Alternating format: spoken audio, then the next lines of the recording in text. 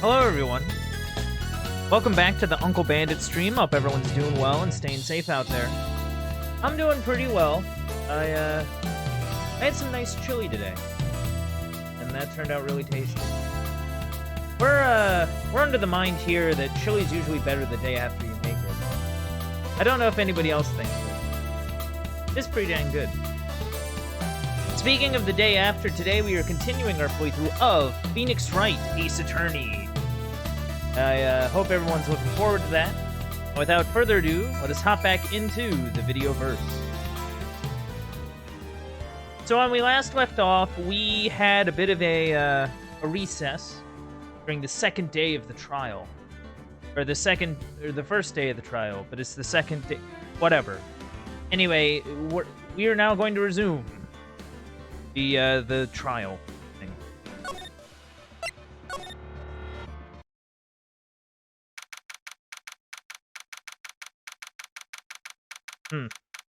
She seems upset. Mr. Wright? Huh? What? Are trials always like this with you? Like you're swimming up from the bottom of a lake about to reach the surface. But no matter how hard you paddle, you never seem to get there. Yeah, pretty much. Except today, we're swimming in quicksand. So what happened to your sister anyway? Apparently she got called off to do the judge's chamber. To the judge's chambers. Probably something to do with that piece of cloth.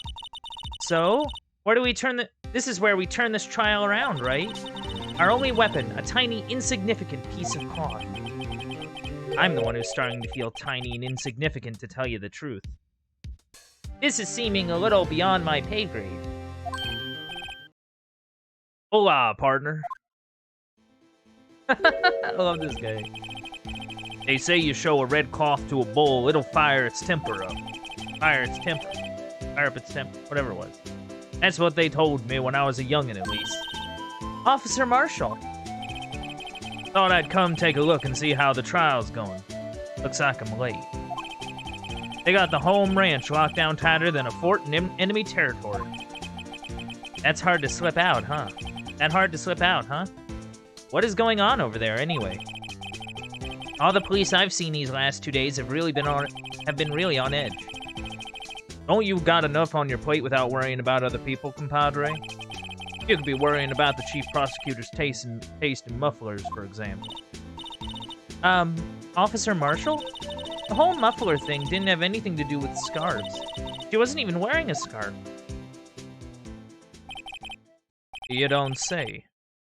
Now don't that just beat all? I've seen the red breeze blow at her slender neck many a time. Can't get over this. I saw it that day, too. She was wearing a red muffler. What? At the awards ceremony that afternoon, Edgeworth seen it too, I'd reckon. What does that mean? In the photograph taken at the crime scene, she wasn't wearing a scarf. So, Miss Starr wasn't mistaken. Well, it's about time. Remember, partner, sometimes you gotta grab the bull by the horns. Sometimes you just gotta let that bull go where it will. Time will tell. Ugh, I have a bad feeling about this. So, what are we swimming in now, Mr. Wright? Well, you don't want my answer. If it's steak sauce, I can hook you up with some fine ribs. Woo-wee! That's right. I love cowboy men.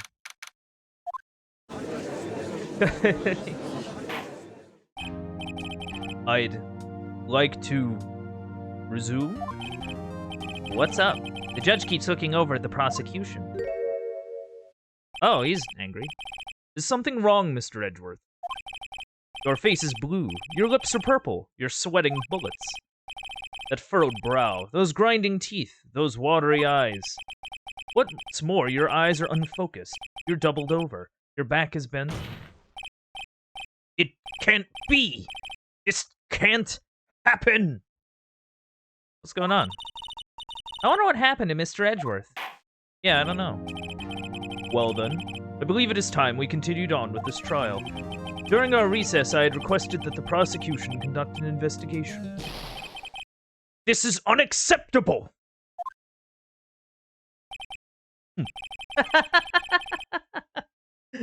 Like, everybody's just like, yeah, okay, whatever. Seems our prosecutor is quite beside himself. Excuse me? Knock, knock? Who's there? What the heck? What's with this guy? He looks like a Yu-Gi-Oh character with a great hand. A strange, stuffy aura seems to be filling the courtroom. Hey, the temperature rose 5.7 degrees when that man came in. Who on earth is he? He looks like a Yu-Gi-Oh character. Like, straight up. Like, oh, it's you. Hello? Oh! Sorry I'm late, Udgy. Roads were packed. It's just me. Long time no see, eh, Udgy? How you been? Swim much these days? Hello. No, I've been so busy. Busy smizzy, Udgy, my boy. You have to make time to relax. Yes, indeed. Udgy seems to be his name for the judge? I'm afraid you're right. Very afraid. Sorry, but who are you? Oh, so you're Righto. The attorney? The attorney. I've heard good things about you, son. Thanks? So sorry about our little worthy giving you all that trouble, eh? You know, we should all go swimming together sometime. Jolly. Little worthy? Mr. Wright, you don't know the district chief of police? This is the chief of police? Straight up? Chief of police? He's the top-ranking he's the top-ranking police officer in the entire district. Hello? Yeah. Oh, okay. Name's Gant. Damon Gant. Pleased to meet you, everyone. So, what do we owe this honor today? It's been over 2 years since you last came to this courtroom, hasn't it? Well, it's Worthy here. Look at the poor fellow. I just thought I'd help out by bringing this. Hey, that's my sister's muffler.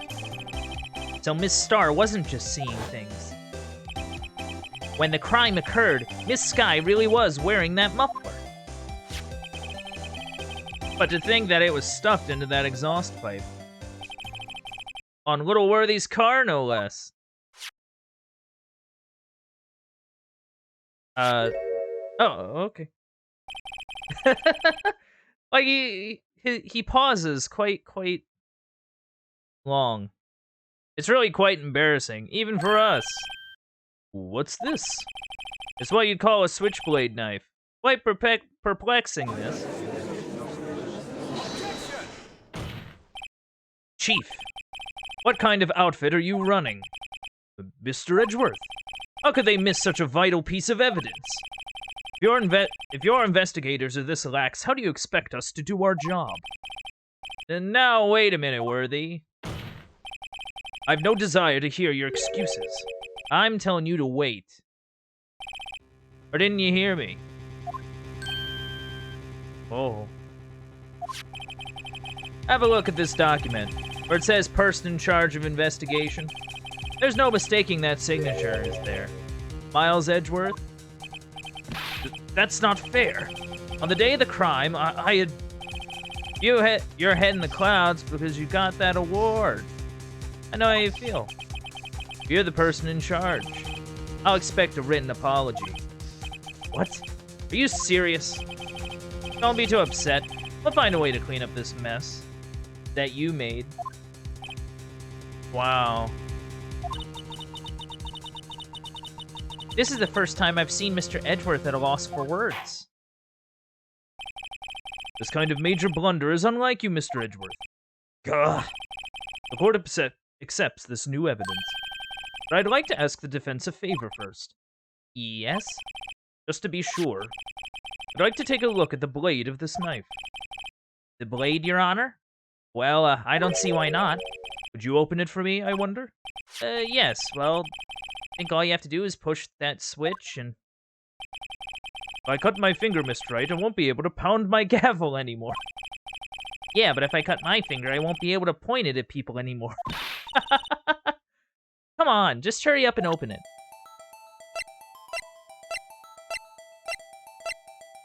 Is this explaining to me how to mess with things again, or... Oh yeah, I thought you were already here. Yeah, there's a switch. Oh. I'm the one who's scared. Look at this knife blade. The tip is broken off.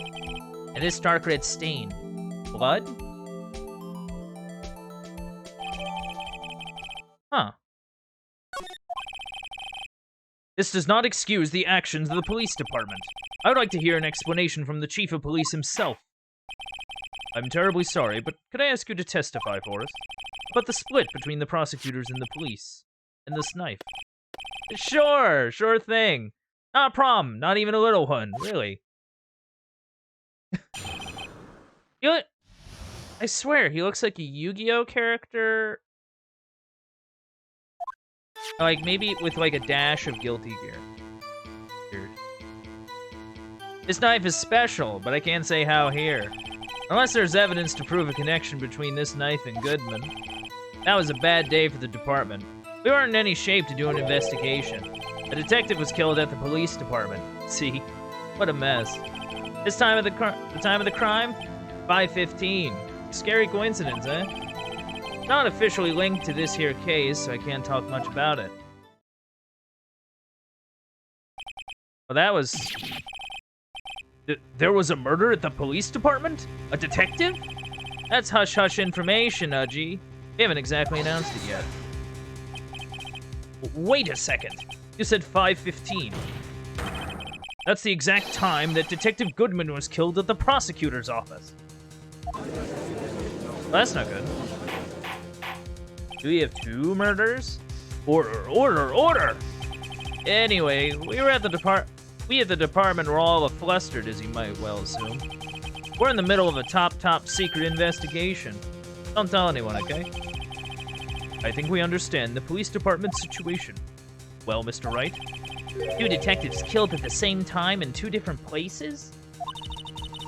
The chances of that are really slim. Scientifically speaking, of course. I'd like to exercise my right to cross-examine the witness. Very well. However, keep your questions focused on the case at hand. Okay. So most of this is kind of useless. Because, like, I can't press him on, like, this statement here. And, like, we can't really press him on anything that happened at the police department because that's not the case. So we need to provide evidence that the knife and Goodman are related to open him up a bit, I think. I think that's what our goal's gonna be. So the only thing that's connected is this knife, I guess? It has a tag attached. Small tag attached on the knife. It says Sl9 2. What's that supposed to mean? Well, it's probably a case number, yeah. But it reminds me of a similar code. EL6. Maybe it's a case number? That's weird. What? I don't remember where, but I think I've seen something like this before. Something similar to what's written on this tag. Wasn't that long ago, either. Maybe I should check the court record again. Alright, so the game's telling me to check the court record.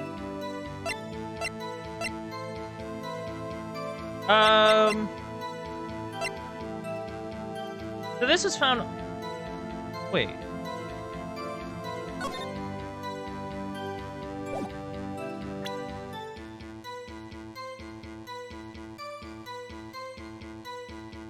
Upside down, it says SL9. Should I present... I think presenting this might be something?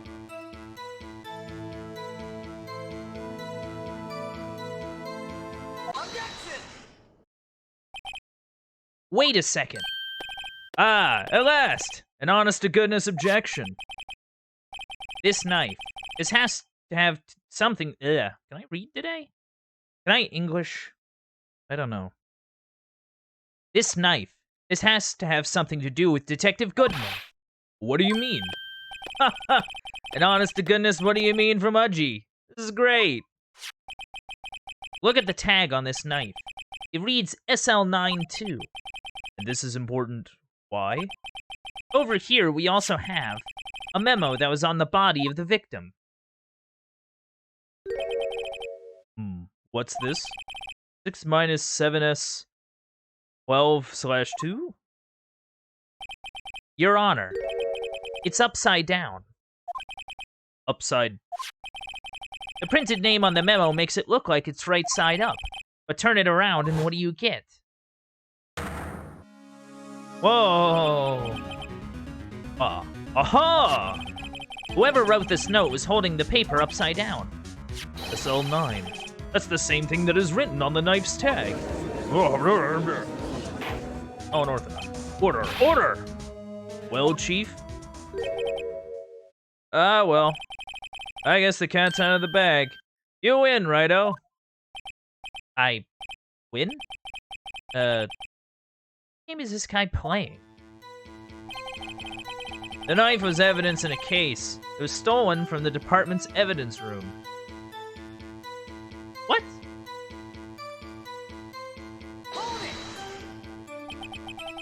So this knife was stolen? Yeah, but on the day of the murder. It was evidence, you say. Was it in fact a murder weapon? Nice, nice, nice. Good show, little worthy. It was a murder weapon, as it happens. There's evidence from a case long since solved. So this knife was stolen on the day of the murder, and it was found in the exhaust pipe of Edgeworth's car. Hard to think there isn't a connection there. Oh, yeah. Huh.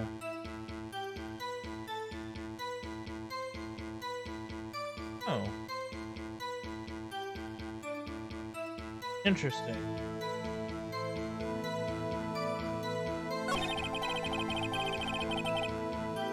I think, I don't know. Like, tell us about it. On the same day that a detective was killed in the prosecutor's parking lot, another detective was killed at the police department? That's a fact. Surprising, isn't it, Udgy? I'm at a loss for words. And the perpetrator? You have a suspect. Well, there was a suspect. Just arrested him, in fact. Just arrested? That was quick.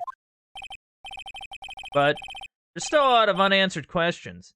Maybe you can help, righto? I suppose I could help. If you help me by giving me data on your case. Oh, good one. This gets sharp. Okay, here's the deal. I'll tell you one thing only.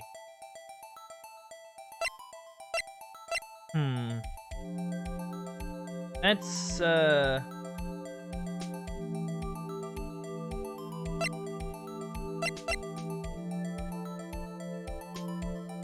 Oh, where did you find the guy? I think where he was, yeah. Figure out the where, and then we'll figure out the when. So tell me, where was the victim found? Well, I can't speak on where the corpse was found. Are you kidding? You said you could answer one question. But I can say the crime took place in the evidence room at the police department. The evidence room? Wait a second. I've heard of that. The evidence room. Didn't he mention that in his testimony just now? The knife was evidence in a case. It was stolen from the department's evidence room. There's the connection between the two cases. You seem happy, Mr. Wright. Happy? You just got handed our ticket to go to town on this case. With the link between the two cases established, we finally have some leverage. Now we can get Gant to testify about the details. Oh.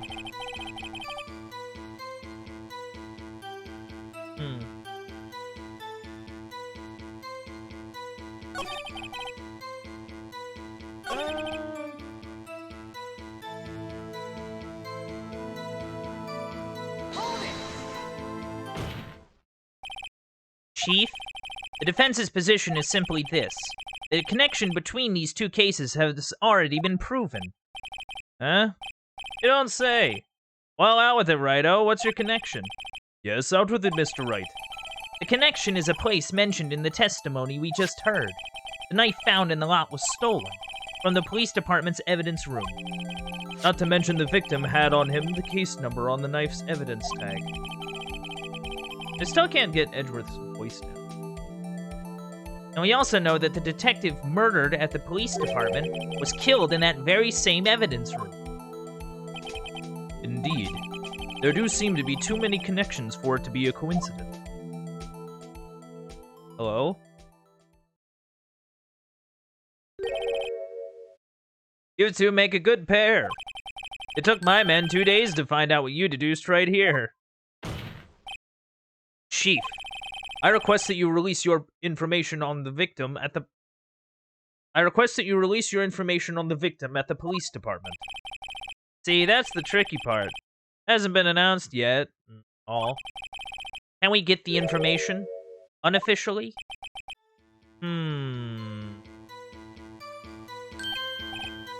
Sure, why not? It's unofficial after all. What? Really? Who would have guessed? I'll cooperate, but I can't reveal the name of the victim at the department, okay?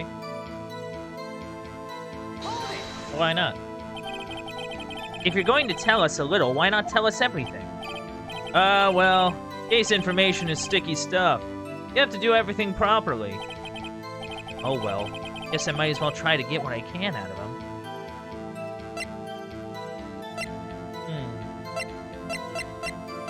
Well, if he was like a...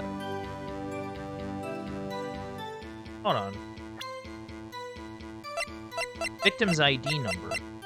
Right, because we have, what's his name's card? We have Goodman's ID. And every detective has one of these, from what I understand. So, I guess the idea is, if we get the ID number off of them, we can look them up and be like, hey, whatever. And if it matches, then, like, it's literally the same case. Okay, how about you tell me the victim's ID number? Huh? Oh, sure, why not? It's not like you'll be able to tell who it is from that. Of course not.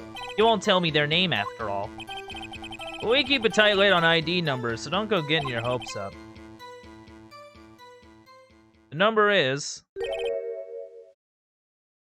Is that the same one? It's straight up the same ID number. Whoa, that's quite long. And we have to remember these. It drives me nuts. 82. I can't do it. You didn't even get the first number right. Well, Mr. Wright, does this tell you anything? The ID number of the victim at the police department. Oh yeah, it tells me something. Actually, it does, Your Honor. It does. I think. Meeting. It has to be what I think it is. But what does this mean? Well, let's hear what the defense has to say. You say the ID number of the detective who was murdered at the police department. Tells you something? What does it tell you? Witness.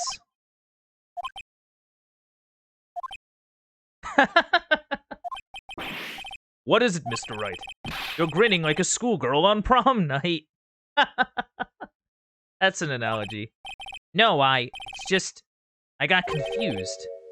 And this is news? Huh? Just come out with both guns blazing, like you always do. The police department, the prosecutor's office. 2 places, 2 detectives murdered. at one time. Actually, I happen to have a police ID number here. Oh, is it yours? No, Your Honor. I'm a defense attorney. Remember? This is the ID number of our victim, Detective Goodman. Shame on you, Righto. Personal IDs are top secret. Detective Goodman's ID number is 5842189. And this means what exactly? Alright, the same dude was murdered in 2 different places.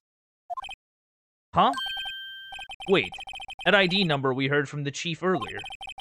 That started with 82. I've forgotten. You didn't even get the first number right. Again. Come on, judge. The number the chief of police gave us was 5842189. Objection. Wait a second, Wright. What does this mean? That's what I want to know. The 2 ID numbers are identical.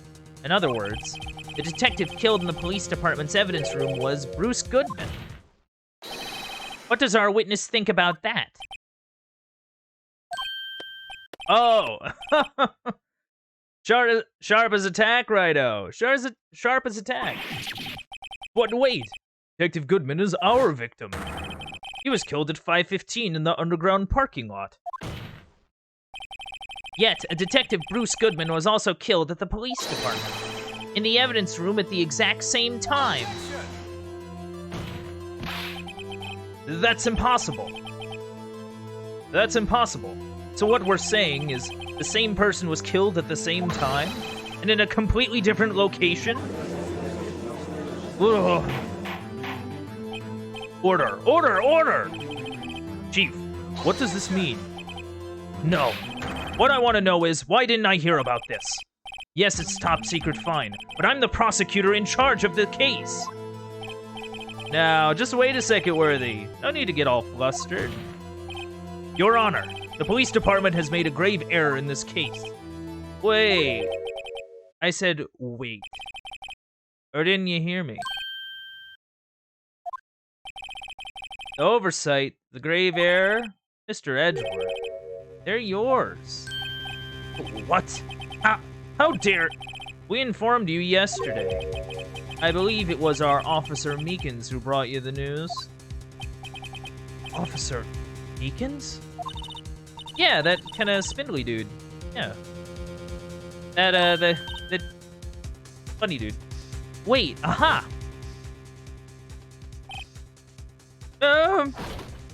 Yes, this dude. Excuse me? Is Mr. Edgeworth, anywhere on the premises? I'm here, sir, at the request of the chief, sir. I got your report, sir. Yeah. You don't mean him? According to Meekins, you didn't accept the report. Hard to believe. But your officer, he told me. He said that the report had nothing to do with the Lana Sky incident. Detective Bruce Goodman, murder in the police department evidence room. Mr. Edgeworth. The victim's name is written right on the top of the report. Ugh! Why didn't your officer tell me? Honestly, I'm not sure if that officer was capable of making the connection.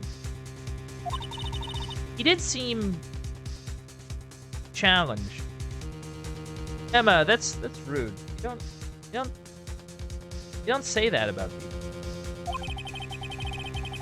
In any case, this is a serious error. A gross negligence of duty on your part, Worthy.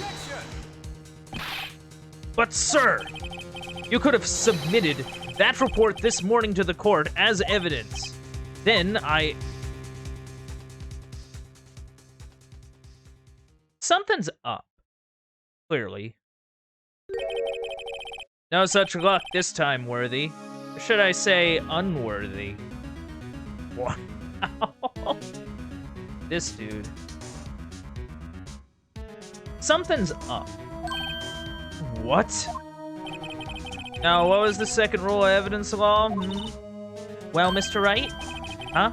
Oh, well, it's, Rule 2. Unregistered evidence presented must be relevant to the case on trial. How is this rule relevant? Normally, submit a list of evidence to be used in court before the trial. This report wasn't on that list. So, what does this mean?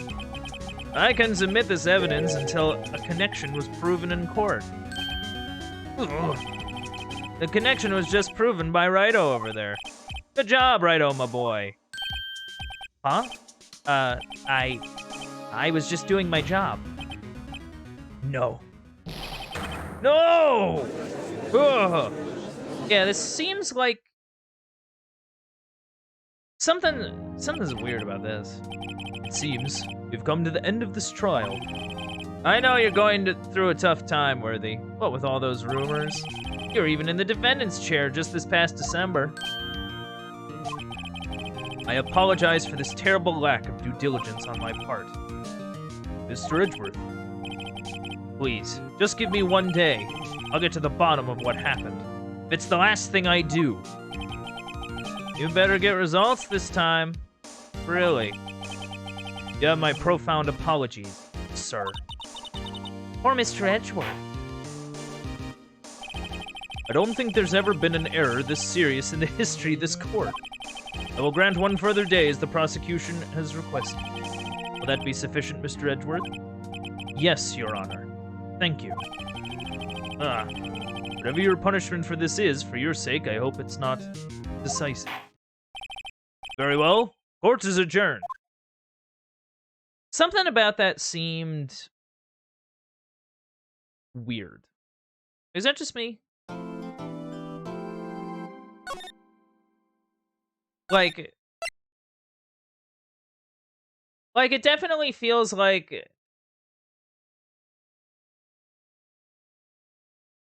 it definitely feels like a thing where he was like, "Oh no, it's your fault. Your big fault." When, like, I don't know, he could have done better. It's interesting. Yeah, it was weird. Something about that seemed kind of interesting. Almost like almost like Edgeworth was kind of being set up to fail there in a weird way. Like they actually set it up in a way that, like, Edgeworth would basically end up taking credit for any sort of lack of stuff.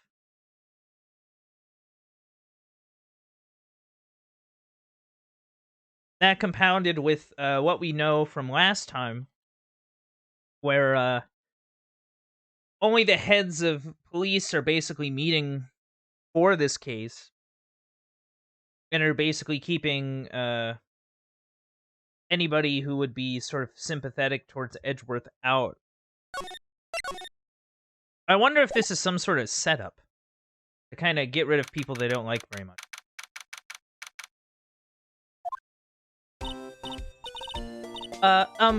Mr. Wright? So, what's going on with the case, anyway? I am a little confused. Huh? Well, let's see. What's going on? The victim, Detective Bruce Goodman, was stabbed to death after 5 p.m. on the 21st. He died in the prosecutor's parking lot, in the police department's evidence room. What's this in the evidence room? What's this in the evidence room part? The prosecutor's office and the police department are 30 minutes apart by car. Well, that's what we're going to find out. Or try to, at least. Alright, let's do it. Glad she's in good spirits. I'm not sure she's going to be much help with this. Don't be so sure, Mr. Wright. Huh? Look, we're in this together, right? I'll prove that these thick-rimmed glasses of mine aren't just for show. Let's go. Science awaits us. Back to the scene of the crime? You know, I really don't think we should worry about the police department murder. There wasn't even a body found there. Who cares? Yeah, it was only our victim who was killed in their evidence room. No biggie. Besides, my sister would never do such a thing. I know it. That oil drum, was it empty? The oil drum kicked over by the chief prosecutor was brimming with water. My sister, erasing evidence at the crime scene? Never. Even though she says they don't get along, Emma really likes her sister. That's not it at all. It's just, we're both professionals at what we do, and I trust her. Big words for a high school student. Well, whether there was blood on the floor or not, the water in that oil drum washed it all away. Ignore the strength of my science at your own peril, Mr. Wright. Huh? What's that grin for? The situation calls for one thing, and that is Luminol testing fluid.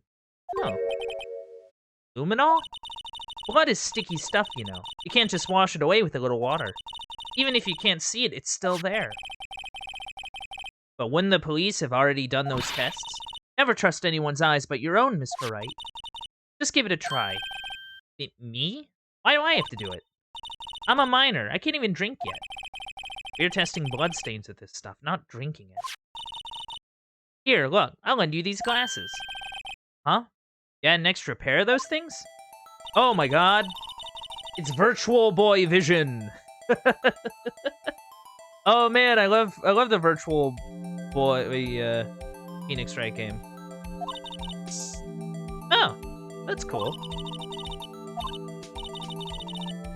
Okay, well, the logical place to look would be sort of in the trunk, right? Okay. Alright, so there's some blood stains near the body. I can see her eyes shining behind those glasses. So, is this a blood stain?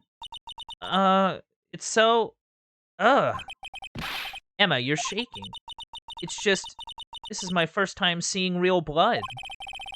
Scientific investigation in action. Yeah, that's the thing about crime scene investigation. You know, sometimes you just find stuff that gives you the icks, you know? Okay. Well, we definitely know that this is a bloodstain. Doesn't something strike you as odd? Scientifically speaking. What's odd about this, scientifically?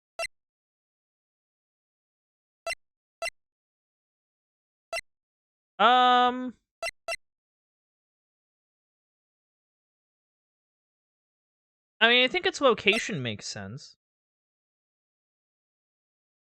There's not a lot of it, though.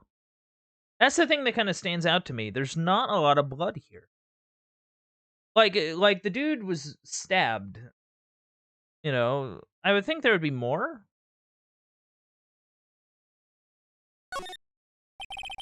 The perpetrator and Detective Goodman fought here, right? Don't you think there'd be a little more blood? I definitely think so.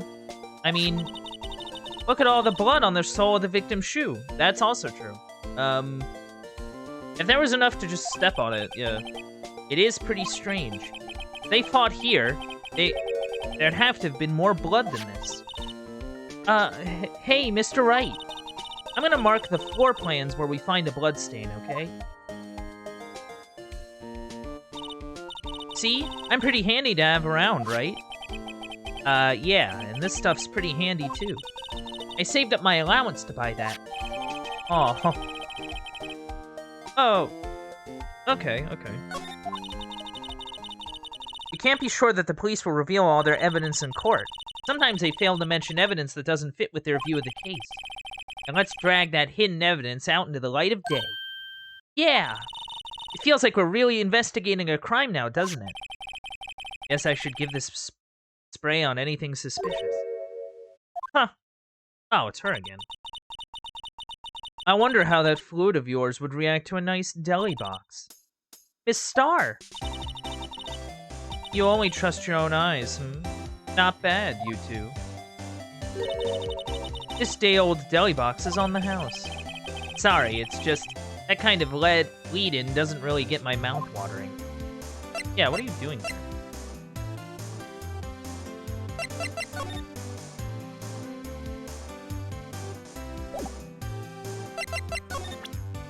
Oh, I guess I can't do it while she's standing here.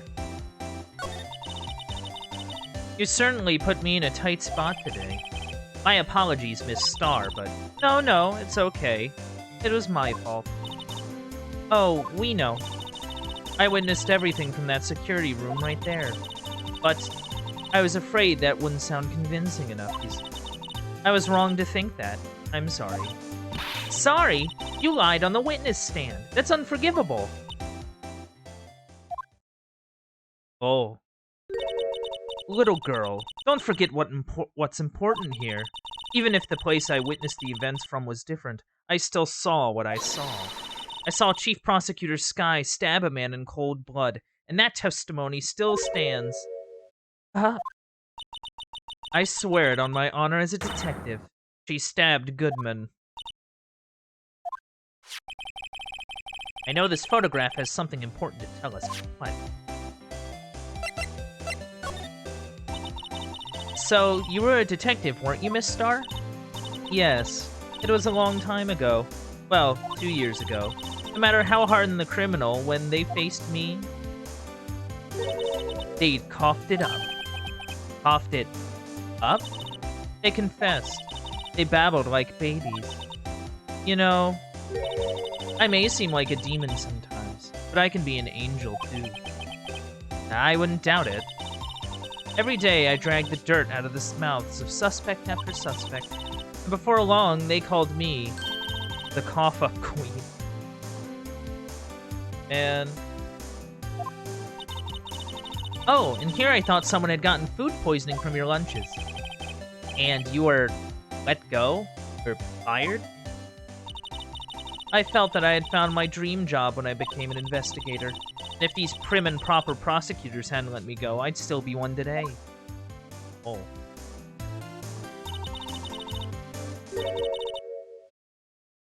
It's all because of that case, the Sl9 incident. Sl9? Wait, she doesn't mean... huh.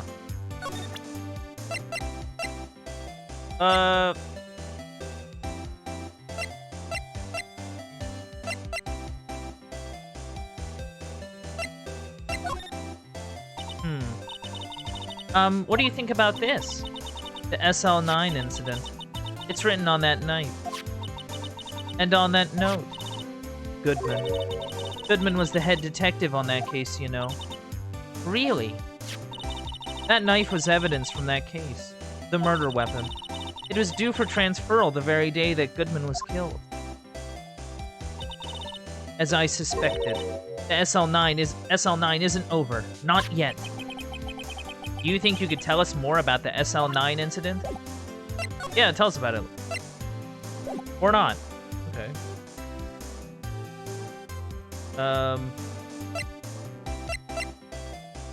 So Goodman was the head detective on the Sl9 case. Like, what can you tell us anything about Goodman? I had one of those up until 2 years ago. Back when you were the cough-up queen, right? We found this ID card here in this parking lot. Well, there's no mistaking that. It's definitely Goodman's. But it's the same ID as the man who was killed at the police department. That's impossible. I wish I could be so sure. You actually, like... oh my god.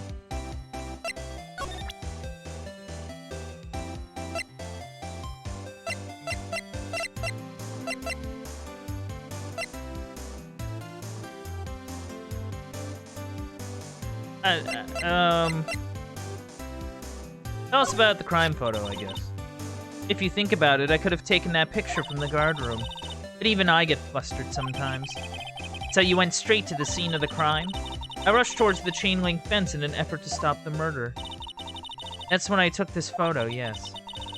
In other words, 5 minutes after the crime?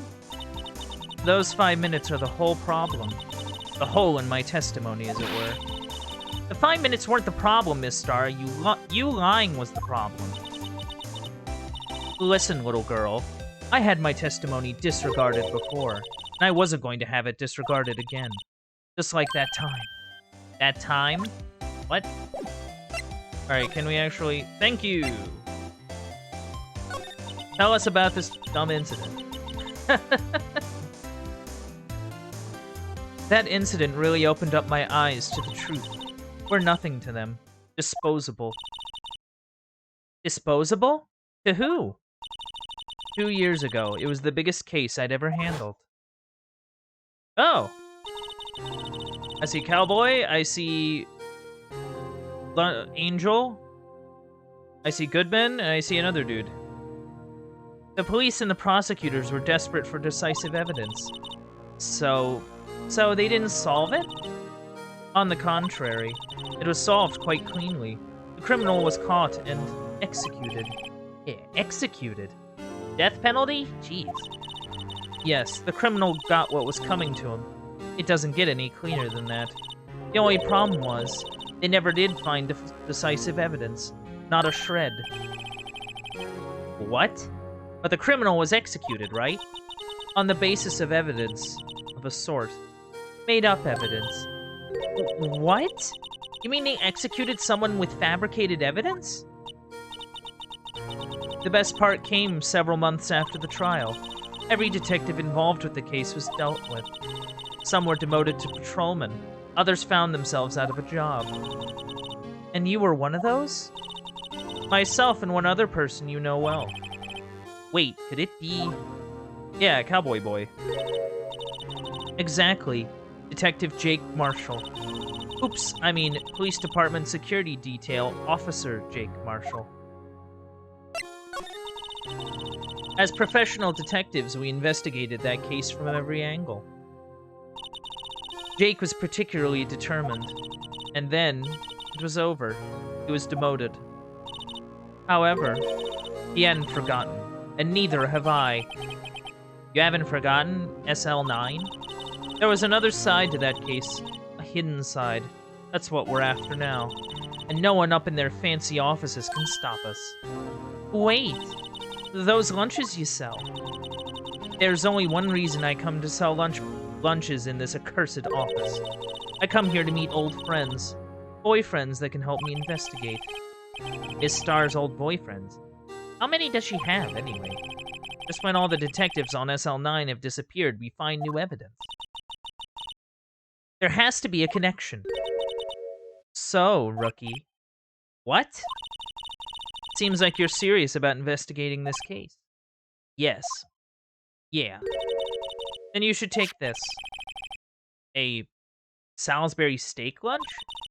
I know a certain guy who might help you if you tempt him with this treat. Huh. Excellent for putting Officer Marshall in a good mood. Okay. So we might need this to, like, bribe our way past him. Miss Star? Officer Marshall, is he your, are you going out? Why do you want to know? I was just wondering what happened to him. A long time ago, when he was helping my sister do cases, he was so nice. He got along so well with my sister, it made me jealous. And he was nice to me too back then. Oh. This would be when Officer Marshall was a detective. But now he's so cold. Jake and I are merely cooperating on this investigation. We're putting the past to rest, as it were. Nothing more than that. I see. Thank you. Officer Jake Marshall. Interesting. So, like, what do I do? Oh, I can just check the bottle, I guess. Oh, it has her name on the bottom. That's...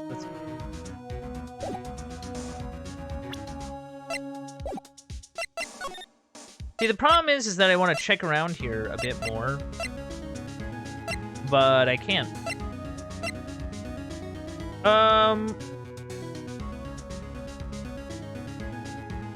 I mean, I don't know. Maybe she knows something. Like, we can go talk to her. Looks like Miss Sky is in questioning. I hope the detectives aren't yelling at her. How did you kill him in two places at the same time? Can you imagine? How is she supposed to answer that? Wait a second. Mr. Gant say they'd arrested a suspect in the police department murder? Let's come back later. Okay. We might have to come back later. What? What?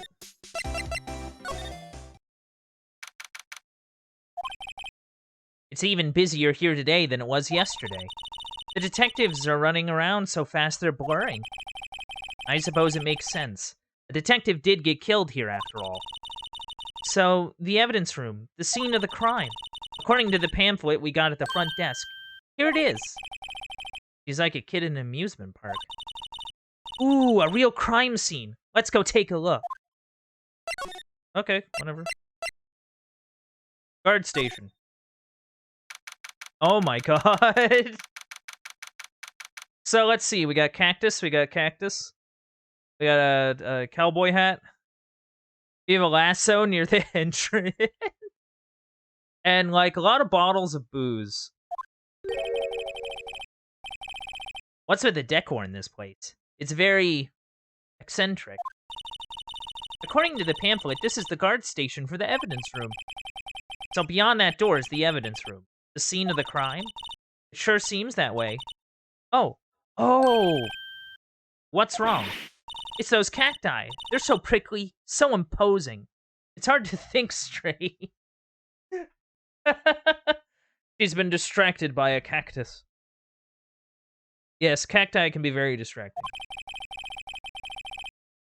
If you can't handle the cacti, stay out of the desert. What I want to know is, if this is a guard station, where's the guard? I have a feeling I know who he is already. Yeah. What do we got? The evidence room is beyond that door. Well, let's just walk in. It won't open.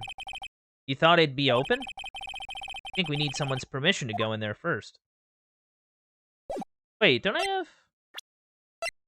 Won't this work?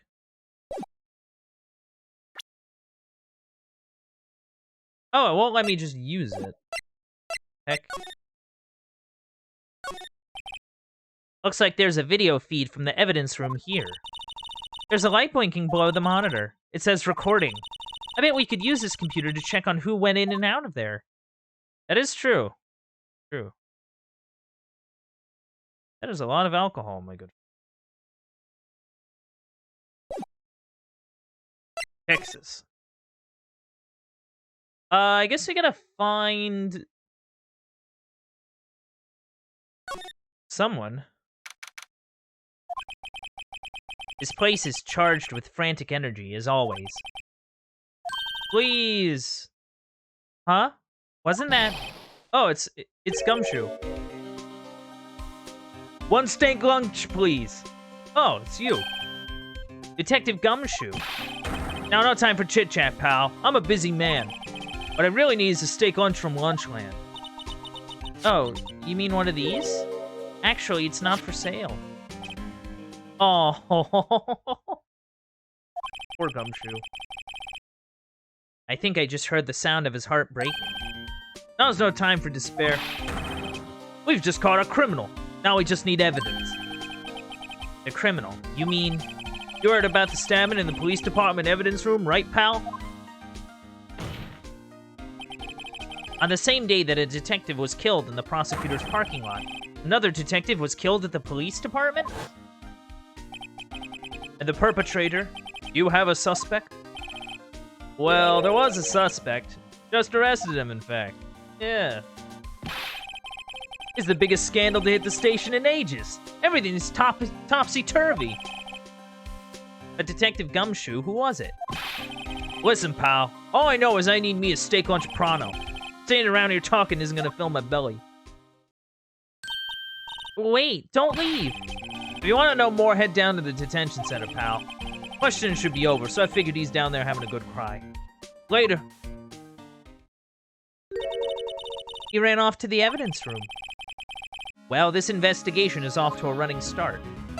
Alright, so I gotta go to the detention center. What I'm picking up. What's going on in criminal affairs, by the way?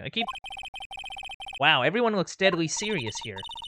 Well, there was a vicious murder of a detective down at the police department. Yes, but the same detective was also killed at the same time in the prosecutor's lot. Ugh. It makes my head hurt. Well, first things first. Let's go check out the police department crime scene. Yes, you sound dead set on investigating. Don't mess up or we could wind up dead. I doubt anyone wants more mysteries or dead bodies around here. But it doesn't look like anyone's going to help us much either. Yeah, that's kind of the interesting thing about this, is that we're generally not getting as much assistance from people like Gumshoe and the like. Still, I do feel better about things. A little. I mean, they caught the person who stabbed Detective Goodman, didn't they? Yeah, I guess they did. Best to not go too far down that road right now. Things will just get confusing. What was that? Sir, that's what I'm saying. Me, a perpetrator? I'd say I was the perpetrator against, sir. That's what I'd say. Wait, is it? Beacons? Hi. Greetings, sir. Wait, I know who you are. Yeah, you're Meekins. Excuse me, but is Mr. Edgeworth, anywhere on the premises? I'm here, sir, at the request of the chief, sir. I got your report, sir. Oh. Officer Meekins, is you a guard here at the detention center? No, sir. I'm not, sir. I'm a little lost patrolman. Like a little lost lamb, sir. Oh, I get it. You're here to deliver a report. No, sir. How should I say this? Wait, he isn't. Is he? You, Officer Meekins, you didn't. Did you? Perpetrator Officer Meekins reporting, sir! What? What? What? This dude? Now this is an unexpected turn of events. What in the...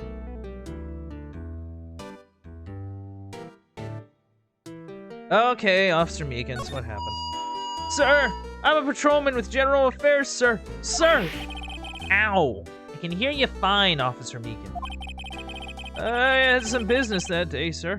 I went to the evidence room, sir. The guard station in front of the room was empty, sir.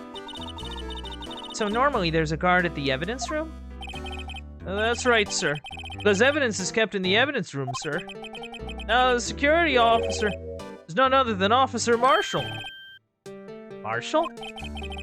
Then, sir, I happened to glance at the security room monitor. That's when I saw him, sir. A suspicious person in the evidence room. A suspicious person, sir! A suspicious person! Yow! Oh my god. What the heck is this guy doing? So what happened then? Oh, after that, sir, everything went right. Wait, I saw red. I blacked out. When I came to, I was here in the detention center. How long were you out? Days? Might I ask, what happened to your hand? Yeah, what did happen to your hand? Sir, there was no one to bandage me, sir. So I did what I could to wrap it up, sir. Bandage on his hand? Just like Miss Sky. Yet another similarity between this case and the one at the prosecutor's office. First things first, tell us how you hurt your hand. Well, yeah. About your hand. Did that happen during the course of the crime? Well, you see, sir, Don't you think you should just confess? But sir, but there's nothing I could do. Nothing you could do? Sir, to tell you the truth, sir, when it happened, and the detective pointed that knife at me, I just hollered, sir. And the next thing I knew, I was unconscious. The next thing you knew, you were... Huh? Then when I opened my eyes, I was alone in the evidence room, sir. All alone. Alone because Detective Goodman had disappeared. What? And when I looked down, I was gushing blood from my hands, sir. Oh, the shock. Oh, the sorrow, sir. Can you imagine how I felt? The victim's body disappeared? That's some story. I don't mean to pry, but you are the perpetrator, correct? You killed Detective Bruce Goodman in the evidence room.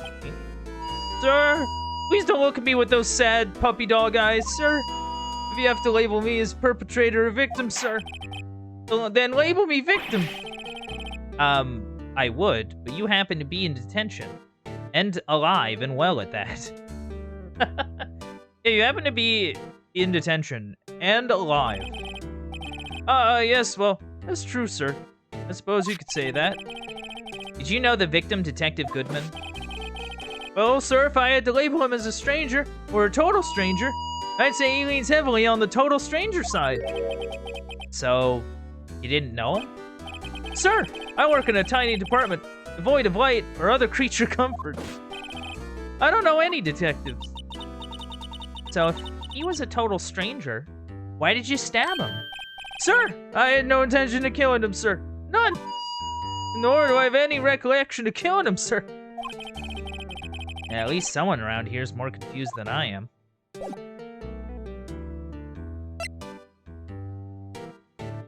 So, like, do you know anything? Like, like, does he know literally anything? I don't know, man.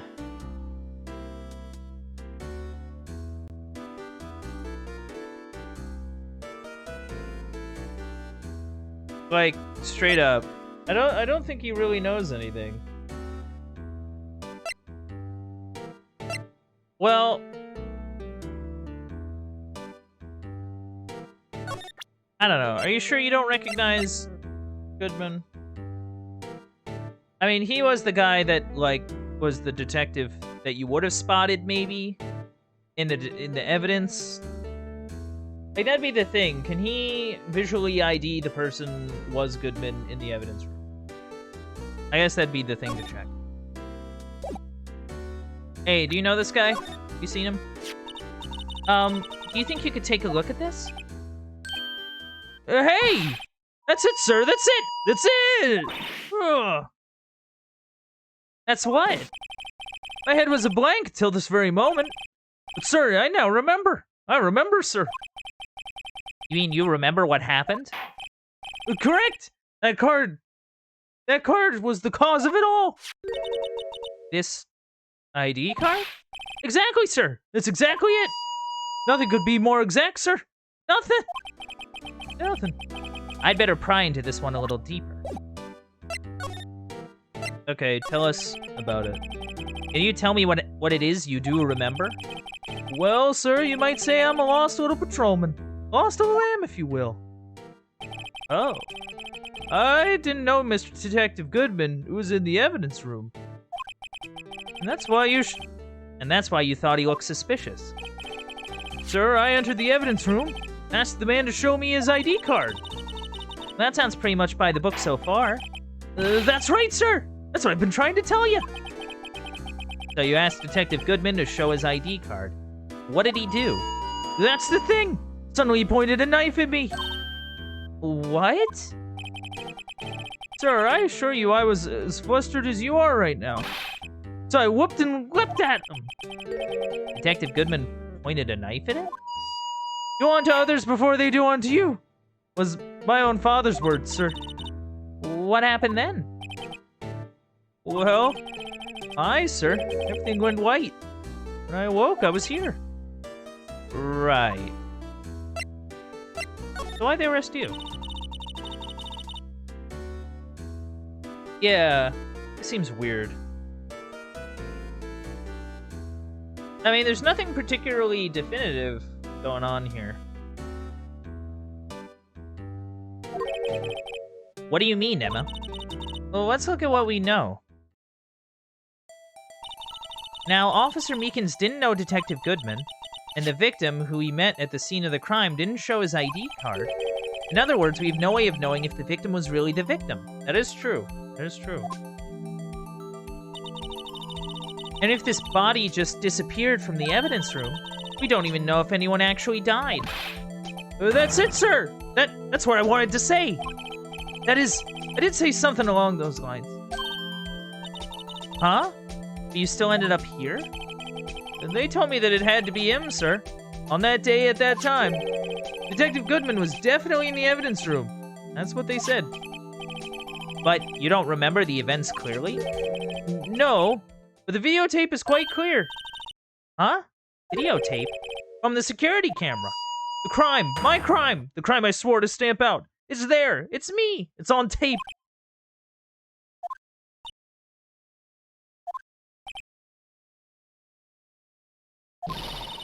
And you waited until now to tell us this?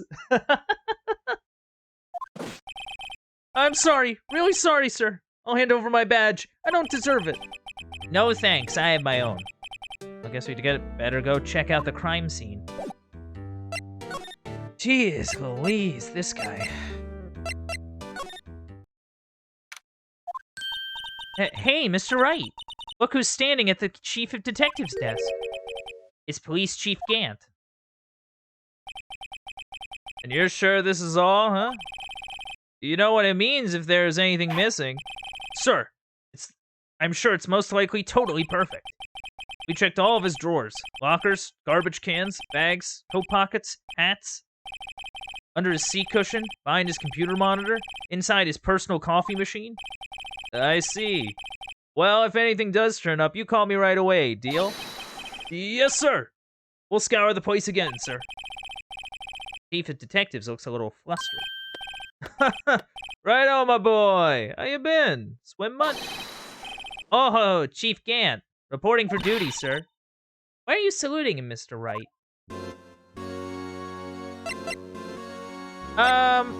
Okay. I mean, I guess we're here. Whatever. Is Edgeworth going to be okay? Oh, Worthy? Oh, you know, they're doing a little inquiry committee with him. Sounds like an inquisition. Yep, well, they've had no end of trouble with the boy since last year. You mean the incident on Gourd Lake? It doesn't look good having a top prosecutor sit in the defendant's seat, does it? You! Got someone else found guilty in that case, right, Righto? Von Karma. Legend he was. Undefeated in his 40-year career. But in court, you fixed it so he was caught for forging evidence. Wait. I didn't do anything wrong. He did forge evidence. In any case, the prosecutor's office is in a bit of a turmoil, you might say. Why, they'd do just about anything to restore their reputation. Now, depending on what that inquiry committee decides, it could be bad for Worthy. What?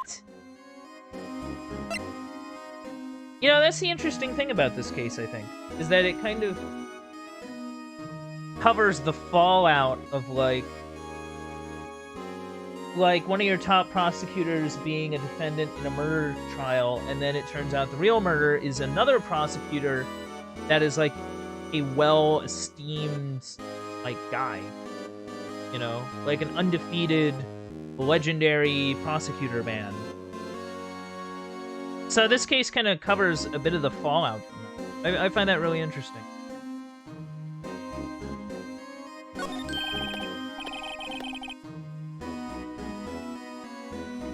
It's downright odd, I tell you. The detective getting killed on their turf too, I mean?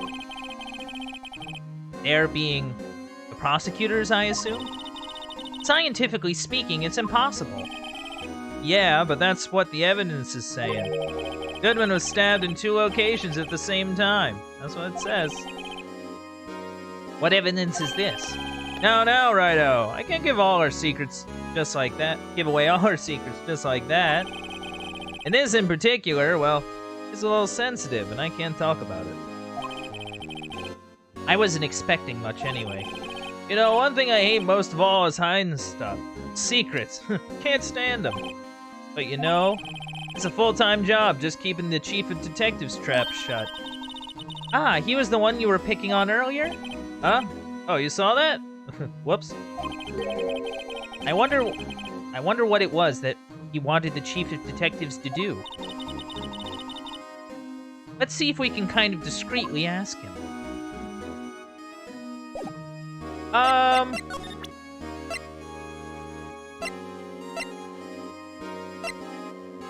I mean,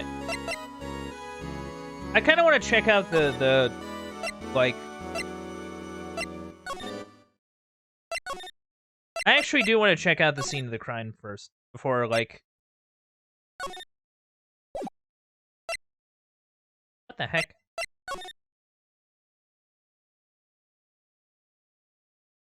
So is he just not here? Like, where is he? Yeah, it talks about recording, yeah. Yeah, like, where is he? I need to actually, like, talk to him. You're still here.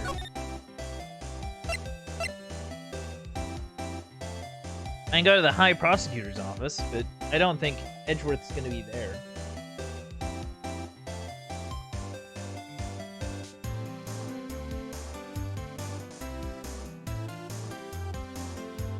But, like, I literally cannot find this guy.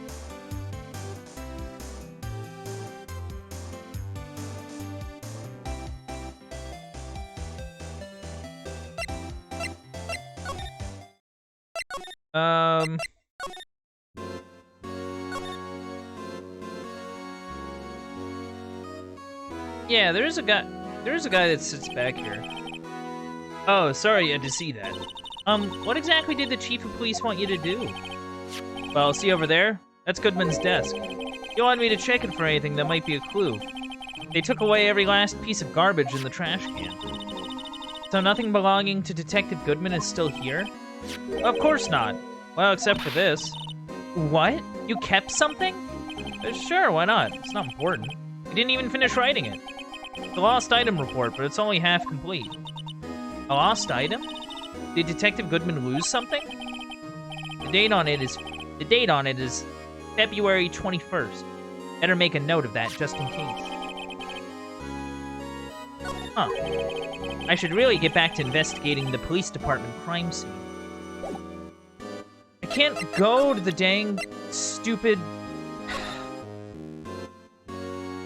Bruce Goodman, 2021, 5, 9... Okay. Oh, it's like scratched out. He screwed up or something. Oh yeah, he got screwed up.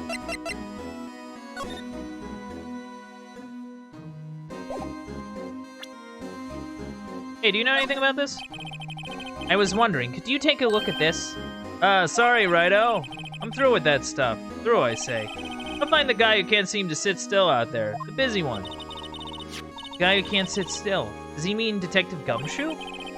Either him or the dancing blue badger. Where the heck? Oh my god.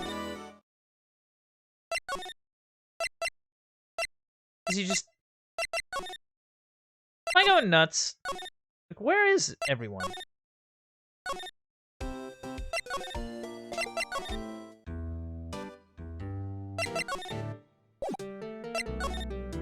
I feel like I'm losing my mind. So, okay, we got the lost item report, right?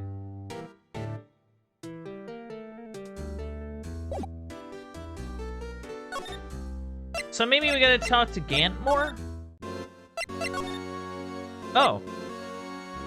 Oh, see, that's my fault. I thought he was telling me to go away. I didn't think... Man. Actually, I was wondering if I could ask you a favor. Huh? I never thought the day would come when Righto asked me for help. I was wondering if we could investigate the evidence room. Are you gonna... Now, Righto. Actually, I'm sorry. I don't need to investigate after all. Righto, please. Do I look like a selfish man? Huh? Heck, if anyone asked me, sir, can I borrow $50? I'd give him $50, no problem. So go ahead. Investigate that room to your heart's content. Knock yourself out. It just goes to show, you never know until you ask. And for you, here, you can borrow this. Huh? Hey, this is a detective's ID card, isn't it? That's the special card for guests, so don't lose it. Yes, sir. It's an honor. You just run along and do your best now. Later, folks. Oh, I guess he's just gone now. It looks pretty cool on my lapel, doesn't it? Just think, a real ID. You seem happy. Yes, sir. Because, sir, we get to go into the evidence room now, sir. I think this place is a bad influence on the girl. This place is a bad influence on her. Oh, no. Alright, just examine it. Yeah, I guess we do. The evidence room is beyond that door. Oh, we have the ID card from Chief Gant. Let's just walk in. It won't open. Aha! The card reader's turned off, see? What's that security guard thinking? Well, howdy, partners. Well, what's made my Bambina's sky so gray? My God. Officer Marshall. Why does it have to be him? What's that why does it have to be him look for? As you may have surmised, this here's my saloon. We're here to investigate the crime scene. Yeehaw! That card you got there on your chest? That's better than a sheriff's badge in these parts. Yeehaw? Well, what you standing there for? Get along, little dogies. Crime scene's awaiting. Looks like the card reader's on again. While we're here, I was wondering if we could ask you some questions. Sorry, cowboy, but I got no mind to tangle with you hombres. You're busy then? Did I say that? I only said I didn't wish to speak with you. Actually, you said you had no mind to tangle with us, hombres. Hold on, let me see.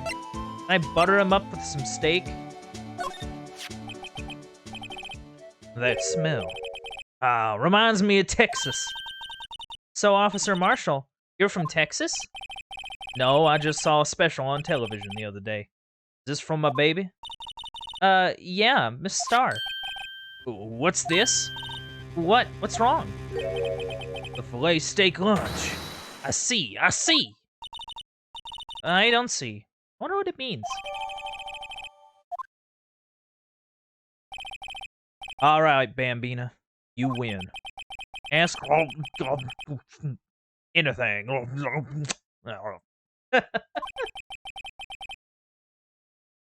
Finally, it seems like he's willing to talk. Well, time to talk to the cowboy. Tell me about the guard station, fella. Officer Marshall, you're in charge of security for the evidence room, right? You got good eyes, partner. It's an easy job, and I'm grateful for it. Actually, Officer Meekins at the detention center told us. That poor little doggy? Poor guy. I keep getting his name wrong and keep calling him Meekly. He told us something. He said that when the stabbing occurred, you weren't at your station. Well, maybe I shouldn't be telling you this. But since I got demoted from detective 2 years ago, well, it might not look it, but I lost my fire for the job, you know? Is that why you drink so much? So, what were you doing around 5:15 when the murder took place? Well, I reckon I was galloping down the highway on the back of my steed, Zippy. Note, he was riding down the highway on his horse named Zippy. There's no need for people here anyhow. These newfangled machines do a bang-up job of keeping an eye on the place. You mean the security camera system? Well, I don't take the machines much. Kinda like that stewed broccoli they sneak in next to your steak, you know? Yeah, I get that. Miss Starr told us something. She said that you were a detective until 2 years ago. It was always my dream to be a rawhide wrangler on the scene of the crime. That's all gone now, like a drinking hole in a prairie fire. You're still investigating the Sl9 incident with Miss Starr, aren't you? That was my case. It's all solved on the record books, but it smells like a bad game of poker. I can't let it go. That's all there is to it. What kind of case was it, anyway? We've heard the name so many times, but no one tells us what actually happened. Oh.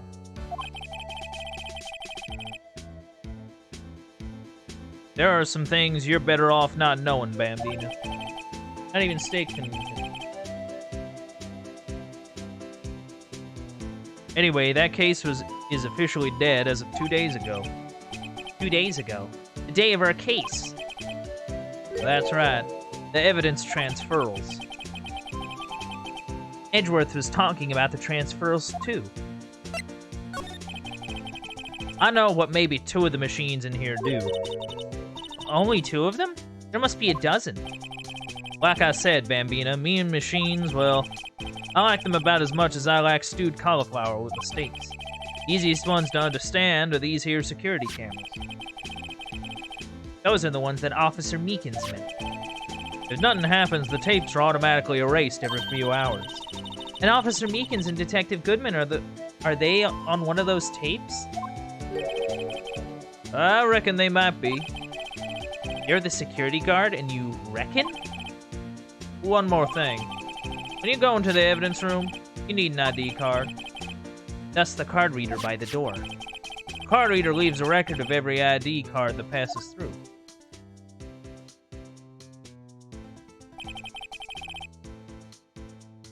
So this is the ID card record. Hey, I've seen that somewhere before. Sorry, Bambina. I can't show you more than that. Huh? I haven't heard whether this is related to the case yet. Mr. Wright, I saw a number on that record just now. I've seen that number before. Maybe there's some way I can prove that record is tied to the stabbing. Sorry, but could you explain what this whole transferal thing is about? We keep only evidence from solved cases in this room. They're kept here under the presiding detective's supervision for 2 years. So we can reinvestigate them if it turns out there was a mistake, see? So what happens to the evidence after 2 years? It goes to sleep forever in the underground vault at the county sheriff's department. That's what we call transferal. We do it every February. I see now. Transferal is like a funeral for old cases. 2 years after a case is solved, it's closed forever. Dead. Never to be reopened again. Never to be reinvestigated. And that happened to Sl9 2 days ago. So I'm gonna present him with this Goodman card, because I think Goodman's ID number might be on there. See this? This is the victim's ID card. Ah, the one that was on the ground in the parking lot? The number on this is 5842189. Officer Marshall, show us that ID card record again. Yeah, it's right there. That. Look at this fourth number. It's a perfect match. It was used at 5:14, right before the stabbing. What's more, there's only one of them cards in the world. So when the incident occurred, Detective Goodman was in the evidence room. But wait, what did Officer Meekins say?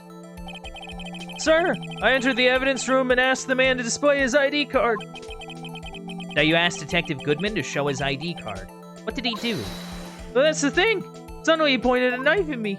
Oh. If he had his ID card then, why would he have pointed a knife at Officer Meekins? All right, compadre. You win. I guess I can give you this ID card record. Cool. I've got an idea. Maybe I should show this list to other people with IDs here. Yeah, that's not a bad idea. Actually. See, the thing that sticks out to me is that, like, okay, we have 7. And, like, the thing that sticks out to me is that we have 2 of the same numbers on the list. We have one at 450 and one at 514. So, but like the other thing is that I don't know if it records ins and outs. You know what I mean? Like for example, the straight 7s and 873. Like there's an entrance but not an exit. Same with 58. I don't know. Weird. Well, let's head into the evidence room a while. Take a look around. It's quiet. The investigation must be over here. So this is the evidence room? It really is kind of like a graveyard. Graveyards are supposed to have grass and trees. This feels more like a morgue. Nice try, Mr. Wright. You can't scare me. Detective Gumshoe? Whoa! Oh. Sorry, I thought you were a ghost. I wouldn't recommend going around smacking ghosts on the head, pal. So is it true what I heard? Righto, please, do I look like a selfish man? Heck, if anyone asks me, sir, can I borrow $50? Go ahead, investigate that room to your heart's desire. Knock yourself out. Yeah, it's true. So, Chief of Police Gant, will loan anyone $50? Even me? Oh, so that's what you're talking about. Actually, I was put in charge of the investigation for today. Just for today? Boss for a day. But guess what? You got permission from the chief. So now you're a boss. For a day. Gee, thanks. First of all, you want to have this. Okay, evidence room floor plans. Cool. Let me take a look. Alright, simple L shape. We have... seems like 4 sets of lockers. Okay. So, Detective Gumshoe, your boss for the day? That's right. It's Lana. After all, the murder took place right here in the police department. Yeah. But if you're a boss, why are you all alone? Where are your underlings? They're using yesterday's findings to prepare for tomorrow's trial. In other words, you got kicked out of the investigation. Again. I'm adamant, though. I'm gonna take control and put this case to rest. In my own evidence locker, pal. You have a locker in here too, Detective Gumshoe? Of course. I'm a detective after all. They gave me a locker that only I can open, pal. Only you can open? I'll always believe in Mr. Edgeworth, no matter what happens. So, Mr. Edgeworth is with the inquiry committee now, right? They're trying to figure out who's responsible for all the mess-ups in court today. I see. I guess this is what you call fate. Mr. Edgeworth just can't get away from that case. That case? Yeah, that case. The Sl9 Incident, of course.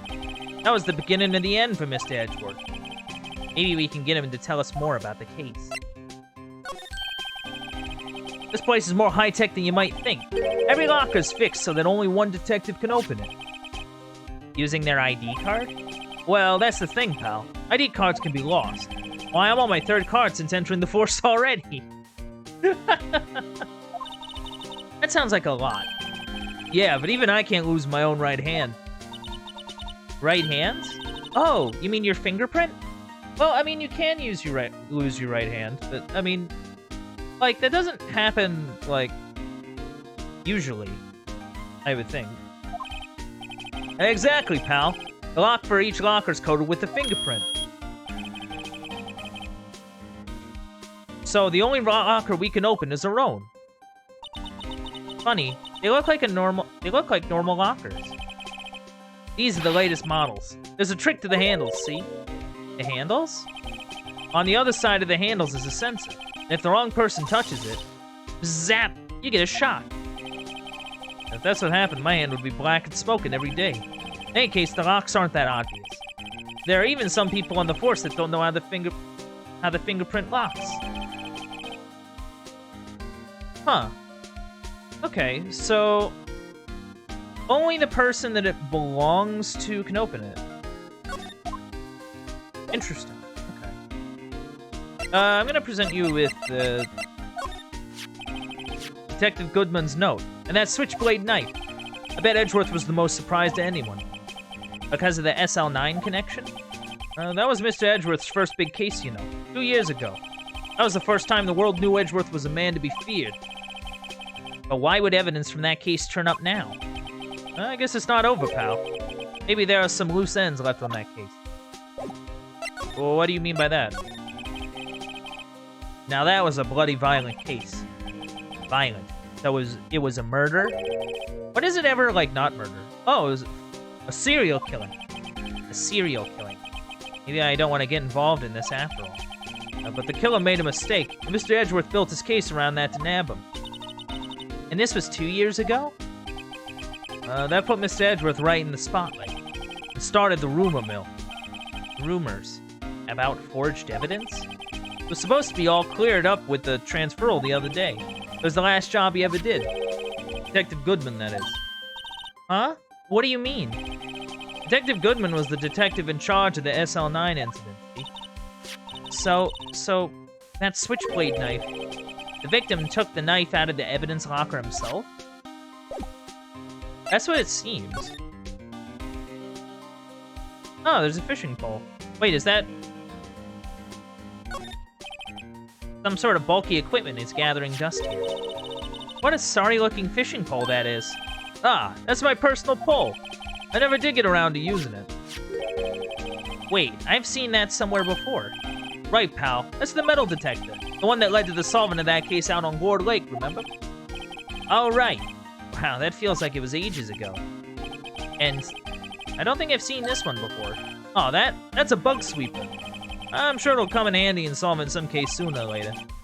That cheap-looking box? You can't judge a person or a machine by their cover. You gotta look at their heart. Yeah. Yeah, I guess that's the... okay. What's the deal with this? There's something sticking out of here. Looks like a shirt. I guess it must be evidence for some case. I wonder if Detective Gumshoe put this here. Oh, there you go, pal. Making me out to be some kind of slob. I'm not responsible for the evidence here. That said, that evidence locker was open recently. How do you know? If you leave things hanging out like that, the evidence gets dirty or ripped. Guard checks on that kind of stuff and notifies the detective responsible. How many times have I had him breathing down my neck about some silly evidence? Sounds like Detective Gumshoe leaves evidence hanging out a lot, too. I bet he doesn't tuck in his shirt under that trench coat, either. Now, if you're gonna talk behind someone's back, don't do it right in front of them, pal. Oh. Let's see. Well, that's interesting. What's this? Blood. It's a little worn, but there's definitely a handprint here. It looks like someone tried to wipe it off. Mr. Wright, what if there are other bloodstains left in the room? We should use our testing fluid to check it out. So do I just use it? Or do I just go to court record? Oh, there's like a dedicated spray button. I didn't even realize. Alright. So this is only good for blood. That's good to know. Alright, well. Bloodstain near where someone got hit. That must have been one massive pool of blood. Never seen anything like it. I'm not a professional. What's your opinion, Detective? Pale blue blood. Hey, Detective Goodman is actually an alien. This proves that something really happened in front of this locker. I'll make a note of it on the floor plan. Hey, if you didn't want my opinion, you shouldn't have asked. Hey, we didn't want your opinion. I just thought it'd be a bit more useful than not at all. You know? Why's your paint here?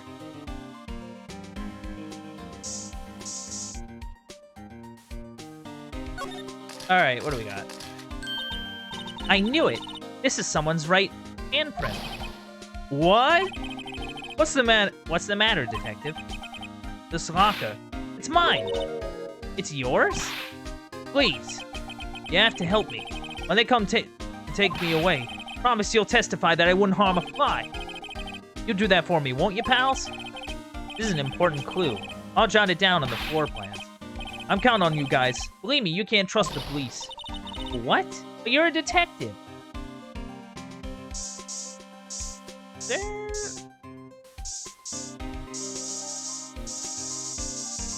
I love that we can never run out. That's amazing.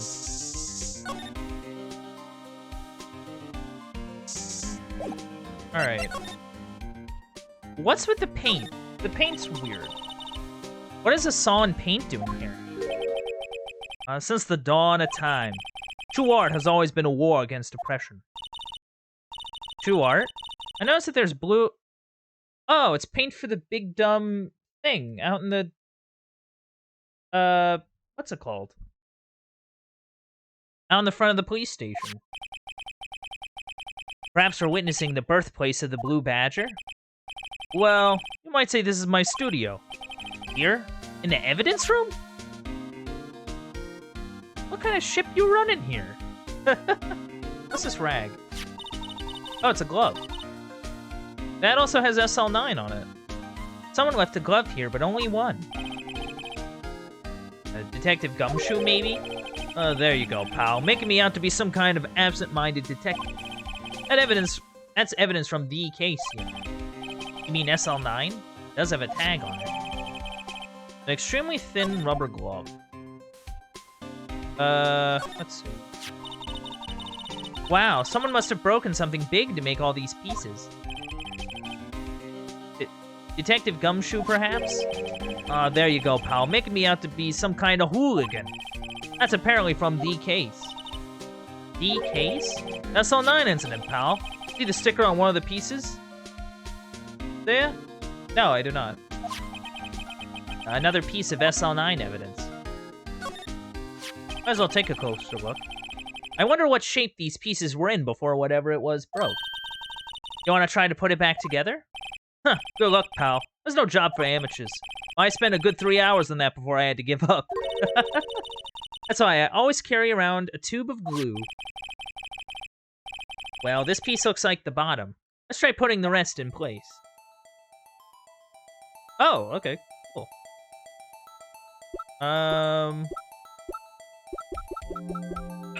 Oh, cool, I can rotate it.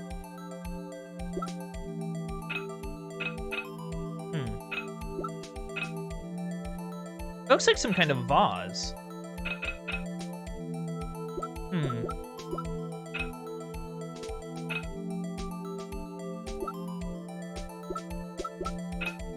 Oh, I actually have to start from this side, I guess.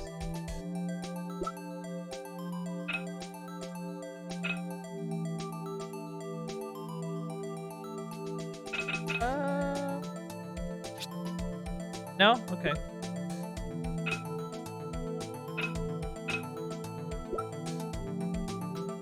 Oh, okay. Alright, so there's a big hunk.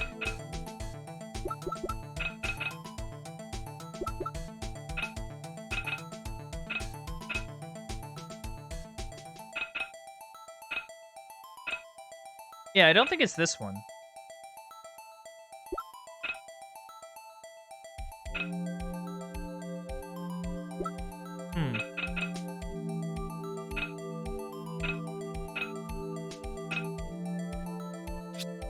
Yeah, that wasn't gonna work.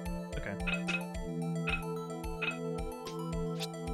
Yeah, that wasn't gonna work either. Oh, no. I have to actually think about this. Okay.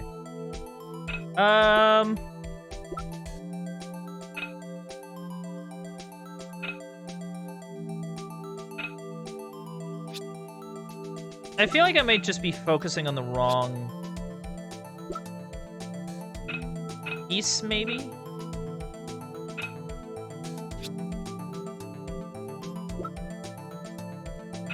Like, maybe my focus should be more on kind of the...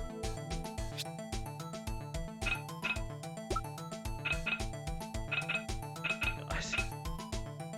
Here we go.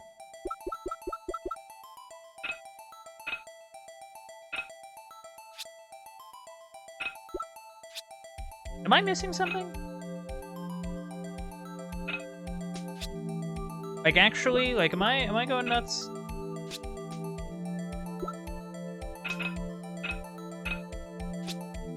Yeah, I don't think it's that.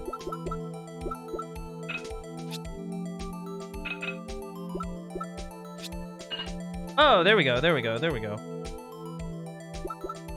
Trial and error, chat. Trial and error. No, it ain't gonna be.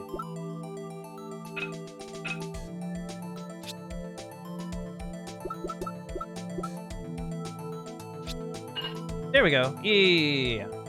Okay. Alright, that definitely looks familiar.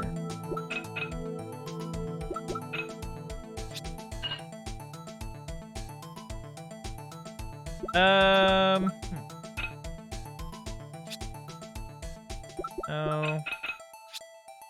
No. Oh, this'll work. Okay. What is this crazy thing?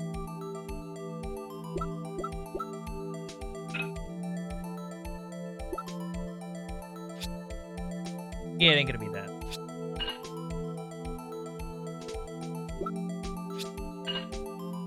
There's also a piece missing. That's strange. Huh? Well, I think we did it, but some of the pieces are missing. Yeah, I got that far too in 2 minutes myself. The problem is finishing it. Were some pieces stolen? I bet they were missing to begin with. Still. It doesn't look like the most stable kind of jaw. I kind of understand how it got broken. Huh. Well, we're finding stuff. We are finding things. Look, this one's open, and the red indicator light above the door is lit. That locker's coated with Detective Goodman's fingerprint. Detective Goodman's locker? Are you sure it's okay to leave it open like that? Oh, well, it's been hard to get it open again if we closed it. Yeah, that is true. It's empty. You must have taken the contents elsewhere. Alright, so they took the... Oh, right, I wanted to show them the thing. I mean, I don't know if you'll know any of the names on it, but better to... Might as well check. Can you take a look at this? This is the ID card record of the people who came in here on the day of the stabbing. Yeah, I heard the rumors. So it was Goodman who came in here at the time of the murder. Whoa! Well, what is it? A second number. It's not your ID number, is it, Detective Gumshoe? Mr. Edgeworth. What? The second number on this list belongs to Mr. Edgeworth. Really? What? Why would Edgeworth have come to the evidence room? I mean, probably for the evidence transferal, maybe? Maybe there was something that was bugging him? I don't know. Do you know? You don't know. Is there anything else? I don't know.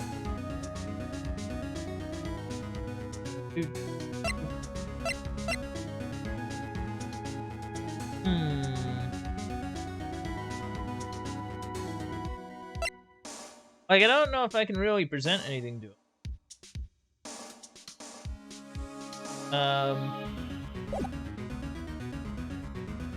Oh yeah, we can look at the floor plan again.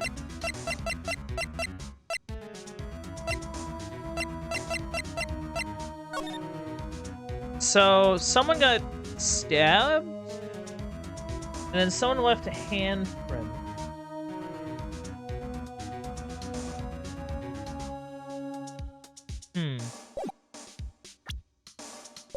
I kind of want to take a quick moment to go back to the parking lot, if at all possible. Oh yeah, do you know any of the numbers on this list? The sheriffs back in the Wild West didn't place much faith in evidence. About the only thing they trusted was their shooting hand. This is neither Wild nor West here. Aha! But that and this are two different things entirely. I guess so? Huh? I'm lost. Okay, so he's... Looks like we need some evidence to get anywhere with this guy. Okay, so the answer is... Nothing really to do. I don't really see the evidence room being that useful. But there is a handprint on this badger. Oh, he's still going. Let's give him the benefit of the doubt and say he's dancing. Speaking of dancing, the whole police department has been dancing around like crazy since yesterday. Can I take out his batteries? I just can't help but feel he's going to do something naughty. Oh. I want to come back here. Because we didn't really spray around. That's why I say. Oh, I guess I can't even spray around. Okay. That's like the only place we haven't gone. But I don't really see why I would come here. Maybe to check on Edgeworth, see what he's doing. Maybe we can find something out about Sl9 from him. He is linked to SL9, so, I mean, who knows? Well, this place is as classy today as it was yesterday. I'm sure it'll still be just as classy tomorrow, Emma. Incidentally, Edgeworth's not here. I'm sure he's off doing important investigations. I hope that's what he's doing. I guess we'll have to come back. Okay, well, I guess we're gonna have to come back.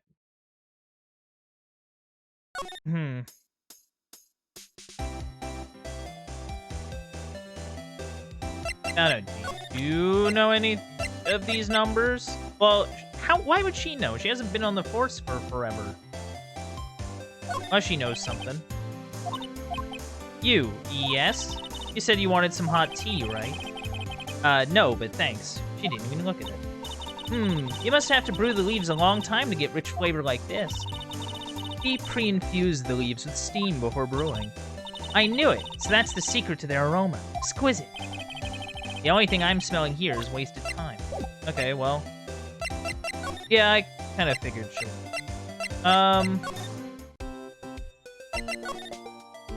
Yeah, well, we should begin with that, you know, that thing.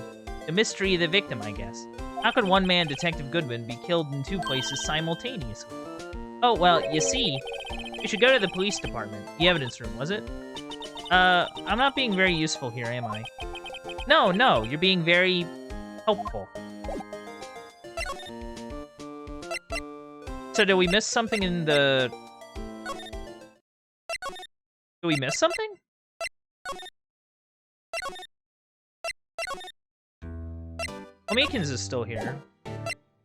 Meekins is, like, useless. I don't find Meekins particularly helpful.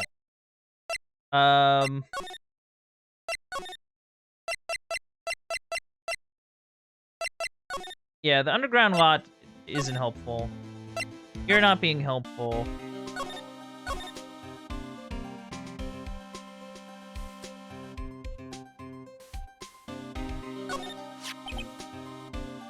If you put these pieces together, it makes a jar.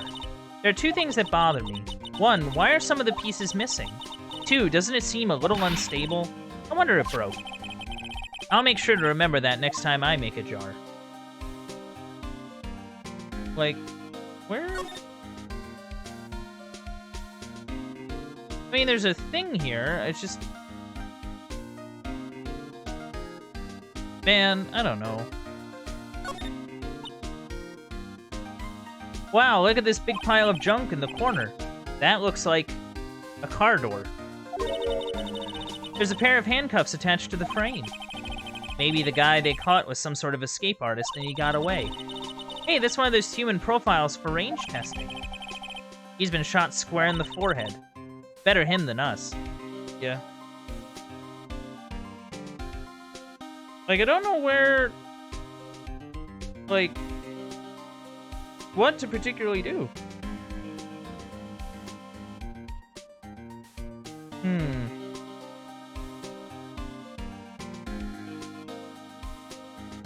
Like, maybe... I don't know. Like, we kind of sprayed all around, didn't we?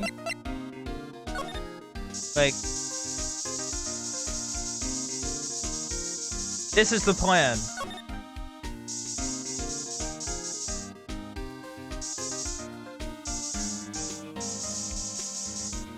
Wait, what? You know, I probably should have figured this. Like, this is something I probably should have known. Why am I getting a reaction here? There's no reason for the murderer to touch this spot if he fled out the door. This just might be something significant. Hey, that's some pretty amazing stuff you got there, pal. What, this? It's called Luminol testing fluid. Where'd you get your hands on that? Huh? I'd like to get some too. I'll just borrow 50 bucks from the chief. Where did you get this, Emma? Well, I always buy it by mail order. Well, I better jot this down on the floor plans. Hey, pal, look at the time. Was there something you need to be going to? It's just that Mr. Edgeworth's inquiry committee should be letting out soon. I'm going to give them my report for the day. What am I looking at? It might help, you know? Report? You mean the note written on the back of that flyer? The one that says something about no problems? Hey, it's Mr. Edgeworth talking about. I'm sure he can use a report like this. I believe in him. Who needs enemies when you've got friends like Detective Gumshoe? I'm off, pal. Later. I should probably see what Edgeworth has to say, too. Okay, so we do actually get to meet up with him. Yeesh.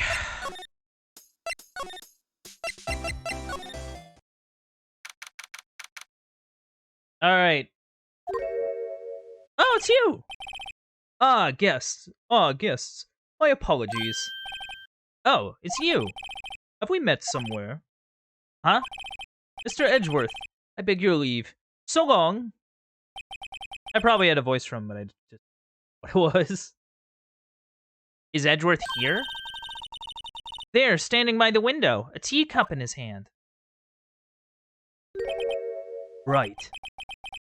He has that hotel bring him tea service? Mr. Edgeworth, you're back from the district prosecutor's office inquiry? I am. By the way, Detective Gumshoe was looking for you. Ah, yes. He brought me the latest information, it seems. Really? Was it helpful? Apparently, a new French restaurant is opening near here. I think he was trying to console me somehow. The real info is on the other side, Edgeworth. Poor Mr. Edgeworth. I think this whole thing is really taking a toll on him. Yeah, what's up, dude? Doing alright? How was it? How did the inquiry committee go? Actually, they decided to treat this not as a case of concealing evidence, but as a communications error during the investigation. Concealing evidence? Yes. Apparently there are some who believe I concealed evidence. They gave me a warning. You were lucky this time. Again. Again? I've heard them say that so many times. Ever since that case 2 years ago. Hey, Edge Boy. Wanna tell us about this, or? I know you. You've probably got a hold of some information already, right? It all has to do with that case you were on, the Sl9 incident, and some dark suspicion you were wrapped up in. You're the man who revived the worst memory of my life. I figured I'd be telling you about this sooner or later. You must be talking about his father's murder in that elevator. Okay, Edgeworth, why don't you tell me about it? Tell me the truth. Yeah, tell me about it, dude.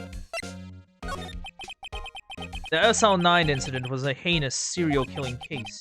The head of the investigation was the deputy chief of police at the time, Damon Gant. That wacky old coot was involved in the case 2 years ago? 2 years ago too, then. He was the top officer, and it was my first time working with him. I was nervous. Wow, you get nervous too, Mr. Edgeworth? What I want to know is why a deputy chief of police was a deputy chief of police on the investigation. I've been gaffing so hard tonight. I swear. In truth, I used slightly more extreme methods than normal. We were dealing with a vicious murderer. If I let him go, the blood would be on my hands. We won our guilty verdict, and the killer was executed. Wait, you didn't... Of course not. I didn't touch the evidence. Yet I will do anything in my power to win a trial. However, I do have a code, and I follow it faithfully. Yeah, that's fair. Sure. Are you okay with the trial tomorrow? Well, I'm still prosecuting attorney. However, something happened? They gave control of the investigation over to the police department. The police department? Yes. Any further investigation for this case will be directed by the chief of police Gant. I can do nothing but wait for his results. I see. Why, I ask you? Why? All along, I've done only what I believe is right. I have nothing to be ashamed of. But still. Wow, I never seen him this out of sorts. Yeah, that's kind of unfortunate.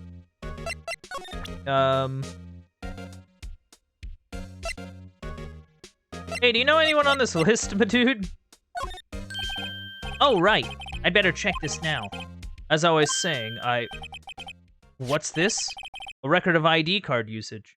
Yeah, your ID is on this. Edgeworth, you went into the evidence room that day, didn't you? Just before the incident occurred, no less. Yes, that's true. Why, Mr. Edgeworth? Please don't look at me like that. I was asked to go. By Chief Gant, no less. The chief of police? He wanted evidence for a case that wrapped up half a year ago. He told me he wanted me to keep it here in the prosecutor's office. But it was solved, right? It would have to be if the evidence was already filed. The chief is never one to explain himself. In any case, on the day of the stabbings, I brought this back here. Can I ask what kind of case it was? I can't say. It really has nothing to do with the current case. Now I'm curious about this other case. I'd better make a note of it. Stubborn as always. I told you this has nothing to do with the current case. By the way, Emma, the chief prosecutor wanted to know something. My sister? What? If you were still studying forensic science. Huh? Yes, of course. Why, just today Mr. Wright and I were using this.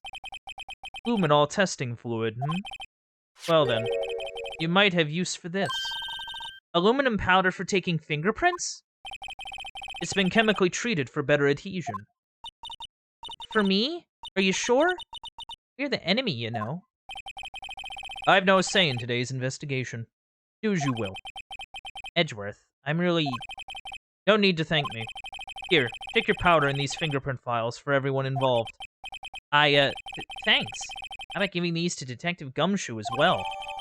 In all fairness, I don't know if Detective Gumshoe would know how to use it. No offense to the guy, interesting. We can use this on the handprints we found. Actually, I do seem to remember seeing a suspicious handprint somewhere. Yep. Oh, she's gone. Can I use my spray here? Can I use my spray? Wait, no.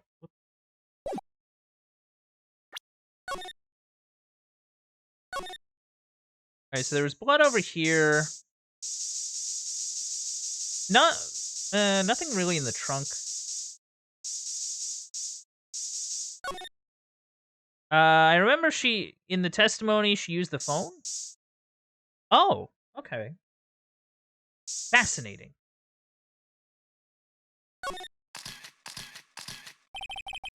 This blood must be from when Lana... No, my sister isn't the murderer. But she did call you, didn't she? At the time of the crime. And her right hand is bandaged. Hey, just whose side are you on? This has nothing to do with taking sides. So, this means that Lana's hand had blood on it. It just keeps getting worse. Okay, so that's proof that she was there.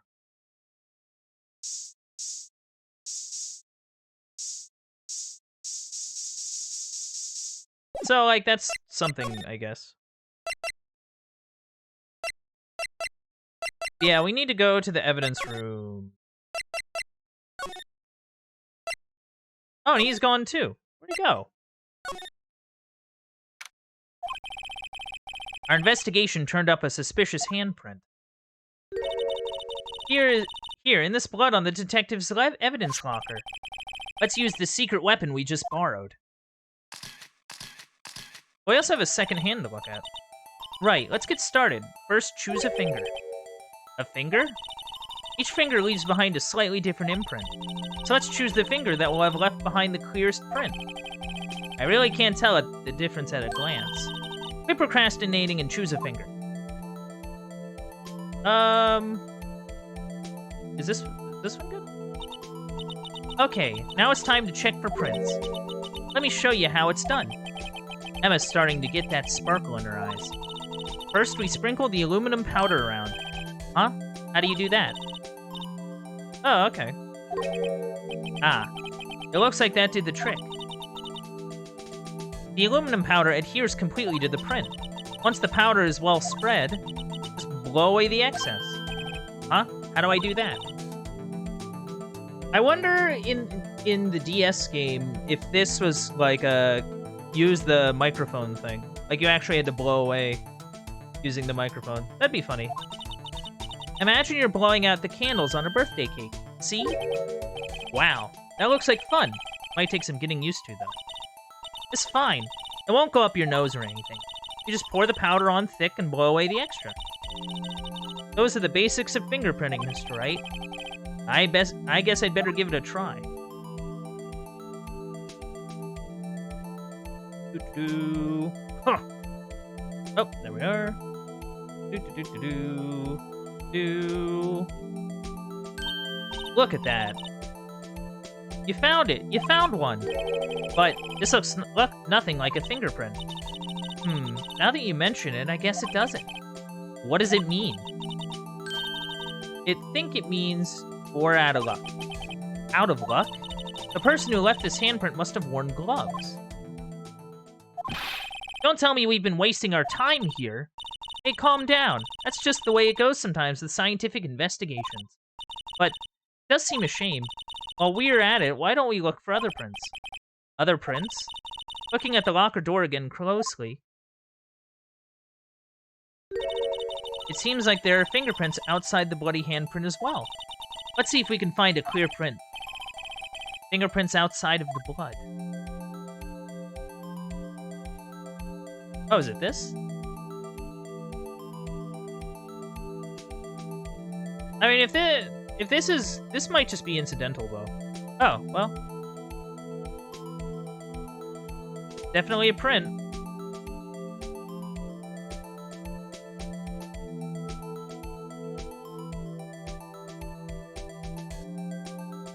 Why is it not letting me do it? I have it. Right? There we go. Yay, a print so clear it's dazzling. Dazzling? Anyway, this print took a lot of effort to find. Let's match it up right away. So we're not done yet? This is quite a process. Well, there's no point in finding a fingerprint and not knowing who the owner is, right? I guess she's right. Look at the fingerprint data we got from Mr. Edgeworth, and point out the person you think left these prints. Huh? How am I supposed to know who it was? I could make a pretty good guess. The bloody handprint and the fingerprints are in different places, right? That means that the prints probably don't have anything to do with our case.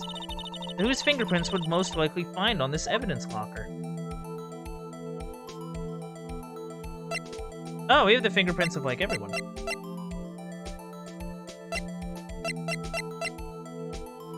Oh, yeah. That makes... yeah, it's his locker, so...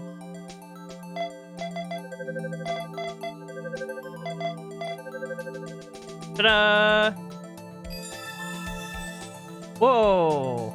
We even got a little... aha! So these prints belong to Detective Gumshoe. Something wrong, Mr. Wright? You gave me this so what look. I guess it's probably because I was thinking so what. Okay, so we came up with nothing this time, but there's always next time. Sometimes you hit, sometimes you miss. You gotta roll with the punches, Mr. Wright. Thanks for the sympathy. Wait, if I remember correctly, there was one other handprint in this room. Let's check it out.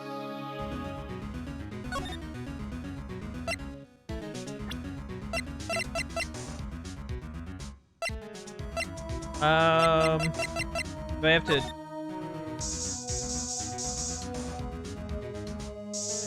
well, what do I have to do? This is where we got a luminol fluid reaction, right? Right! There's a handprint here. Okay, wanna try using this? There goes her eyes sparkling again. Let's do it. Okay, let's check for prints. That's the spirit. Oh, but I have to warn you about something first. What? The area with the blood was wiped away, right? We only ended up finding it using chemical means. Any prints in that area will have been wiped away too. Oh.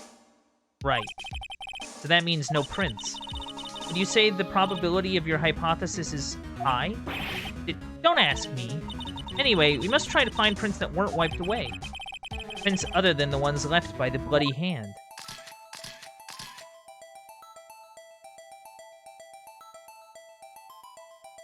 Huh?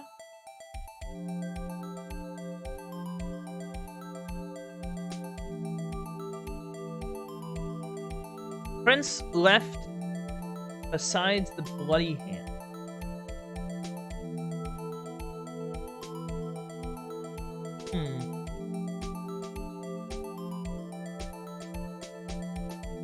I don't know.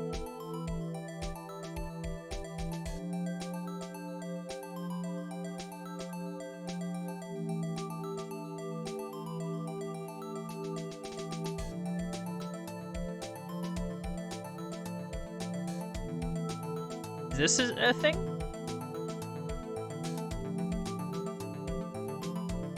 Oh, this is a thing. This is straight up a thing.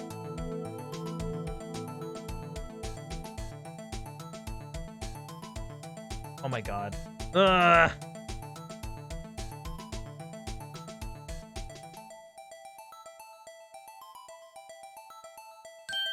There we go.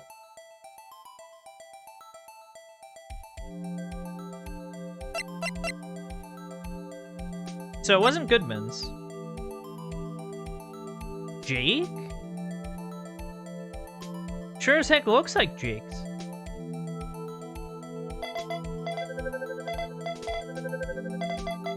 What's Jake's handprint doing here? Why did it have blood on it? What's he... What?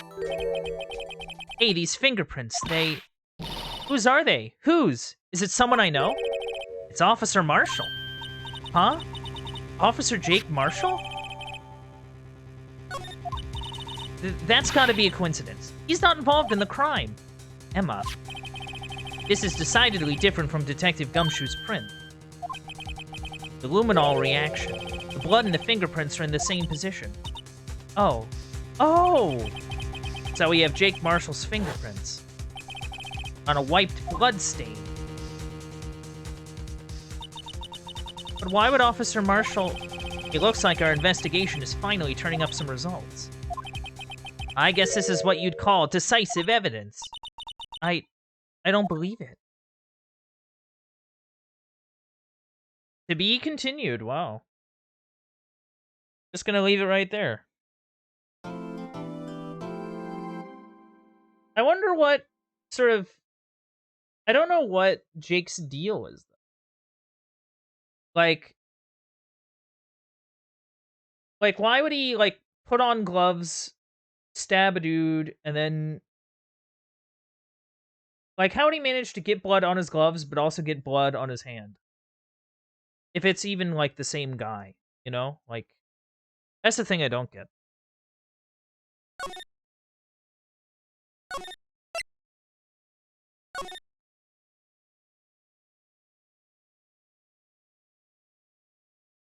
The plot thickens, chat.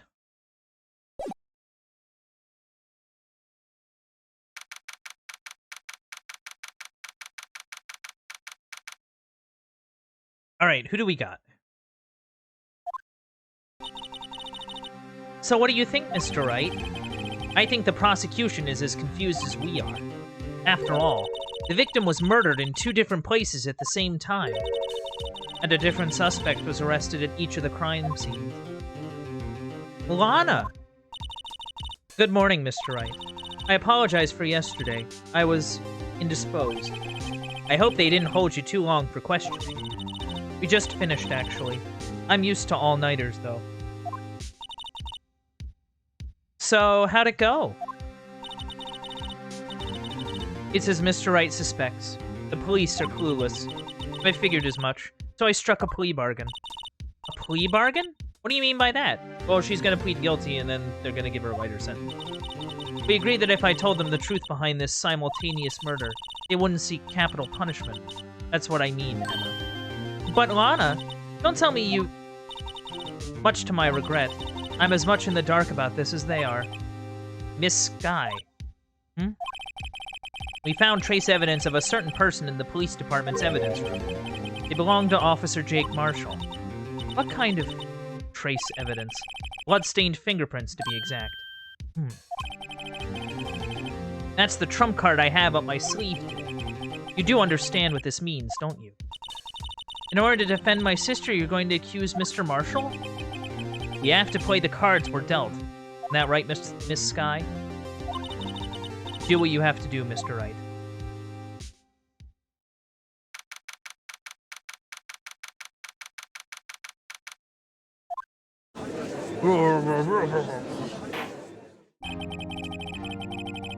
The court is now in session for the trial of Miss Lana Sky. The defense is ready, Your Honor. The prosecution is... I'm afraid you'll have to clarify. It takes 30 minutes by car to reach the police department from the prosecutor's office. Yet the victim, Bruce Goodman, was slain at both places at the same time. But that's not physically possible, is it? What's more, I hear the victim from the evidence room just disappeared. Yes, and the body eventually reappeared in the trunk of Mr. Edgeworth's car. Wow, this is one messed up trial. This is the messed up trial? One of my duties as prosecutor is to present impartial evidence. Today I will present evidence relating to the murder at the police department. In so doing, I believe the way in which we should proceed will reveal itself. And that's what sets Mr. Edgeworth apart. He sounds so on top of things, even though he doesn't know what's going on himself. And that's supposed to be an admirable trait? What?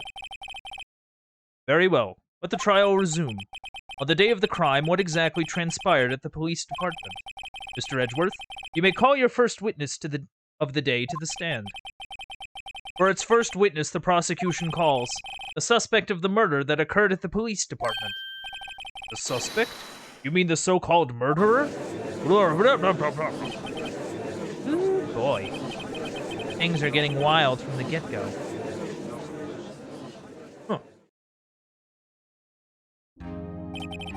Will the witness please state his name and occupation? Yes, sir. I'm Officer Mike Meekins, sir. My occupation is, that would be murderer, sir. So you're telling us you're a professional killer? Sir, it was me, sir. I'm the one who did it. I'll never kill anyone again, sir. You gotta believe me, sir. Actually, what we'd like to hear from you is... Sir, I would what you call part of the younger generation, sir. Person whose actions adults can't possibly comprehend. Please, Mr. Edgeworth. Mr. Edgeworth, sir. Help me, sir. Officer Meekins. Yes, sir. Give us your report of the crime. Consider that an order. Yes, sir. As you wish. After all, I am part of a generation that must be told what to do, sir. Can't fault him for a lack of enthusiasm. Oh my god. Alright, what do you got, Meekins? Although it's not my normal duty, I was assigned to guard the evidence room that night. I spotted a suspicious man on the security screen. I rushed into the room. I was only doing what I was trained to do, sir. I was suddenly attacked. I fought for my life. Then I did it. After that, I passed out until another officer smacked me awake.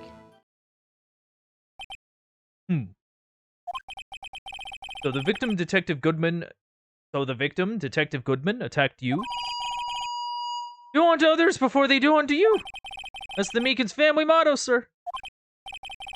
I see. Then you fainted and a colleague helped you regain consciousness. Yes, sir. He knocked me upside the head, sir. Very well. The defense may begin its cross-examination. What I need here is more info to work with. Yeah, he's not really telling us much.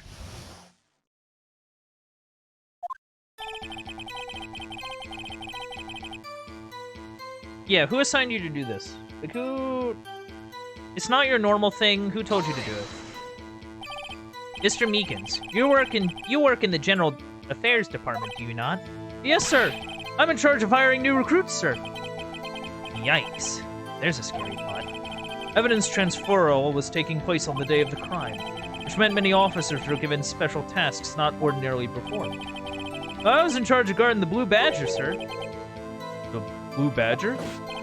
Yes, sir. The lovely police mascot created by the chief of detectives, sir. Oh, this dang thing again. I was to ensure it wasn't broken during the transferal process. And of course it was. That was my sole mission for the day, sir. I see. Sounds like a very, important mission. After the award ceremony finished that day, there were so many people running around. I relocated the Blue Badger to the evidence room. Oh, that's why you went to the evidence room. Tell us, what did you see when you got there? I spotted a suspicious man on the security screen and rushed into the room.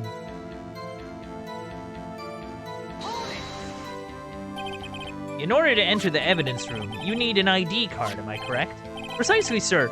I have one right here around my neck. So then, your ID number should be listed on here, right?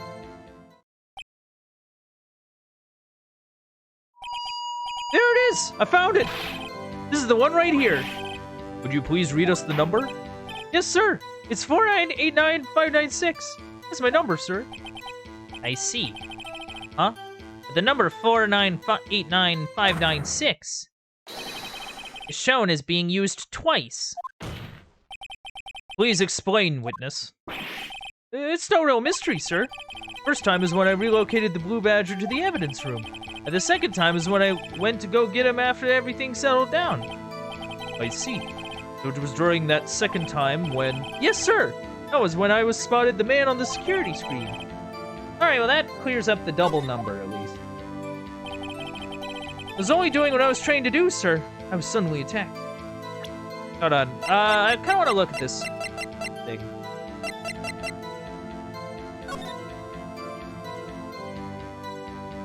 So, wait, 420, 440. So Meekins went in at 450, Bruce Goodman went in at 415, and then Mike Meekins entered again.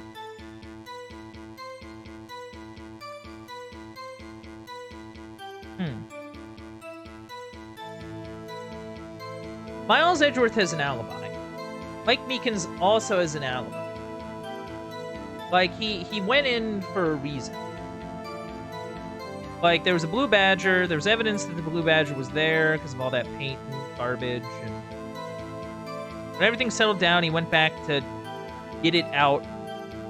You know, went to get it from the evidence locker. And that's when he ran into Bruce Goodman. Okay. And Bruce Goodman was in there to get evidence, like Sl9 evidence? For what reason?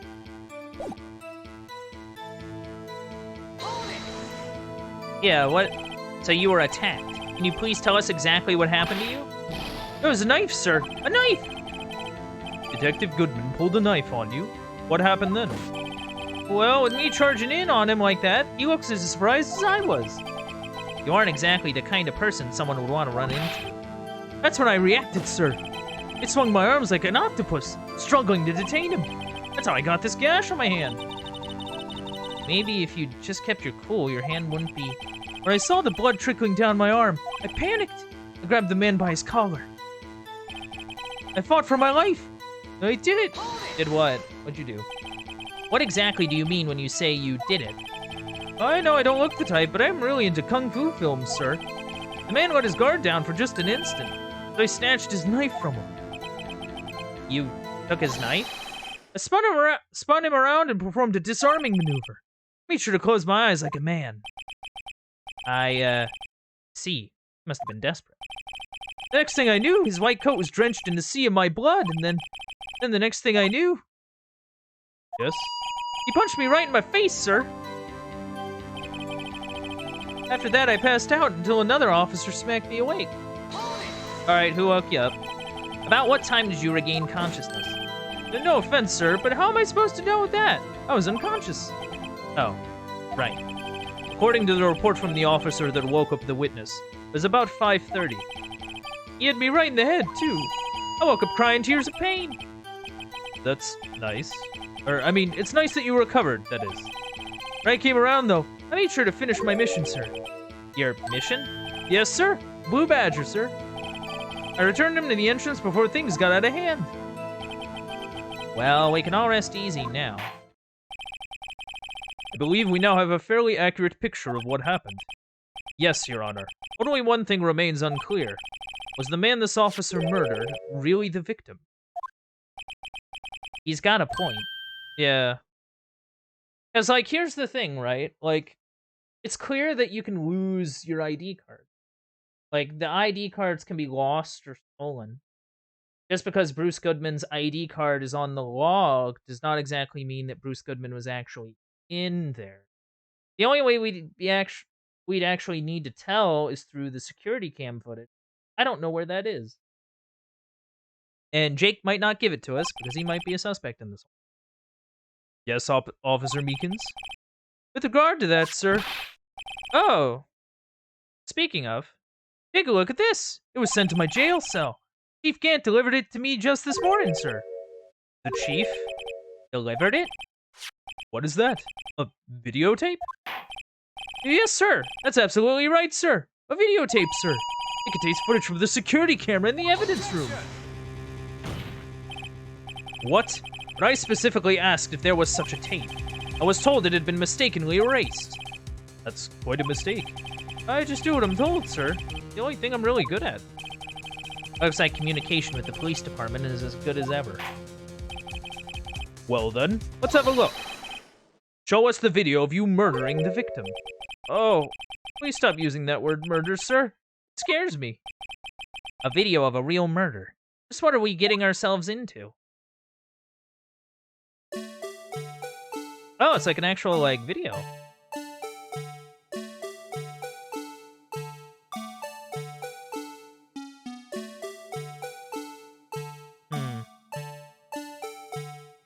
Okay, dude in trench coat. That's definitely Goodman's trench coat. Oh, something fell out.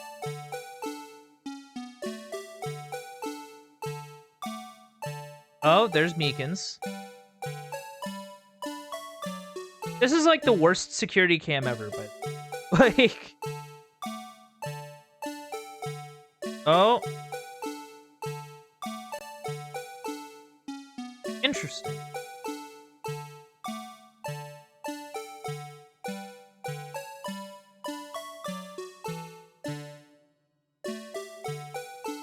Wait, where'd he go?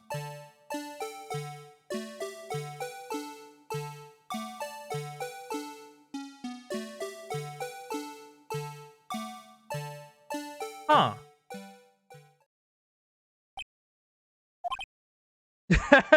He looked just ticked. Well, I believe we're all thinking the same thing. How can we deal with these unsettling feelings stirred within us? What the hell was that wriggling piece of plywood? Sir, there's the pride and joy of the entire criminal affairs department, sir. That is such a... I love that line, by the way. Oh, I can't go back to look at it. It's the Blue Badger, sir. Why am I not surprised this isn't going smoothly? Yes, well, anyway, this tape seems to prove that the witness did indeed encounter, someone in the evidence room, and some sort of, activity did take place. Your Honor, instead of relying on clearly incomplete footage, the witness's testimony will suffice. Is that all right with you, Officer Meekins? Yes, sir. As you wish, sir. Oh, another testimony. Tell me about the mystery man. His face can't be clearly seen in the video. Oh, man. Well, there is no question that the other person was Detective Goodman, sir. I mean, he opened the locker, which required Detective Goodman's fingerprint to do. The locker he opened is unquestionably Detective Goodman's locker, sir. So it must be him. No one else could have unlocked it.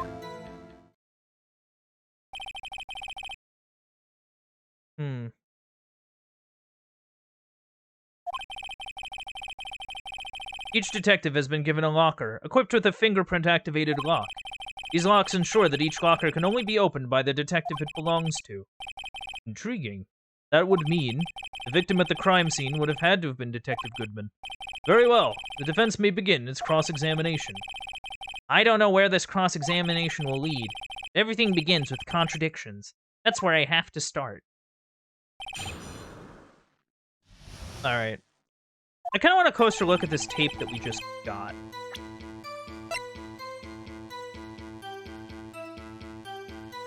Okay.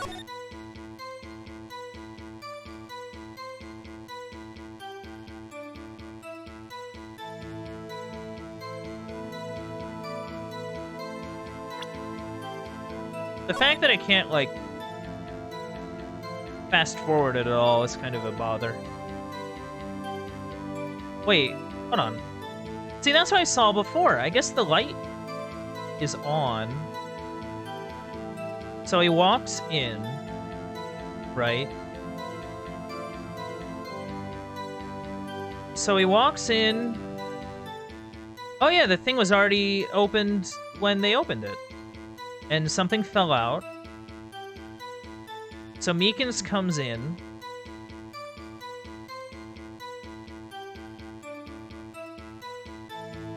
Meekins, you know, slashes him, or gets slashed, is attacked. His blood gets on the thing, on his jacket.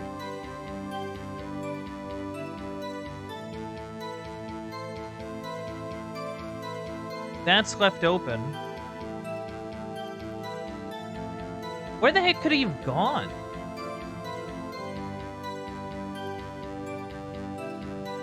And now there's something in that locker. Yeah, there's something in that locker. So whatever fell out of that locker got stuffed in another locker. But if his locker was already open, how could it have stayed open, though? That's the thing I can't figure out.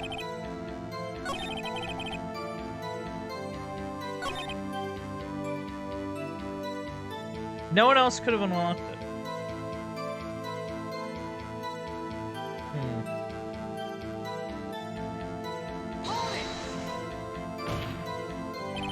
However, the most important detail is not shown in this video. The man's face. Sir!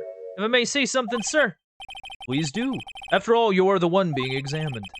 I don't understand why the man's face is so important in this case, sir. I mean, if it was his hand that opened the fingerprint lock, it was his hand that tried to thrust his knife into my body, sir. My unsettled state can testify enough to this, sir. Yes, you have a point. The footage doesn't lie. That is, unless the defense can find a problem with it. Mr. Wright, let's check the court record again. Is there a problem with the security video? Yeah, there is a problem. I just checked the video. Yeah, we have a problem here. Problem. Regarding the video contained on this tape, there is one thing in particular that seems rather strange. Strange? This contradiction leads to the possibility that the man may not have been Detective Goodman. What? This video contains such a contradiction?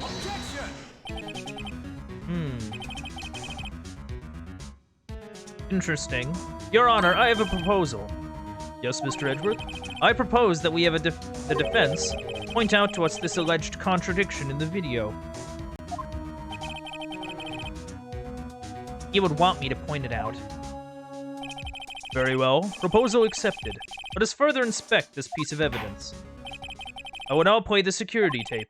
Mr. Wright, please show us this contradiction you speak of. I have to point out a problem in the video? This is the first time I've ever had to do that. You can do it, Mr. Wright. It's set up so you can fast forward, rewind, or pause the video. Thank you. Oh, thank goodness. Just take a good look and be sure to point out the right thing. Please don't play it too many times. I can't stand watching this video. How did this guy ever become a police officer? I don't know. Nepotism? You never know. Now then, Mr. Wright, please enlighten us. Where is the contradiction that indicates the man may not be Detective Goodman?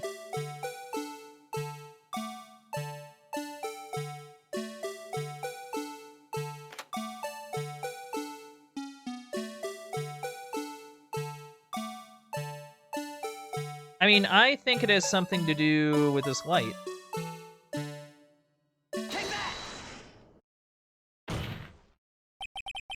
The thing that's strange about this video has got to be this. Officer Meekins. Sir? Do you mean me, sir? As I understand it, the locker apparatus works like this. When you grab the handle, a sensor reads your fingerprint. If it's a match,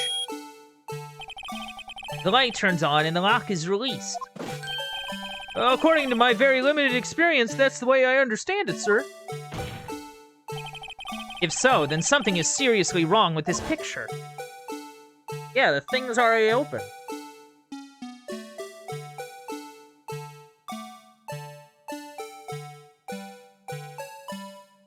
When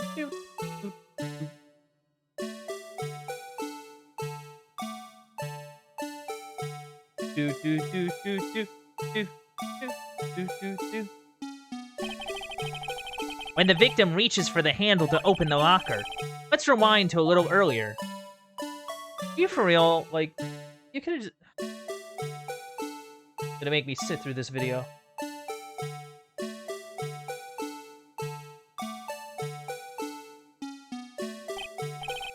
Here, notice the light? What's this? It's already lit? Precisely my point, Your Honor. The locker was already open before the victim grabbed the handle. Ah! Oh, man. Order, order! What is the meaning of this? It's very simple, Your Honor. The locker wasn't locked on the day of the crime. Objection. But the locker locks are controlled by electronic system. When a door is shut, a sensor is triggered, and the locker is automatically locked. Oh, I know. It must have broken down. Of course, I'm not an expert in this. That's not likely, Your Honor. The sensor would detect and report any malfunction. Oh well. Goes to show novices should keep their mouths shut. So then, Mr. Wright, do you have an explanation? Me, Your Honor? Yes. Why wasn't the locker locked? Me, Your Honor? Yes, well, you see, this isn't exactly my field. What do you think, Miss Scientific Investigator? Huh? Oh, maybe something like jam the system sensor. Something jam the sensor? Say, there's something else that seems out of place in this video. Yeah, I thought so too. There's gotta be another clue somewhere in this footage. Very well. Let's inspect the video once more. The locker wasn't locked. Mr. Wright, please point out the cause of this. Thank God I can fast forward. Okay. I think it has something to do with that.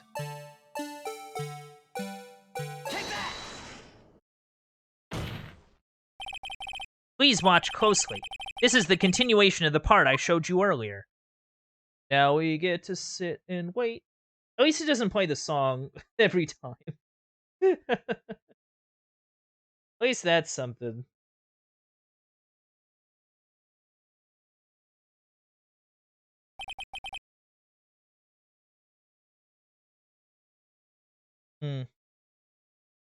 What's this?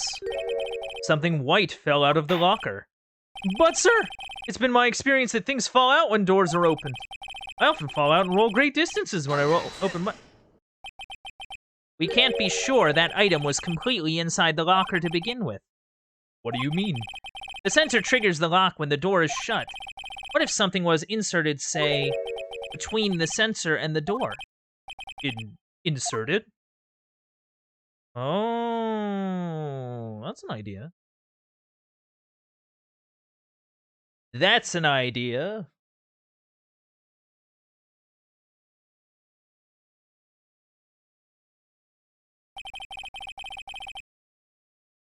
This white thing wasn't inside the locker.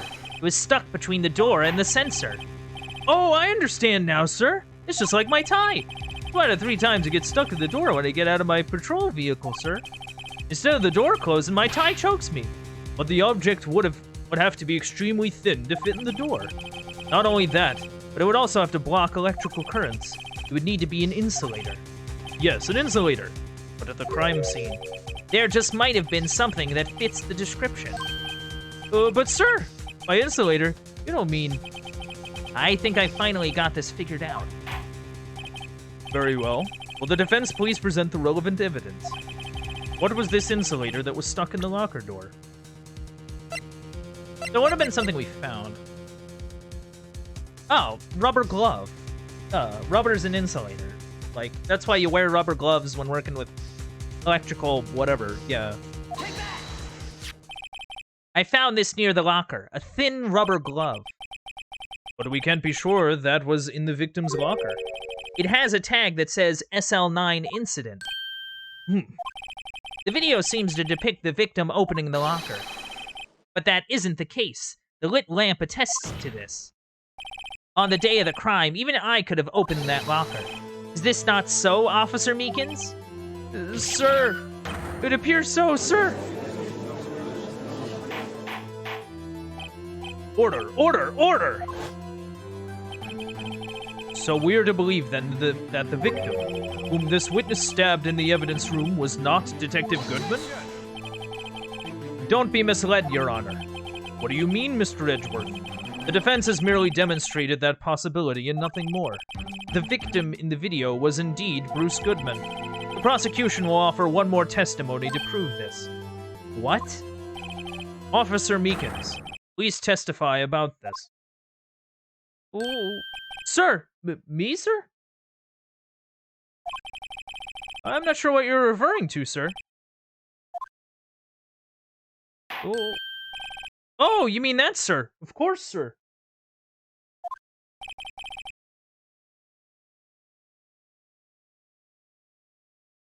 Is this a joke?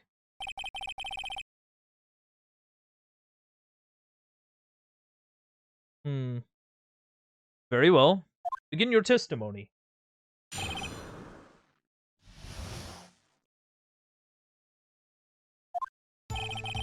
There's one other thing that proves the man was Detective Goodman, sir. To enter the evidence room, one must use their ID card. When an ID card is used, there's a record for that. At the time of the crime, the detective had used his card. Yeah. ID card record. I see. I have the ID card record right here, Your Honor. The ID used at 5:14 is that of the victim. Just before the crime, Yes, without a doubt, this is the victim's ID.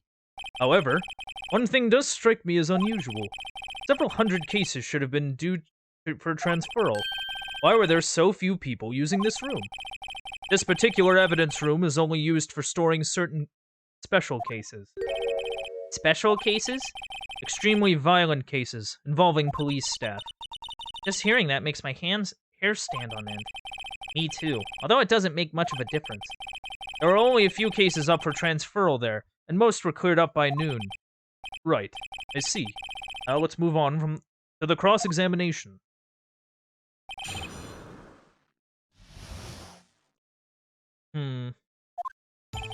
There's one other thing that proves the man was Detective Goodman.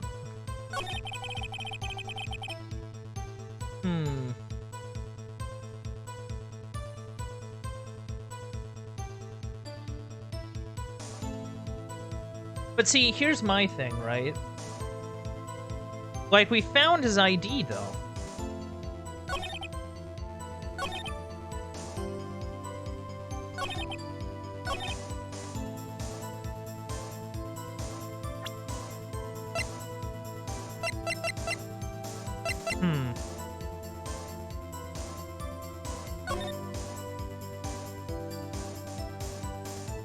Oh! I think I get it. He didn't fill it out yet, but you see, that's why the 9 is scratched out. Like, he wouldn't have to remember his ID number if he just had his ID on him. So it's a good chance that he just lost his ID. And he just couldn't remember the ID number to save his life. That'd be my thought.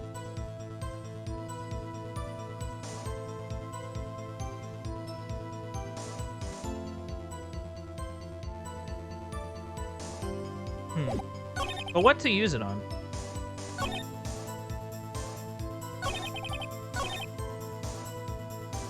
Well, like, how could he use his ID card if he doesn't have it? Like, he doesn't... Like, if he doesn't have it and he doesn't remember what he did with it...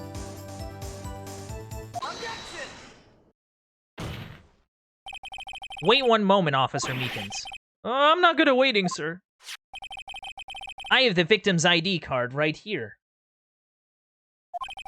I found it at the crime scene. That makes sense. When I say crime scene, I'm not referring to the evidence room at the police department. I mean the other crime scene. The underground parking lot at the prosecutor's office. Your Honor, I have one more piece of evidence to present. It's a very important clue regarding the victim's ID card. Lost item report? It's only half complete. But it shows that Detective Goodman had lost something on the day of the crime. Something important enough to fill out this report. Let me guess. You believe this something to be his ID card, right? I can't say for sure, but there is a high probability. Yeah, because, like, if you're gonna write down your ID number, you'd have your ID so you can look at it and write it down, you know? Especially if you're writing it in, like, pen or something. At least that's what I think. I am wrong. On the day of the crime, Detective Goodman was not carrying his card. Order! Order! So now, what does this all mean? It can only mean one thing. It doesn't even require much thought. The man Officer Meekins encountered in the evidence room was not Detective Goodman, but rather the man who stole his ID card. Order! Order! Order! Does the prosecution have a response? Edgy? I have only one thing to say to the defense. Bravo, Mr. Wright. Bravo? Allow me to summarize the defense's argument. At 5:15 on the day of the crime, the man in the evidence room Officer Meekins encountered was not Detective Goodman. There are two grounds to support this. Oh no. I think I know what he's gonna get at. He's gonna get at that this has nothing to do with the other murder, the actual murder of Detective Goodman. Second, the victim lost his ID card. Am I correct so far, Mr. Wright? Yes. What's he up to? That being the case, we must inevitably arrive at a single conclusion. If the victim in this video is a fake, then the murder in the evidence room is also fake. In other words, the security camera does not show the instant of the murder. That is... Well, I guess that's right. Is something wrong, Mr. Wright? Only moments ago you seemed content to be pointing your finger around. This isn't going to end well. Yeah, pretty much he's going to say that this has nothing to do with anything. Well, well, it seems you finally realized exactly what you've gone to such lengths to prove. Explain yourself, Mr. Edgeworth. The defense has already done the explaining for me. The victim in this video is a fake, which means a murder did not take place at the police department at 5:15 on the day of the crime. So the real crime could only take place at one location, the underground parking lot, at the prosecutor's office, the murderer being Miss Lana Skye, the defendant. Evidence is compelling. A trustworthy witness. Observe the moment the defendant used the murder weapon. Ah! Yeah, that's kind of our problem now.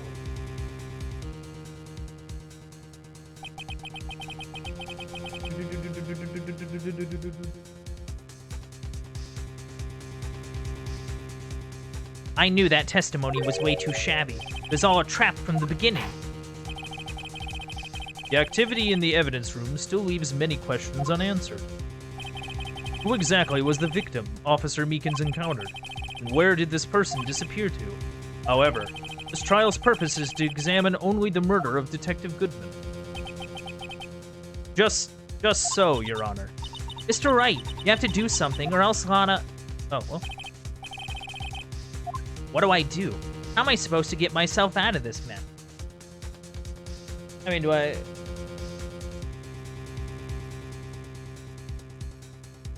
Yeah, I need to object.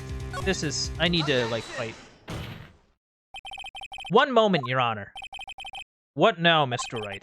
Don't tell me you're objecting to what you've just proven. Of course not. But I almost walked right into the prosecution's trap. What are you talking about? This cross-examination has proven one thing and one thing only. The security video did not show the actual murder. There's a lot of blood hanging out. Eh, that might have all been Meekins' blood, though. But even then, how it...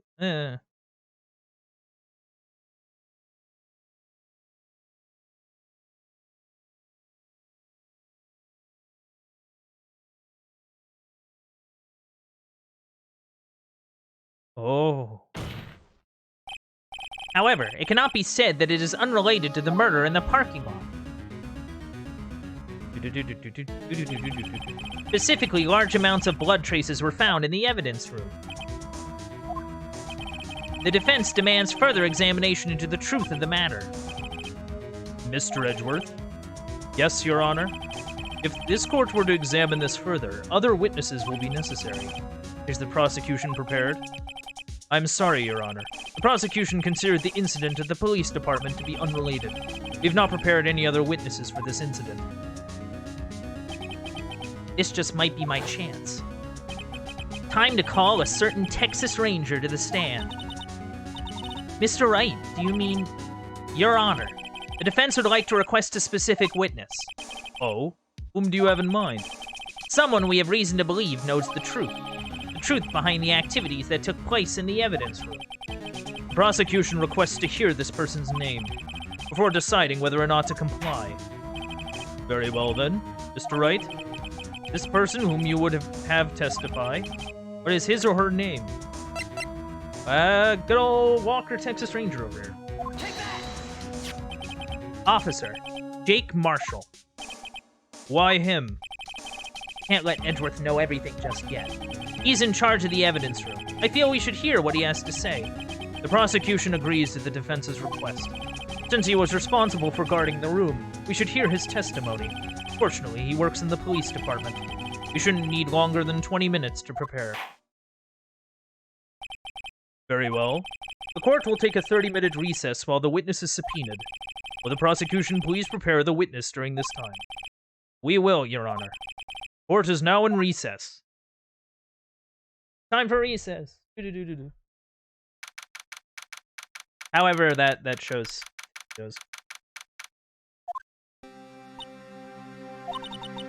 There's no stopping you, is there, Mr. Wright?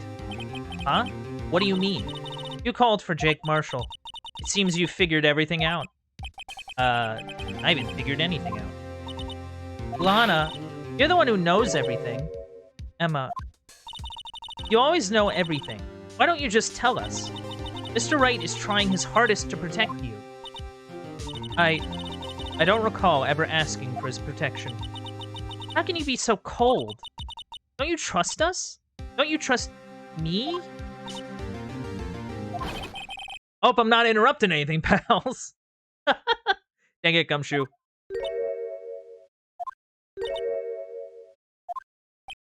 Oh, yes I am. I'll come back later. Wait, Detective Gumshoe. What is it? You got a lot of nerve, pal, making a detective run around all around while on duty. And to top it off, you call me here. I've seen happier people at funerals. Sorry, Detective. You better be, pal. Hey! I didn't see you there. Chief Prosecutor Sky. Hey! I love that. That's okay. So, have you brought what I asked? Oh. You mean this, right? You mean... Sorry. My apologies, Detective. Due to my present circumstances, I was forced to use Mr. Wright's name when making my request. My name? Never in a million years would I thought it was you who asked me.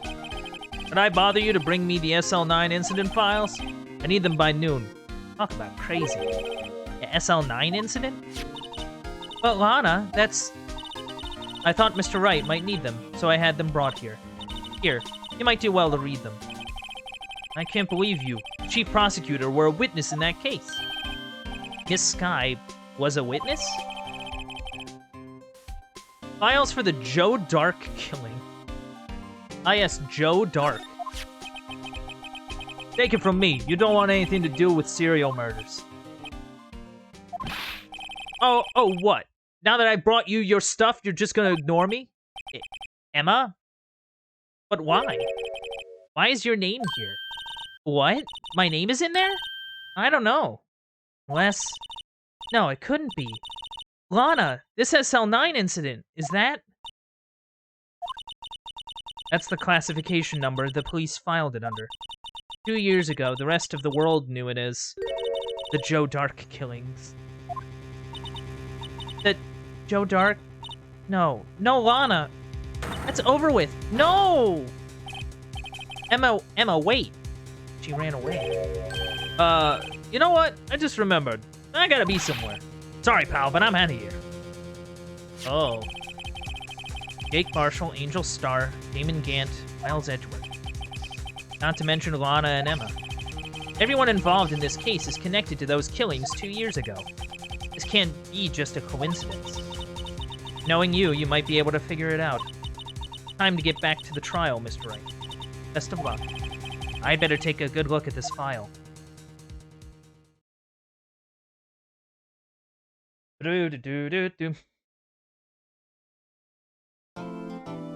Sick.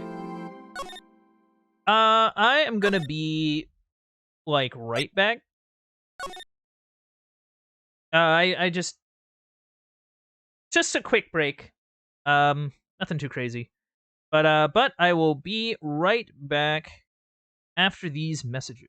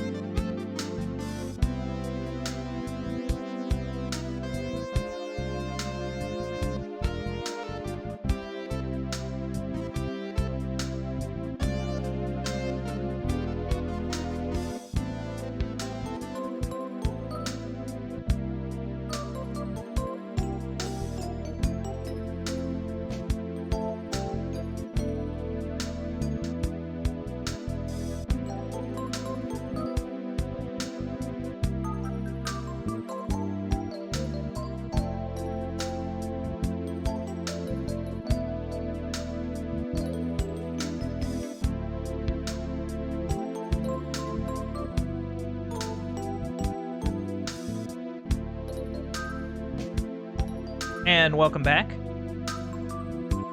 Sorry for the quick break there. But let us return now to the action. Cool. Let's roll. Oh, whoops. Alright, we gotta roll.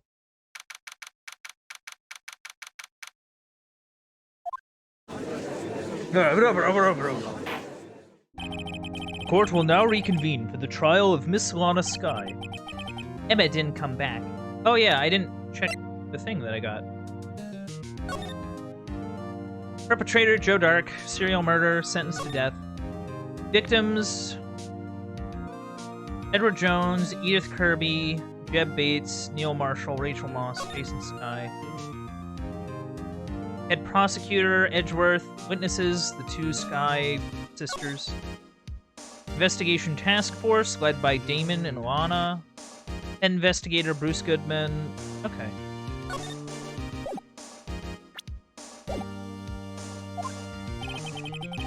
Allow me to call the next witness to the stand. The officer in charge of guarding the evidence room on the day of the crime. Witness, please state your name and occupation. Me, partner?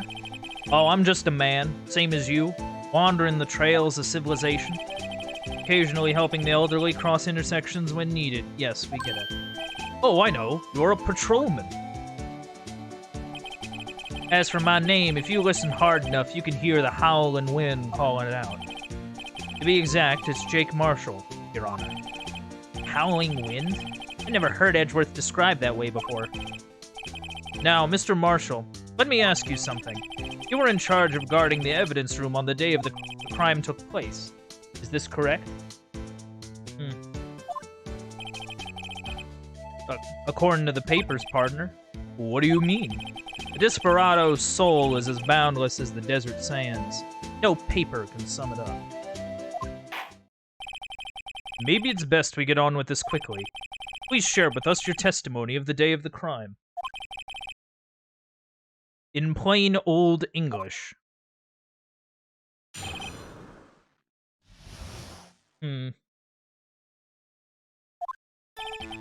My job was to keep a wary eye on that bone orchard. They said I was supposed to make rounds 3 times a day, but that ain't my style. Besides, the room's protected by 2 security systems anyway. Well, yeah, like the ID thing and the thing. If I remember right, I was at a street-side saloon at the time it went down. I'm just an innocent traveling man, so if you're out of ammo, it's time I hit the trail. God, this guy. I can't say I particularly care for your attitude. I can't say I care for your beard, but you don't see me complaining. Wait a minute. What do you mean by 2 security systems? I mean the security cameras and the ID card reader. I reckon even a cowpoke like you knows about those. Yes, well, what about the fingerprint-activated locks on the evidence lockers? Fingerprint-activated locks? Kind of newfangled doohickeys are those? He's not being very helpful. He's not that good with machines, or with following orders. Everyone's got their weaknesses, now don't they, Mr. Prosecutor? This one seems like trouble. Okay, Mr. Wright, he's all yours. Well, no, we have evidence he was there. Like, clearly. Because we have the fingerprints, remember?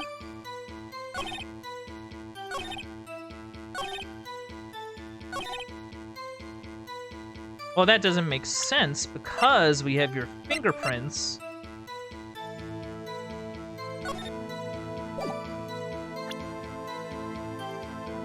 Yeah, it would be these fingerprints, yeah?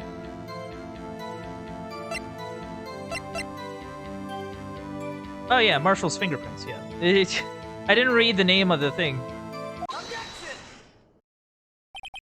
Officer Marshall, doesn't it strike you as odd? That is, being called in to testify like this. After all, you weren't in the security room at the time of the crime. And yet you dragged me down here? Explain yourself, partner. It's quite simple. You left a very large trail behind at the scene. Or to be exact, a handprint. Listen real good, partner. Like I said, I'm the caretaker of that crypt. I pay my respects. That is, make my rounds about once a month. It's only natural my fingerprints would be in there. I only wish it were, officer. But you see, your fingerprints were covered in blood. Witness, what's the meaning of this? Your blood-stained fingerprints were at the crime scene? The blood was wiped away. However, a luminol test clearly revealed this. Well, Officer Marshall? It seems to me there ain't a person in this room with a head on his shoulders. I take it you have an explanation then, Officer Marshall? About the blood-stained fingerprints? Very well. You may begin your testimony about your fingerprints, found at the scene of the crime.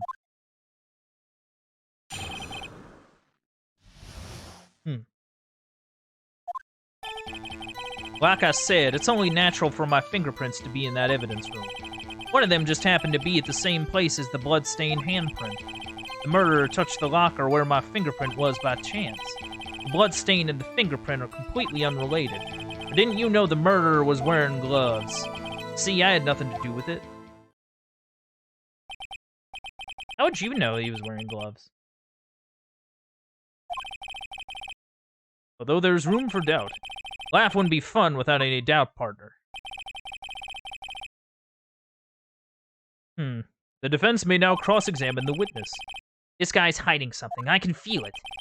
Now's my chance to prove it.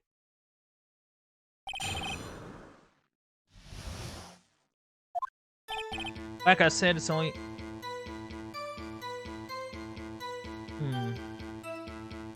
It was only natural for my fingerprints to be in the evidence room. Well, because you had... Well, like, it's one thing to look around. It's one thing to, like, touch everywhere. You know what I mean? That's because you, how did you put it, pay your respects once a month? Yeah, that's right. That and one more thing. That locker happens to be mine. What? What do you mean? I mean what I said. That's the locker I used when I was a detective. The locker I still use. All that's in there now, though, is a heap of broken dreams. I see.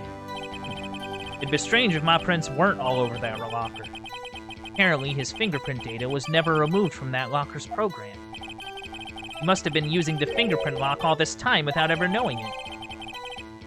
Wait a second. That means that's where the one thing was stashed.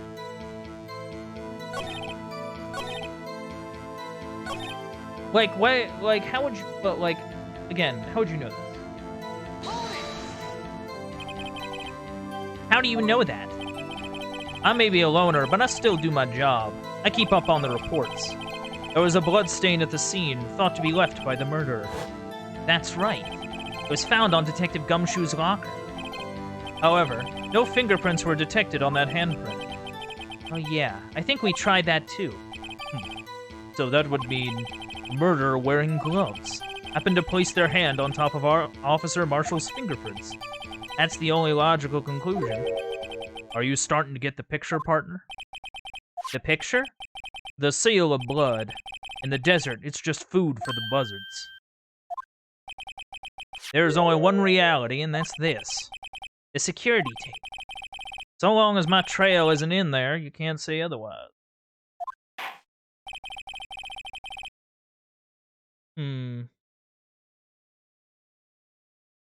This isn't getting us anywhere, Mr. Wright. Please consider carefully where you're going with this cross-examination. Yes, Your Honor. Now then, continue your testimony, Officer Marshall.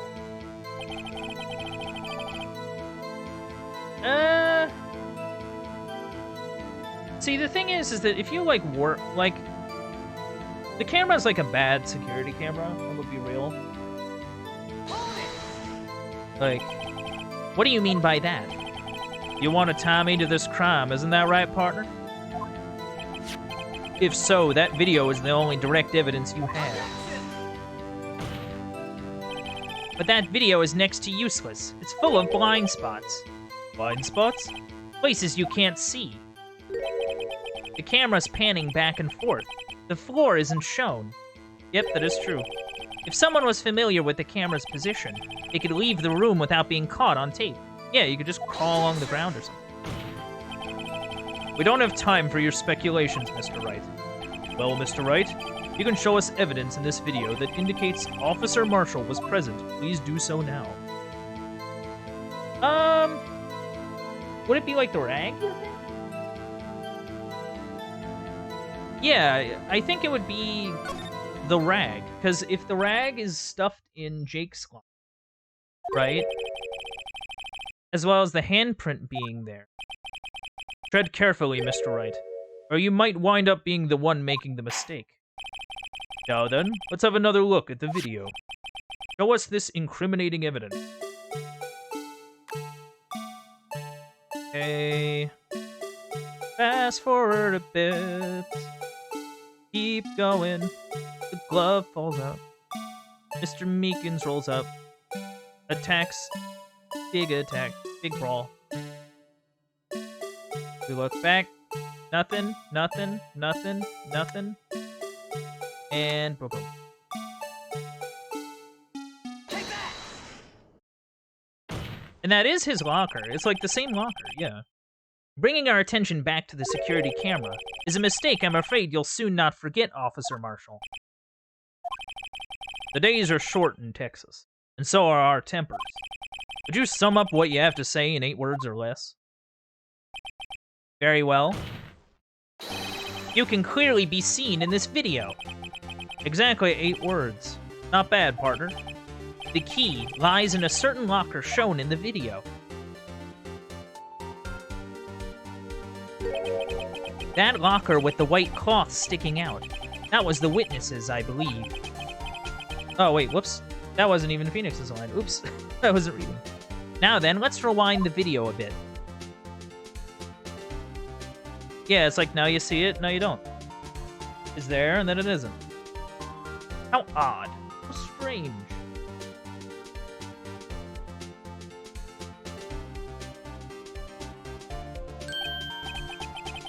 Oh, the white cloth. It's gone. What's the meaning of this, Officer Marshall? When the crime took place, the white cloth wasn't there. Then it suddenly appeared. There's only one explanation. Officer Marshall, you were in the evidence room at the time of the crime. What's more, you opened your locker when the camera was turned away. Oh. Order, order! Seem that's the only... Hold your horses.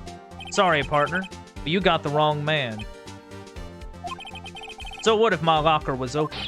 That doesn't mean I'm the one who opened it. The murderer needed to hide something, so he opened a locker and stuck it in. It's not my fault he happened to choose mine. You're literally the only one who can open it. Why is everyone staring at me like I'm a wanted man? This guy isn't just playing dumb. He really doesn't know. I hate to rain on your parade, but you're the only person who could open that particular locker. Oh yeah? I'll call your bluff. You say I opened that locker? Now prove it. Yeah, I just have to present the locker. Because, yeah, lights up when it's open. Only the assigned detective's prints can unlock it. Fingerprint sensor? We talked about this earlier today. The lockers can only be opened by the detectives they belong to. What kind of crazy talk is this? Well, Detective Gumshoe did mention something about this. In any case, the locks aren't that obvious. There are even some people on the force that don't know about the fingerprint lock. So, Sheriff, what do you have to say in 8 words or less? Oh, you got some jerky. I only got one word for you, partner. No! No! Order, order, order! Witness, explain yourself. If this is a joke, it's the worst I've ever heard. I assure you this is no joke, Officer Marshall. Now then, please tell us what you were doing in the evidence room at the time of the crime. Ooh. Olay! Please answer the question. What is he now, a bullfighter? That's all right, Officer Marshall. I believe we can figure the rest out from here. We can? Have a look at these floor plans. There is no place for someone to hide in the evidence room. Yet Officer Meekins didn't see Officer Marshall. If that's so, then where was the witness? It seems Mr. Wright has an answer. That's right. The only possible conclusion. Well then, let's hear it. Oh yeah, he was total... Okay. You can't hide anywhere. He would have to have been the victim. Or at least disguised as the victim. That's the only thing that makes sense. It's not like he could hide anywhere. And he kind of dresses in a very specific way that makes him kind of noticeable.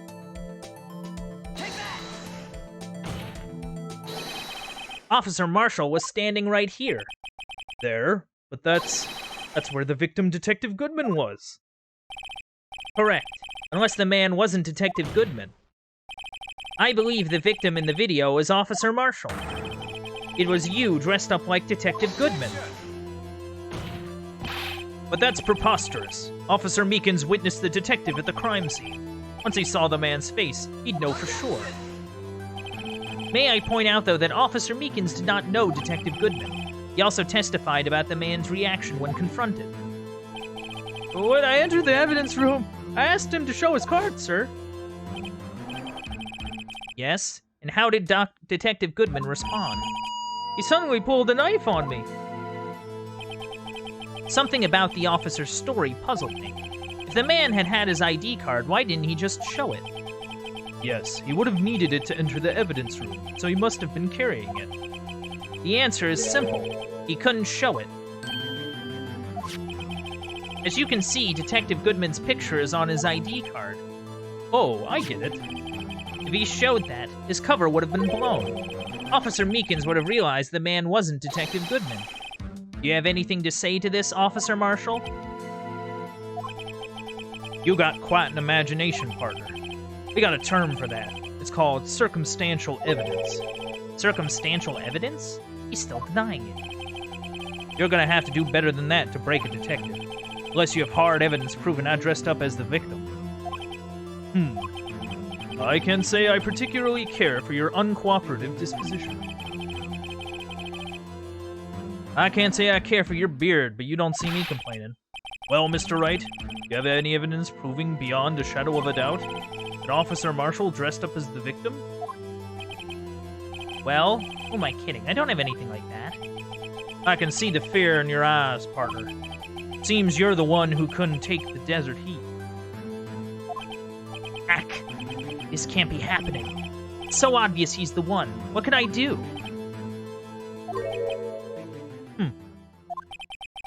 It looks like your lack of experience has finally been exposed. I'll pass on to you what someone told me when I was just starting out. When you've run into a wall with no place to go, return to the basics. The basics? For me, that would be what Mia used to tell me. Phoenix, try thinking outside the box. I shouldn't look for proof that Officer Marshall was in disguise, but rather I should look for evidence that came about because he was in disguise. Why do you think this locker was opened in the first place? What do you mean? There's no reason for Officer Marshall to open his locker at the time of the crime. Yet he did, despite the chance it might be discovered later, as it has been. Which means he didn't originally plan to open his locker.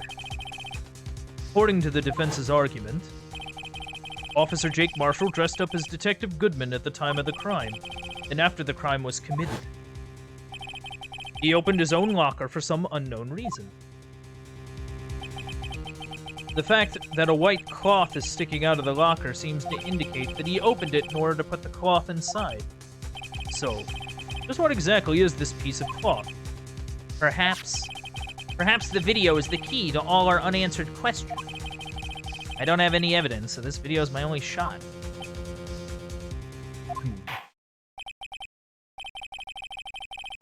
Very well. Let's take yet another look at the security tape.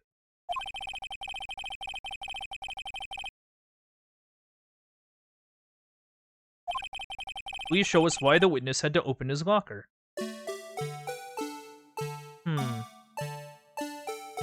So he had to stuff a white cloth in there. Let's fast forward a little bit.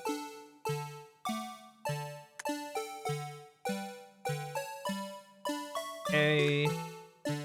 That falls out. Meekins shows up. Turns around.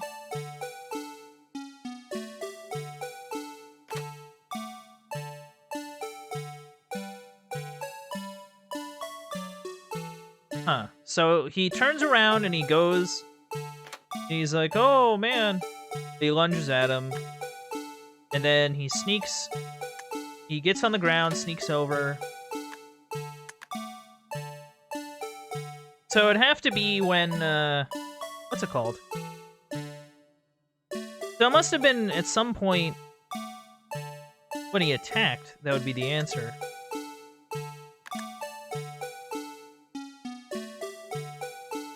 Oh, I think I get it. See, I think what is happening here is that Meekin, like, when he slashed Meekins' hand, his blood ended up on his disguise. It was too obvious that he was attacked by someone, so he couldn't just go through the station dressed up as Goodman, so he had to hide the disguise. Or, like, whatever. Or hide whatever he used to clean it, or something.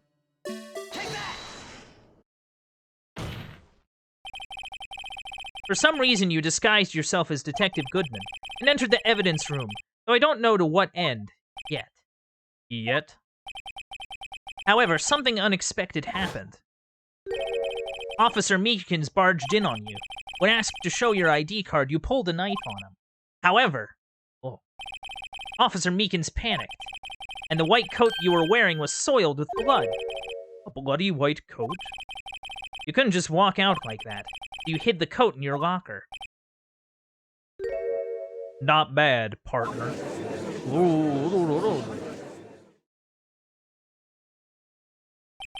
Now then, Officer Marshall, are you ready to tell us the truth? Looks like I underestimated y'all. I hope you're happy now, Mr. Edgeworth. 2 years ago. If you were only half as persistent then as you are today, we all wouldn't have to be here now would we? Officer Marshall, tell the court what you did. All of it. All right. Seems the time has come. Oh. Marshall's confession. I had to do it that day. I couldn't just stand by and let it die. I stole the detective's ID and dressed like him. I planned to take out the evidence. I wasn't expecting Officer Meekins. I knocked him out and managed to escape. I knew which areas wouldn't be caught on the camera. There wasn't any murder in the evidence room at 5:15.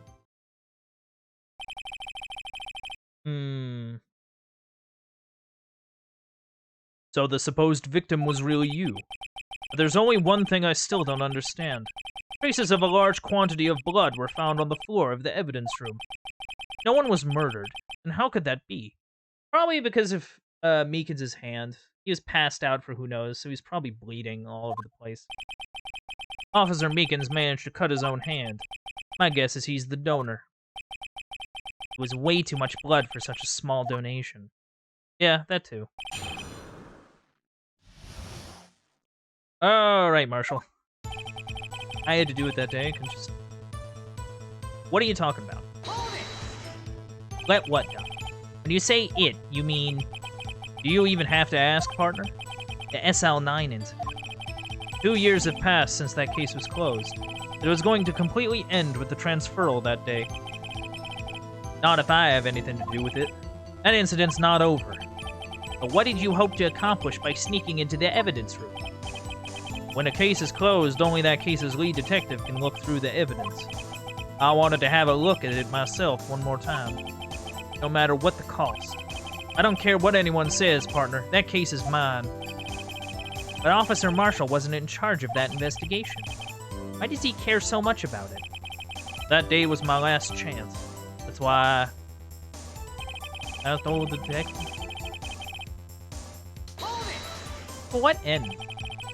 Why did you disguise yourself as Detective Goodman? If I didn't make it look like Goodman was carrying out the evidence transferal, I'd be arrested for stealing evidence, which wouldn't get me anywhere. So you did it to fool the security camera. And the detective's ID card? I stole that the morning of the incident. So that really was why Goodman started filing out that lost item report. I returned his ID card. I left it on the floor in the prosecutor's office parking lot. The ID card I found was left there by Officer Marshall. So essentially, you managed to succeed despite your lack of foresight. What do you mean, partner? I mean the fingerprint-activated lock, of course. No matter how well you disguise yourself, you can't change your fingerprints. Under normal circumstances, you wouldn't have been able to open that locker yourself. But he could because a rubber glove just happened to get stuck in the door. That means Detective Goodman must have opened the locker before Officer Marshall. Oh. I wasn't expecting Officer Meekins. You pulled a knife on Officer Meekins and tried to drive him off? Let's just say I was a little surprised. I only planned on being in the evidence room for no more than 5 minutes. I didn't think anyone would actually come in during that short time. Officer Meekins certainly is a one-in-a-million type person. Mistaking a detective for an intruder and demanding to be shown his ID. I'll have to think a little more about his raise this year. When did Edgeworth get so much influence? Anyway, he threw himself at me and I ended up cutting him slightly. I'm sorry it had to turn out that way. To me knocking him out and everything. By the way, what happened to your knife? Oh, you mean this one? I don't know what to say. So you knocked Officer Meekins out and... So I guess he has a reason to hide it, because he didn't want to be charged with stealing evidence, I guess. That's true. So you did your research beforehand? Those who go into the desert unprepared don't live long, partner. I didn't think it would make a difference, though. The security tape is erased every 6 hours. If all had gone as planned, no footage would have been left. However, you bloodied your coat in your struggle with Officer Meekins. If someone was in the security room when I came out, the jig would have been up. I opened my locker and stashed it in there. What was Officer Meekins doing during that time? What else? He was sleeping like a baby. But what you're saying is on that day...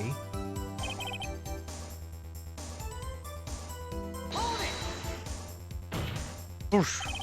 But the blood found at the scene certainly indicates a crime took place. What, are you blind? The victim shown on that tape is me, and I'm not dead yet, partner. So you stole the evidence from the locker. Actually, no, I didn't. Why not? When I opened the locker, the evidence was already gone. What? Mr. Edgeworth, where is that evidence? It's still missing, Your Honor. Detective Goodman's locker was already empty.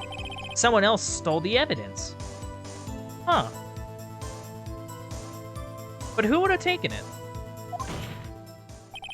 Officer Marshall, may I ask you one thing? Fire away, partner. It's a free country. Just remember, I'm also free to decide whether or not to answer. Why did you do this? Yeah, like what was the...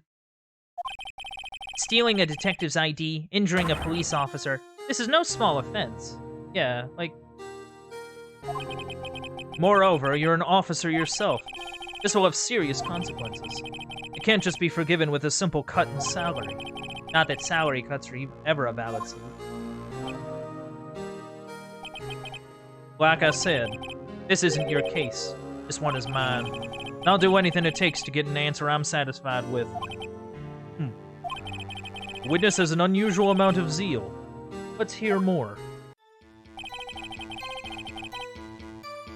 Okay, why? That case was solved 2 years ago, wasn't it? That's the reason the evidence was stored in the evidence room. Joe Dark was convicted for his crimes. One thing I can say for sure is he deserved his sentence. I remember the Joe Dark case. Involved serial murders, didn't it? I don't intend to complain about how it turned out. There's something that still bothers me. Something went down at that trial. Something no one will talk about. What happened? I don't know. That's what I'm trying to find out. Why is he so concerned with that incident? Maybe I should present him with what I think his real reason is. I have a feeling we'd wind up here sooner or later. Everyone involved here is related in some way to that case. I better take another look at the file.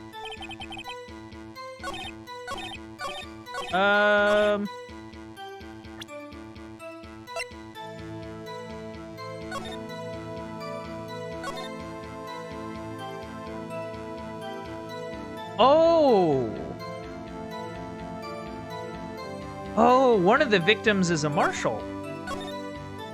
I totally, didn't even kind of, process that. Officer Marshall, I think I understand. I think I know why you care so much about the Sl9 incident. Sounds like you've been sipping too much cactus juice, partner. I have the Sl9 incident file here. The name Marshall is mentioned in here. In a list of murder victims, Neil Marshall. Are you related to this man? Neil Marshall? Yeah, I'm sure you've heard the name. 2 years ago. Oh, wow. He received the same lousy prosecutor award you got. What? Prosecutor? You must be talking about the King of Prosecutors award. Now I remember. Prosecutor Neil Marshall. He handled the Sl9 case before I did. That's right. He was killed, and the case fell into your hands. But what's his relation to you? He was my brother. Oh. Well, that's a bummer. He was investigating the murders with Damon Gant, the then Deputy Chief of Police. The group of detectives I was part of worked under them. We were desperate to prosecute the killer. Oh. Joe Dark. My brother fought Dark and was killed. That was the first time Dark left behind any evidence. That was all we needed. He was arraigned and incarcerated. The case was finally closed, at least according to the public records. What do you mean? My brother couldn't have been killed by Joe Dark. I knew my brother better than anyone. No one could have beaten him in a fight. And that's it? That's your reason for your insane actions? There's more to my brother's death than what the records say. No matter how much you try to hide it, you can't fool me. Well, at least one thing's for certain. Now we know what happened at the police department on the day of the crime. That was the last day the Sl9 case could be reopened. Not satisfied with its resolution, Officer Marshall planned to steal the evidence. Disguising himself as Detective Goodman, he entered the evidence room. Officer Meekins confronted him, so he rendered him unconscious and fled. Yes, this mystery has finally been cleared up. No murder took place at the police department that day. The things that happened by chance never ceased to amaze. At exactly the same time as the murder at the prosecutor's office, this fake murder was going on at the police department. Chance? It's gotta be more than just that. Like, because, like, here's the thing. If he was there to steal stuff, right? Maybe Goodman, yeah, okay. So if no one was murdered at the police department on the day of the crime, that means the murder in the prosecutor's office parking lot was the real one. Which in turn means only one person could have committed the crime. Chief Prosecutor Lana Skye. See, I think what it is that before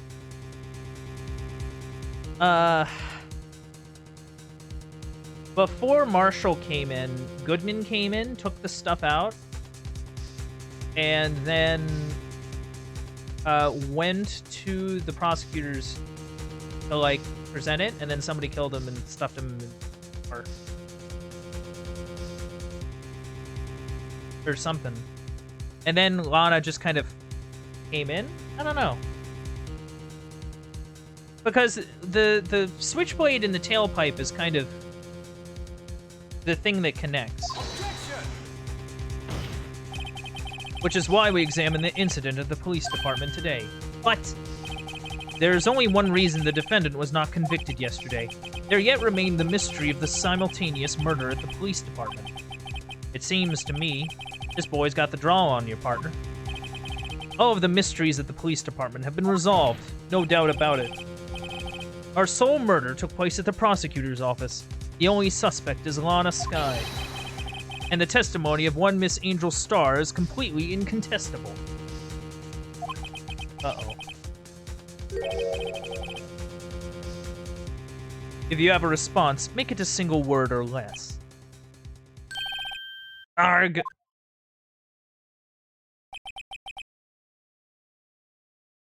I rest my case.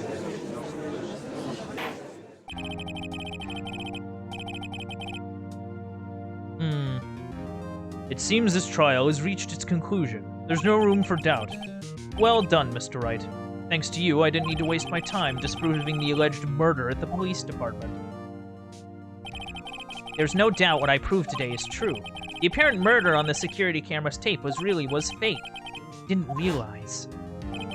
That would end up proving Lana guilty. Yeah, that's kind of the problem. Now then, the time for the verdict has arrived. This court finds the defendant... Hold it! Emma? What? Your Honor, wait. Emma? The defense has an objection. A scientific objection. Right?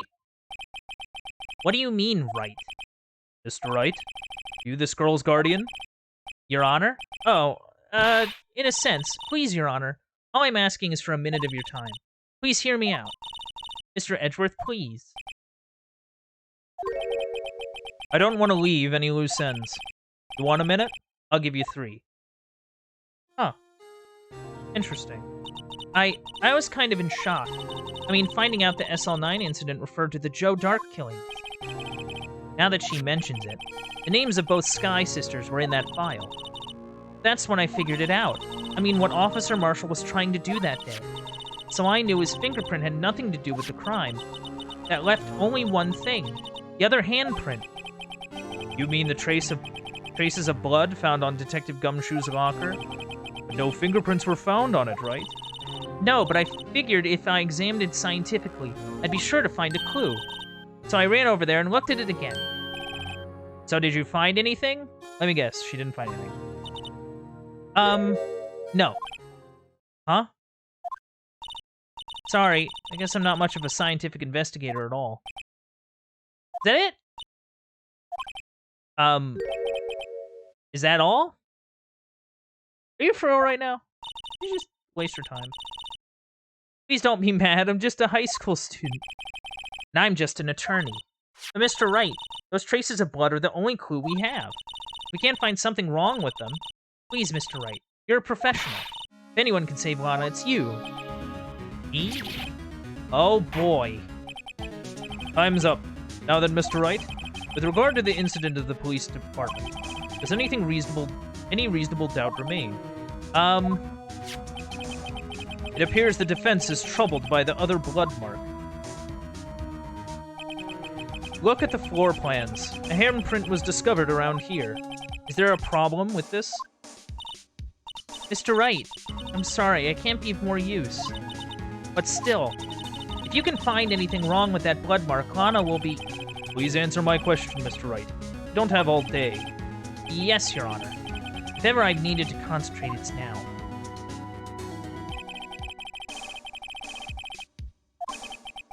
Could there be something I'm missing? But yeah, I'm gonna object, because that's what I do. This handprint left at the crime scene clearly shows a contradiction. The only thing that seems clear is you're grasping, Mr. Wright. You've been staring pretty intently at those floor plans. Tell me, is there a problem with them? Yes, this is strange. Take a good look at these floor plans. Something is missing. Missing? You mean something hasn't been drawn on there? Yes, something that, when drawn, will completely change the meaning of the blood mark. Let us pray the defense isn't simply trying to buy time. Very well, Mr. Wright. With all this evidence here, there's gotta be something I can use. Question is, which item can prove something is missing in the floor plan? Well, the security tape, I would think. Like... Wait! Wait. This big dumb blue badger nonsense. Because, like, how could anyone put their hand on anything with this giant blue badger in the way? They can't put their hand on the locker because there's a giant blue badger sitting in front of it. Well, do I present the tape, or... I mean, it'd be the blue badger. That's kind of the cause. Like, the tape kind of doesn't do much for us, maybe? Is it the tape or the panel? Well, it'd be the panel itself, because that's what's blocking it, right? But the tape shows that it's there?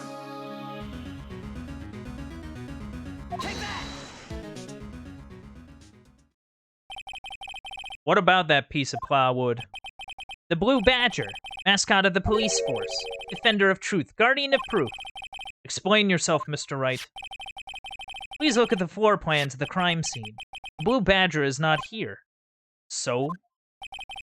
So watch what happens when we put him in. This is where he was dancing at the time of the crime. Yeah, he was right in front of the thing. Well, what? Gah! That's right. So long as the Blue Badger is dancing here, it would be impossible to place a handprint at this spot on the locker. What? Horror Nation. So that means, just exactly what does that mean? It means it can't be done. What are you saying? What traces were undeniably found on that locker? Don't look at me, I didn't put it there. Mr. Wright, think it through scientifically. Emma, on that afternoon, Officer Meekins was the one who brought the Blue Badger to the evidence room, right? That is true. After he put it down, it would be impossible to leave a handprint on that locker. So that must mean this blood mark was left there before the Blue Badger was brought in. And since we have a log of IDs, shows when Meekins first showed up, to, like, put it there, we can sort of make some assumption. Or make some educated kind of conjecture. Just one moment. I will not allow such far-fetched balderdash in my courtroom. It may sound far-fetched, Your Honor, but it's the only possible explanation. On February 21st, in the police department's evidence room, blood was spilled not once, but twice. But how? One time was captured on this tape, taken by the security camera. Officer Meekins cut his hand from which a trivial amount of blood fell. The problem is, the other time...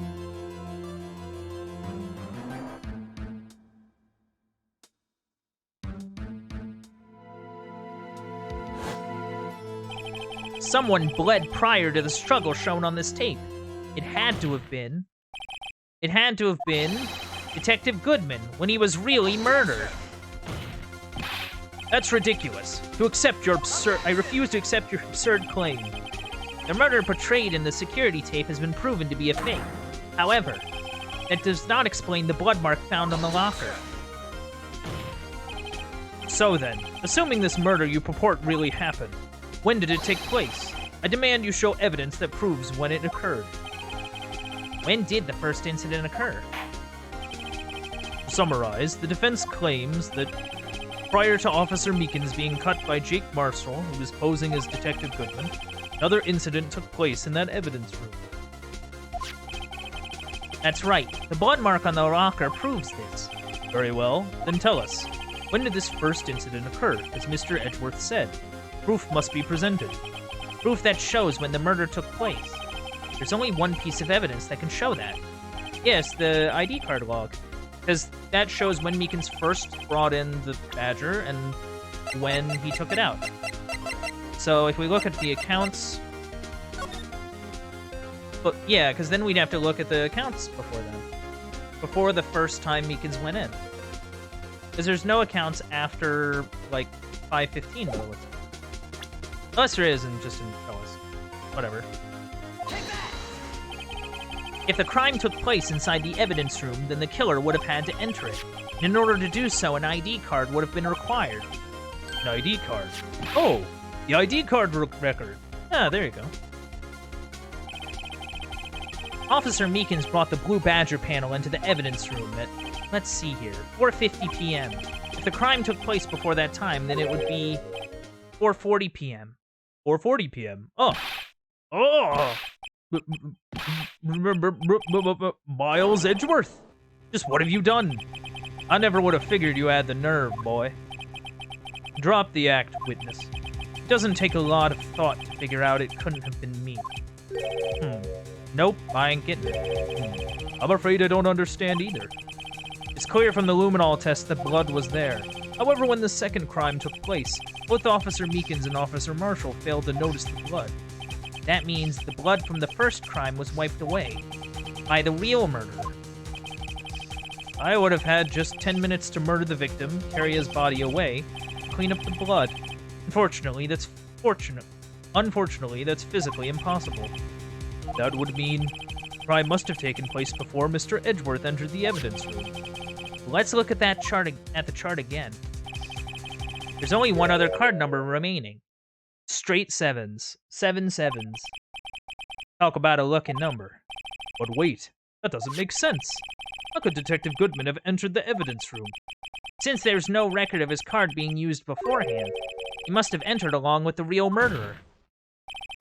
That's the only plausible explanation. He went in with 7 sevens. Mr. Edgeworth, please look into this ASAP. Find out whose ID number is 777777777. That's 17 too many, Your Honor. Unfortunately, I'm unable to look up the owner of that ID card, at least at present. What? Explain yourself, son. The ID number 7777777 belongs to someone with a rank of captain or higher, someone who is a so-called executive officer.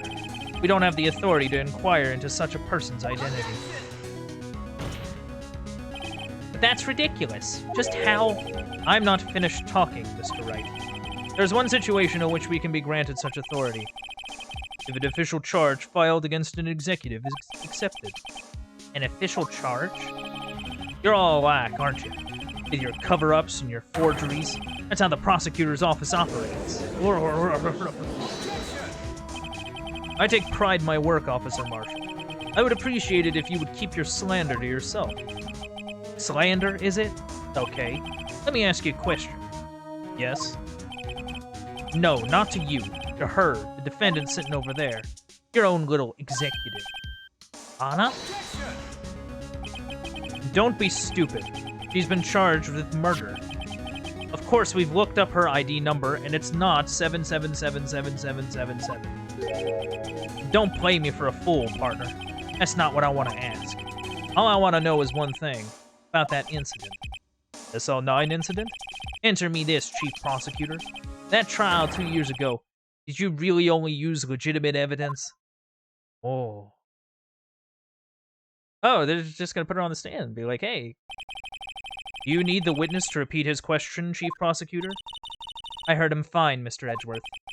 2 years ago, I was in charge of the prosecution for that trial. At the time, occasionally, we felt the powerlessness of the law. At least, I did.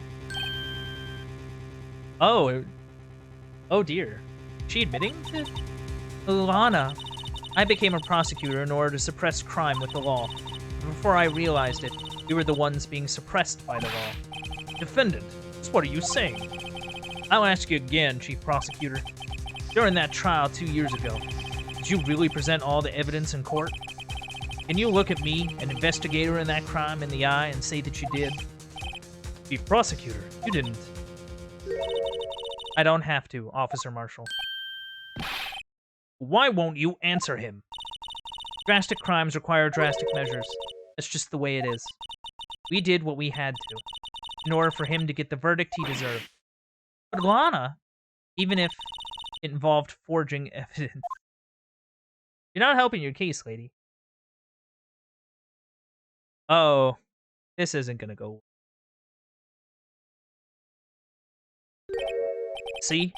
That's what I'm talking about. No. No! Oh yeah, people are gonna get... Order! Order! Order! Order!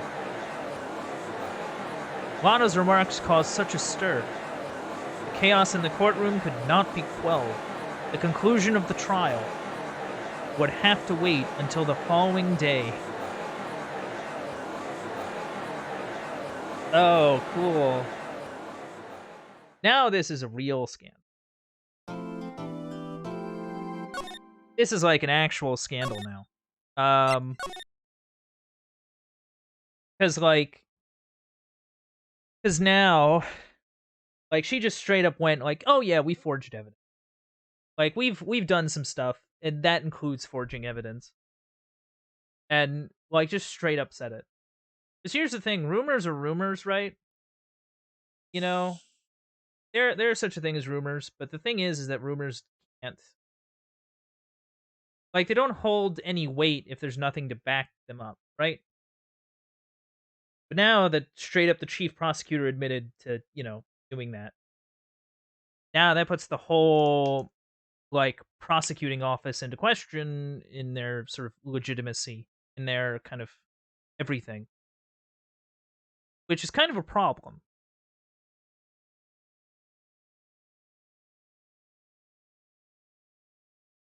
I'm extremely fascinated.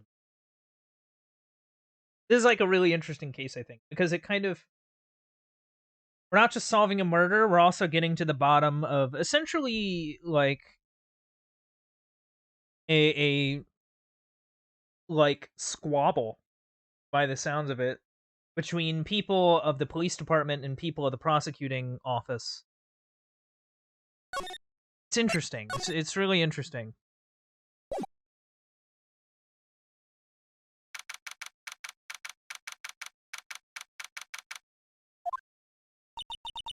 I'm so sorry, Mr. Wright. I'm sorry for what my sister said. Drastic crimes require drastic measures. That's just the way it is. We did what we had to do, in order for him to get the verdict he deserved.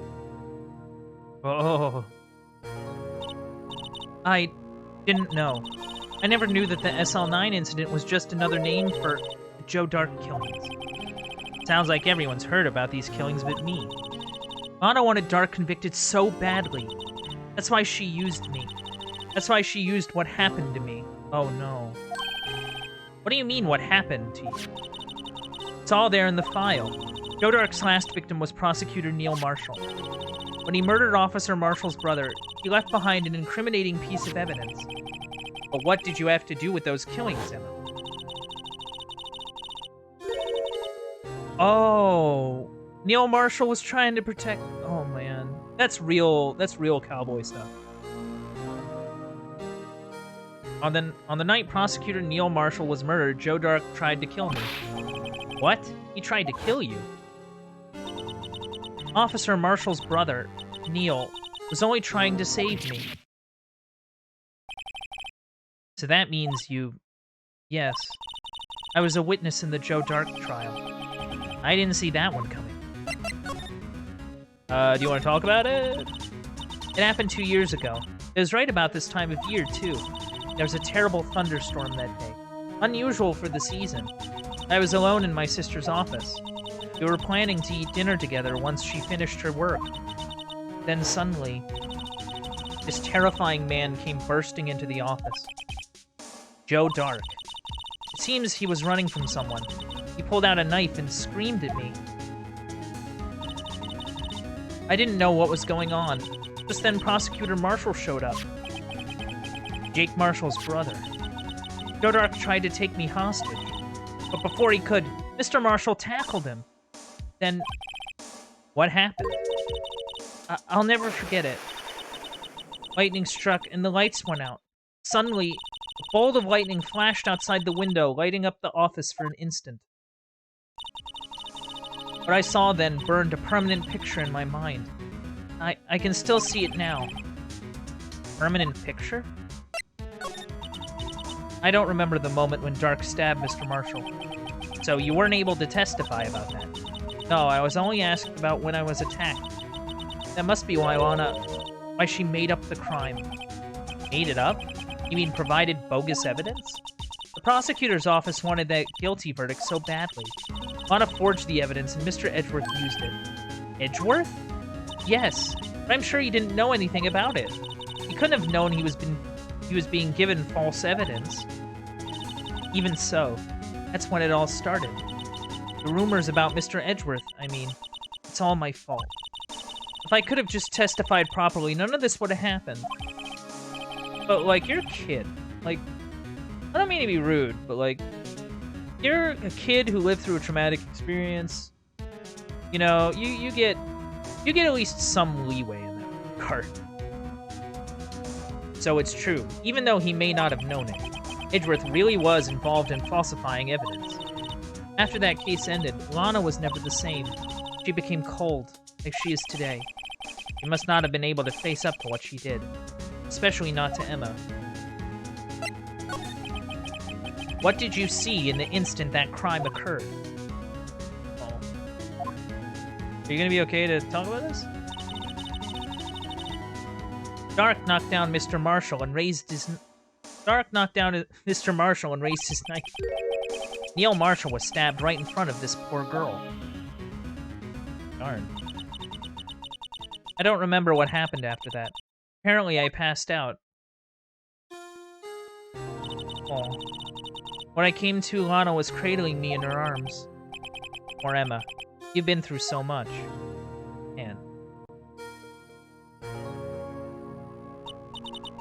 I couldn't bring myself to testify about that instant. I tried, but the words just wouldn't come out. I drew a picture, but it wasn't any good. 2 years ago. You must have been 14. That's understandable. Once it was all over, I made up my mind. I decided that when I grew up, I'd become a scientific investigator. I wanted to be able to fight crime with my testimonies, and find the evidence to make an airtight case. That way Lana would never have to forge any. I see. I think I'm finally starting to understand what makes Emma tick. There's still something that bothers me about that crime. Something puzzling. There's something that's puzzling me, Emma. What is it? You said you were in Lana's office at that time, right? That's right. Why then would a serial killer come running in there? Not only that, but he was being chased by a prosecutor?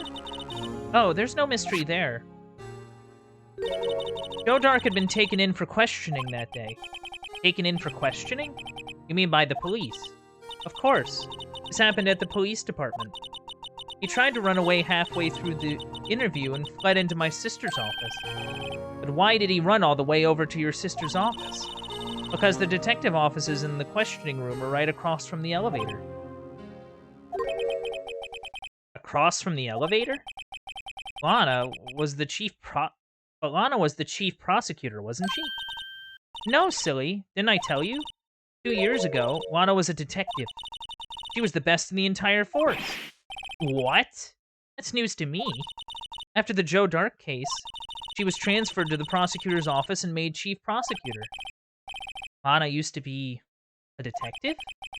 I'd better have another talk with her. Well, I guess we get to have a little chat with her about something. Again. Alright, Lana, come on. You're not helping us very much. You helped us with the file. That was nice of you. Appreciate it. Lana. Mr. Wright, it seems I keep causing you trouble. Falsifying evidence. I didn't think you were the type. Criminals don't mind playing foul. Why should we? But Lana, if you're wrong, an innocent person might be found guilty. Believe me, I understand the risks. Lana. Emma told me about you. Oh? About how you were a detective 2 years ago, and how the Sl9 incident was the reason for your transfer to the prosecutor's office. That's right. Could you fill me in on the details? Especially about that unusual change of jobs. I suppose you have a right to know, Mr. Wright. Well, we'll get to it. A lot of revelations were uncovered at the trial today, not the least of which was the fact that this case is largely connected to another one 2 years ago. Evidence from that case was stolen as well, though I expected as much. I know how obsessive Officer Marshall can be. That trial, it really wasn't fair, was it? I believed in you, Lana. I believed that no matter what happened, you'd always stick to the truth. It couldn't be helped, Emma. At the trial 2 years ago, I sold my soul. Well, all drama aside, the matter of the fact is at 5:15 there was no murder at the police department. Tell me it's not true, Lana. What's the witness? What the witness, Miss Starr, said about you stabbing Mr. Goodman with a knife. Lana, I don't understand. Why won't you tell us? Emma, this doesn't involve just me. I don't think I've ever seen Lana look so fazed.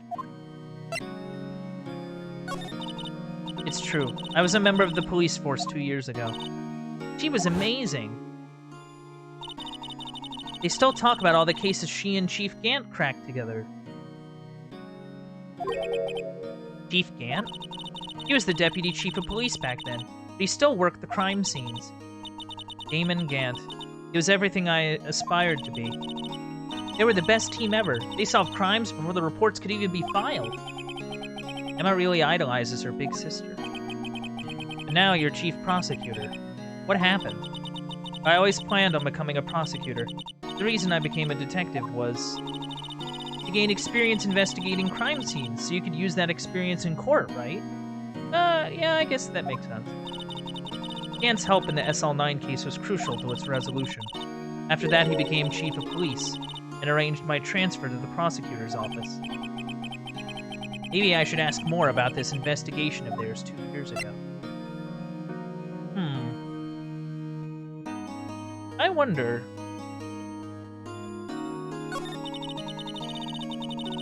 2 years ago, I was second in command of the detectives investigating Dark. Second in command? That means the investigation lead was Damon Gant, right? Yes, Deputy Chief Gant and I shared the same office, and the same investigations. They even had the same office. We led a team of the best detectives on the force. Detective Goodman, whose case it was, Jake Marshall, and Angel Starr. It was the first time Marshall worked with his brother. He was quite gung-ho. Without a doubt, Joe Dark was the serial killer. We asked him to come in for questioning. We were desperate for evidence. That was when his final murder took place, when he tried to murder Emma. Prosecutor Marshall was trying to save me from Dark. You see, the first person who happened upon the scene of the crime was me. Now you tell him. Damon Gant and Neil Marshall were the ones questioning Dark that day. The investigation was in its final stages, and Dark must have suddenly panicked. So he waited until Gant and Marshall let their guards down, then fled the room. From there, he ran straight to the office shared by Deputy Chief Gant and myself. That's where he found me. So you were the first person to run to the scene, Lana. It appears so. I was filing some papers while Gant and Marshall were questioning Dark. Where'd the knife come from? Just sort of thinking about that. Like, if they're gonna bring in a dude for questioning, right? Well, I say that. But, like, you'd think they'd, like, check him first. Especially if he's being, you know, suspected of murder. They'd check him for stuff. Unless they don't do that. Oh. When I returned to my office, I saw 3 bodies on the floor and smelled blood. 3 bodies? Prosecutor Marshall, the victim Emma, who had passed out, and the suspect, Joe Dark. During the struggle, it seems Mr. Marshall struck a final blow before he died. Joe Dark incurred a minor concussion and lay unconscious. What did you do? To be honest, I panicked. I picked up Emma, carried her out of the room, and just held her. Can't blame her, after all her sister must have gone through. After that, I placed Dark under immediate arrest. Let me get this straight. You were all involved in the Sl9 incident. That's right. Quite a coincidence, huh? I don't buy it. But what are you saying? There's no way everyone involved in this trial was also involved in that incident. Just by chance. But the case was solved 2 years ago. At least one person went to extremes because they didn't believe it was truly solved.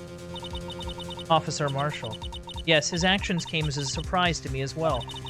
Ever since his brother died, he's changed completely. I guess he wasn't convinced with the ruling against Joe Dark. Life doesn't end with the closing of a case. Everyone has to live the rest of their lives with their memories.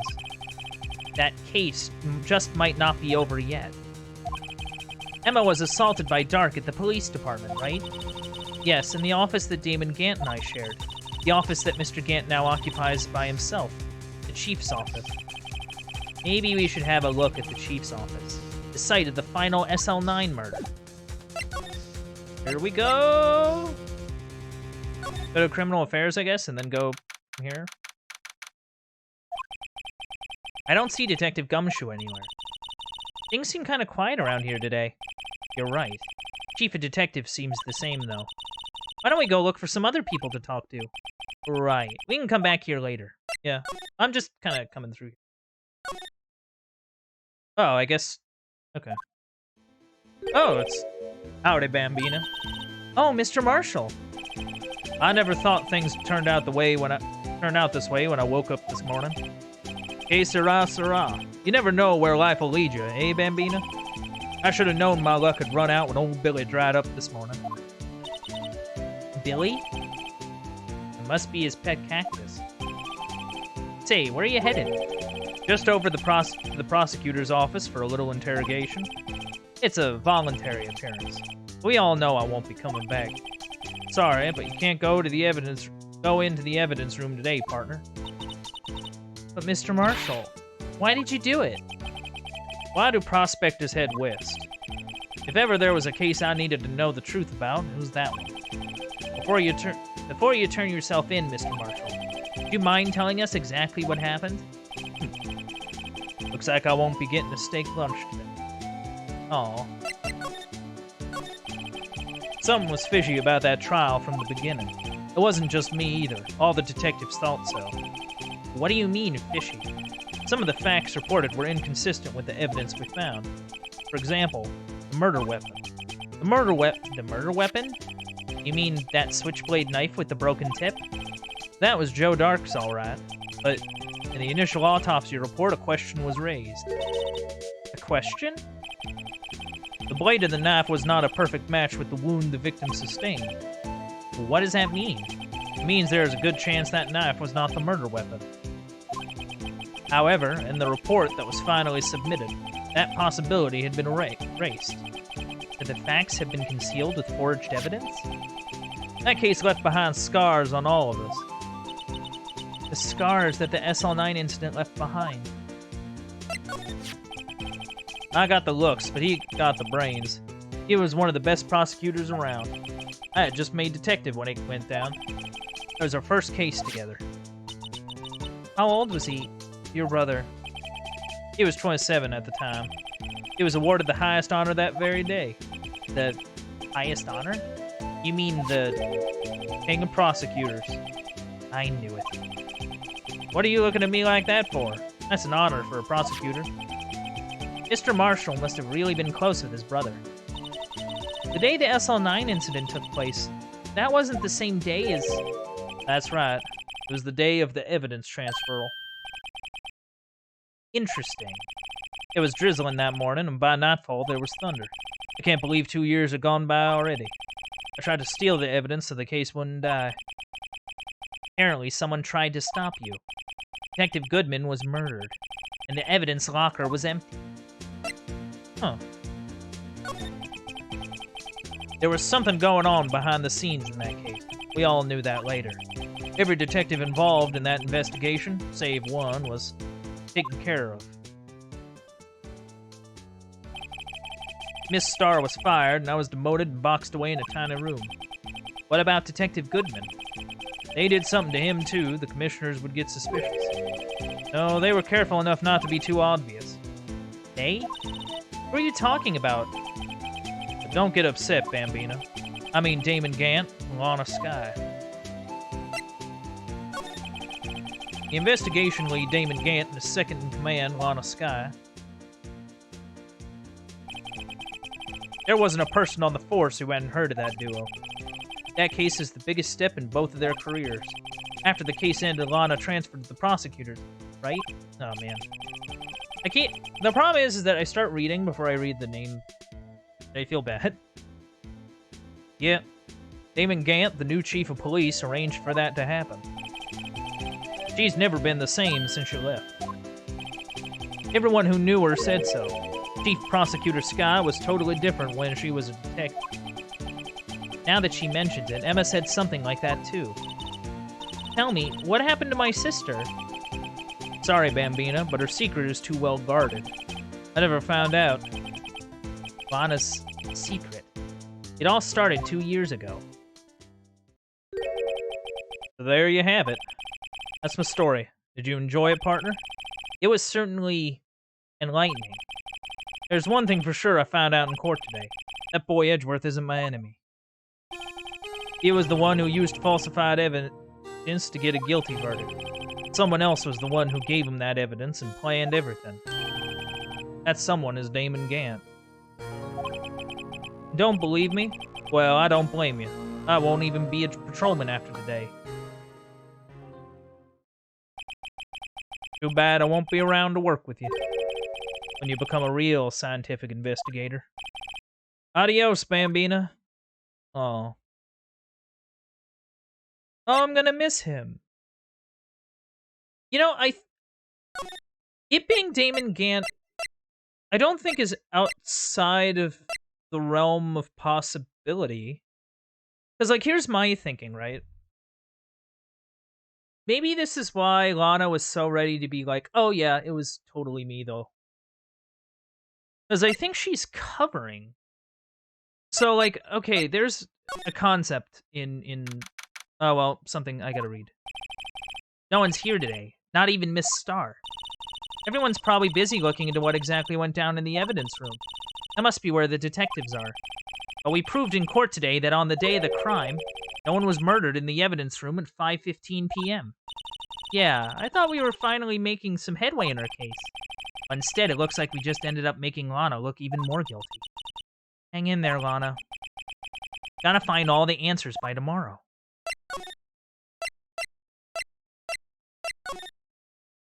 See, I need to get to his office. His place is always pretty empty, but today it's deserted. That must mean everyone's busy solving crimes. Oh, if you're looking for the others, they're all in the conference room. Thanks. Oh, wait, no, that's the chief of detectives. Wow, he actually talked to us. The chief prosecutor saying what she did and the decision about what to do about Mr. Edgeworth, not to mention her statement to the media in tomorrow's trial. There's more chaos going on than Thanksgiving and Christmas put together. I think festive is the word usually used for those. Sir, we'd like to have a look around Chief Gant's office. Just use the connecting hallway to the other building and take the elevator to the top floor. Really? You mean it's okay for us to go in there? I mean, we aren't police officers or anything. Hey, you're right. You can't go in there. It's off limits. Now I see where Detective Gumshoe gets his unique charm. Well, what are we waiting for? Let's head to the chief's office. Wow. But, like, so what I was going to say is that there's a concept called golden handcuff.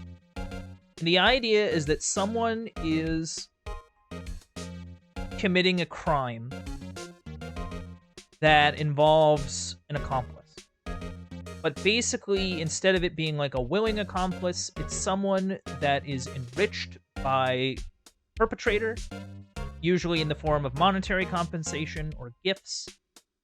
And basically the idea is that they ensure their silence of the crime by enriching this person. That if they report them on the crime, that they will be implicated in it as well, and partly because they've been so enriched by this other person. Hopefully that made, like, some sense. There's a massive organ here. Hold on, I want to play One Winged Angel. Whoa, where am I? It's the chief's office, silly. At least that's what it said on the door. Check out that pipe organ. That's real, isn't it? Hey, I used to take organ lessons in kindergarten. They used to call me Little Miss Bach. I thought I was a genius until they tried teaching me notes.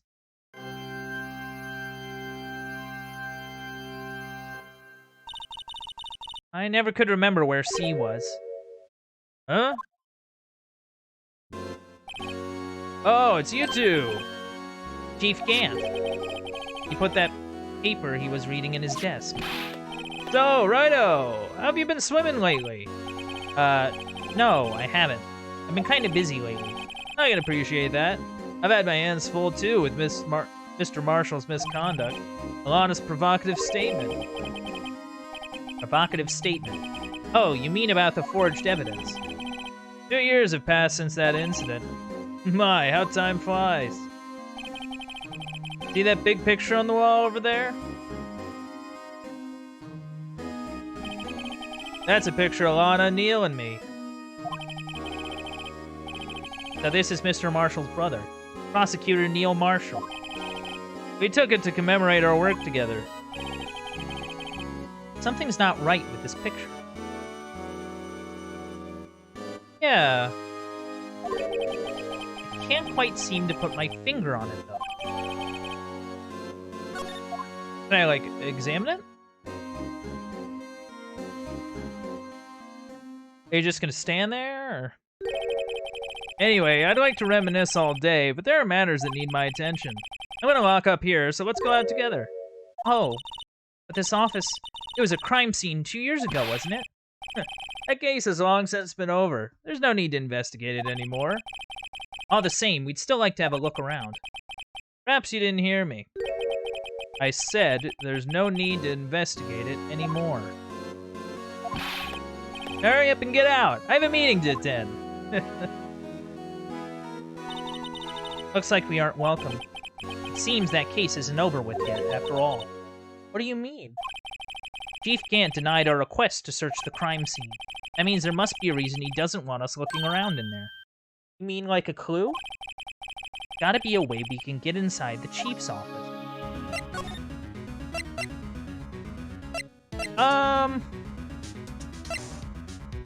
Maybe Edgeworth knows something. That's sort of an idea that popped into my head. Is Edgeworth out and about? Mr. Edgeworth isn't here. Oh, well. Maybe he's being questioned by an inquiry committee? He took a real beating in court today. Yeah, with Lana admitting to falsifying evidence 2 years ago. I guess he'll just have to come back later. But yeah, I wonder if Damon Gant has, like, some sort of golden handcuff situation with Lana. Okay. Okay, so the picture is a thing. Okay, so the shield is still broken. So I guess that's something? What's with the vase? Wait. Wait. It's the same vase or jar or whatever is in this photo. And this was taken, like, the day of, but before the murder. There's a piece missing from it. Hey, can you get us in there? Oh, okay. Alright, this is just... I failed. Okay.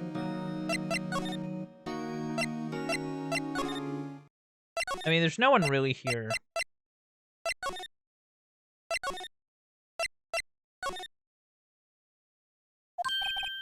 Hey, pal. Detective Gumshoe, aren't you supposed to be in a meeting? I'm, just taking a breather. My feet hurt. I'm sitting so long? Actually, I'm serving everyone coffee. Oh. Sounds like Detective Gumshoe's still out of the loop. Say, have either of you seen Mr. Edgeworth? Edgeworth? No, why do you ask? He's under fire from both the police department and the prosecutor's office. It's almost like the battle's between you two in court. That sounds serious. Is it because of what my sister said? Well, that's basically what it all boils down to. That falsified evidence 2 years ago. And Mr. Edgeworth has the whole world after his blood. Yikes. Hey, But why would Edgeworth be blamed? It's not like he knew the evidence was forged. Lana Skye is the guilty party here, isn't she? Regardless, the prosecutor is responsible for the evidence they present in court. Not only that, but as you know, there have been a lot of rumors going around about Mr. Edgeworth. His amazing talent as a prosecutor's kept him safe from those who don't like him. But now, with this, are there really so many people who hate him? In our world, only those with talent rise to the top. Mr. Edgeworth not only has that, but he's young. No better recipe I know for making enemies. You're not wrong. Hey, Dick, keep up the good work. Yes, sir. Let's go out for lunch again sometime. My treat. Yes, sir. Gotta take me back to that joint sometime, okay, Dick? Yes, sir. Seems you don't have any problem with enemies. Yeah, well, I'm careful not to stick out. Anyway, I'm a bit worried about him. Under all this pressure, I'm afraid Mr. Edgeworth just might crack. Actually, I took a look at the file earlier while the coffee was brewing. He seems genuinely concerned for Edgeworth. Well, did you find out anything? The only evidence Doc left behind was during his final attack. His final attack? You mean, when he killed Prosecutor Marshall who was trying to protect some girl? Me? Seems Detective Gumshoe never realized Emma was the girl. That's when he left the most incriminating evidence of all. Well, what was it? Oh, let me see. I think it had something to do with the murder weapon. Oh, I forget. Look, it's all written somewhere in here, okay? His powers of recollection never fail to impress. Maybe we should show him the murder weapon. It might jog his memory. Yeah, that might be an idea.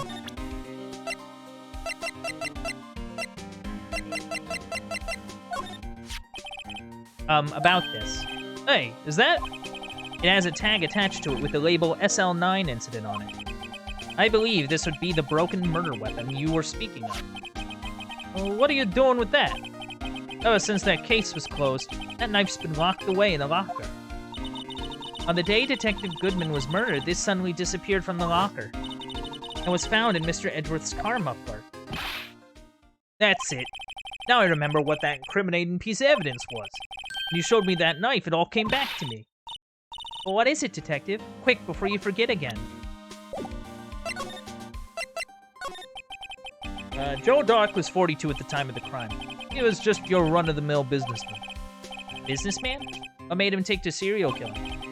One day on his way home from work, he hit someone with his car. Hit his car? So, it was an accident? An accident, yes, but it transformed him into an animal. An animal? Killed the man that witnessed the accident. Then he killed the lady who saw the second crime. Oh, a kid walked by, a jogger came upon the scene as well, and he killed as well. Finally, he turned himself in.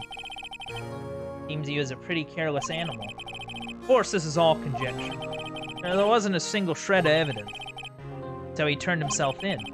Yeah, but in the middle of his questioning, he fled and murdered his final victim, Prosecutor Marshall. That crime was witnessed by someone too, but luckily Dark was arrested on the spot. It's a good thing that last witness wasn't killed. That last witness, aka Emma. This knife, it was Joe Dark's, wasn't it? That's right. We traced it back to the store he bought it at, plus it had his fingerprints on it too. But no one actually witnessed him using it to murder anyone, right? That's where his luck ran out. When you take a good look at the knife, you'll see it's broken. You don't have to take a good look to notice that. Yeah, well, anyway. Take a guess where the broken off tip of the knife was found. That's what did him in. Where was it? The victim, Neil Marshall, was carrying it inside his own body. It was found deep inside the stab wound. Did it match Dark's knife? Oh, you bet. Down to the last fiber. That's pretty conclusive. Huh, stabbed in the back, died from punctured heart and lungs. Knife tip was in the wound. Okay, yeah. Well, there you have it in a nutshell. That's all I know. Can I ask you one more thing? Oh, what is it? If it's money you need, you should ask Chief Gant. Not about money, but it does concern the chief. His office is a crime scene, right? It's where Prosecutor Neil Marshall was murdered. Chief's out now, and his office is locked. We'd like to have a look around if that's okay. Yeah, well, any detective's ID card can unlock the door. What? Really? But I feel like a civilian in there, I'd be charged with breach of trust. Breach of trust? Simply put, I'd be canned. Oh. Sorry, pal. I don't plan on getting fired because of you. How about this ID card? It was Detective Goodman's. Emma, please stop. That won't work either. The data was deleted the day he died. Oh. So, in other words, Gumshoe is our only chance of getting into that office. I wonder if there's something we could show him that would make him change his mind.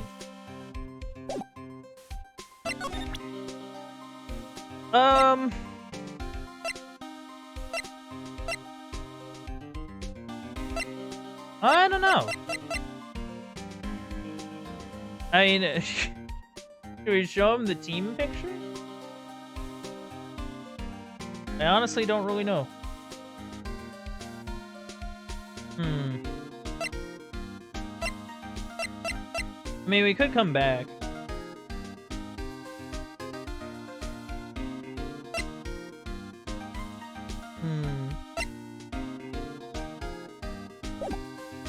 We might have to come back. I don't really see anything I can really show him to go like, oh yeah, this works. That's like the only real other place though. Yeah, it's still there. As I drop something. Oh no, is Edgeworth back? I wonder if Edgeworth is back yet. There he is. Looks like he's writing something. What are you doing here? Sure was quick to throw that paper on the floor. Tough day in court, huh? I've had to live the past 2 years with rumors flying around. What's another allegation to me? Cheer up, Mr. Edgeworth. I'm rooting for you. That's Edgeworth for you. Always trying to hide his real feelings. So what do you want? Like some people, I don't have all day. There's no excuse for what I've done. 2 years ago, I used false evidence to obtain a guilty verdict. That's what it all breaks down to, and nothing I do can erase that fact. But you didn't know, did you? I mean that the evidence was falsified. The police department and the prosecutor's office share a bond of trust. If that bond is broken, we stand to lose everything. The police department's error is my error. My responsibility is the prosecutor in charge. That fact remains the same no matter what excuses I might have. Mr. Edgeworth. I take pride in my work. So tell me why. Why has it all come to this? Even Edgeworth can't keep this kind of emotion bottled up. Are you up for the trial tomorrow? First last year's trial, and now this one. Seems all you do is worry about me. To be honest, you're getting on my nerves. But Mr. Edgeworth, you can't just walk out on the trial. Tomorrow is the last day. It's too late to change prosecutors. I'll bet that's what my superiors are banking on. I never thought that case would come back to haunt me. What do you mean? The list of evidence. It seems too short. Most lists run twice as long. It's only half as long as most lists. That is odd. After Neil Marshall was murdered, I became prosecutor for that case. I may not have been part of the investigation, but I knew what I had to do. Here's the evidence I was given to prove the suspect guilty. That was really the only thing on my mind at the time. Say, we just saw a picture taken around that time. That picture. Something seems strange about it. Could you tell us again about what happened that day?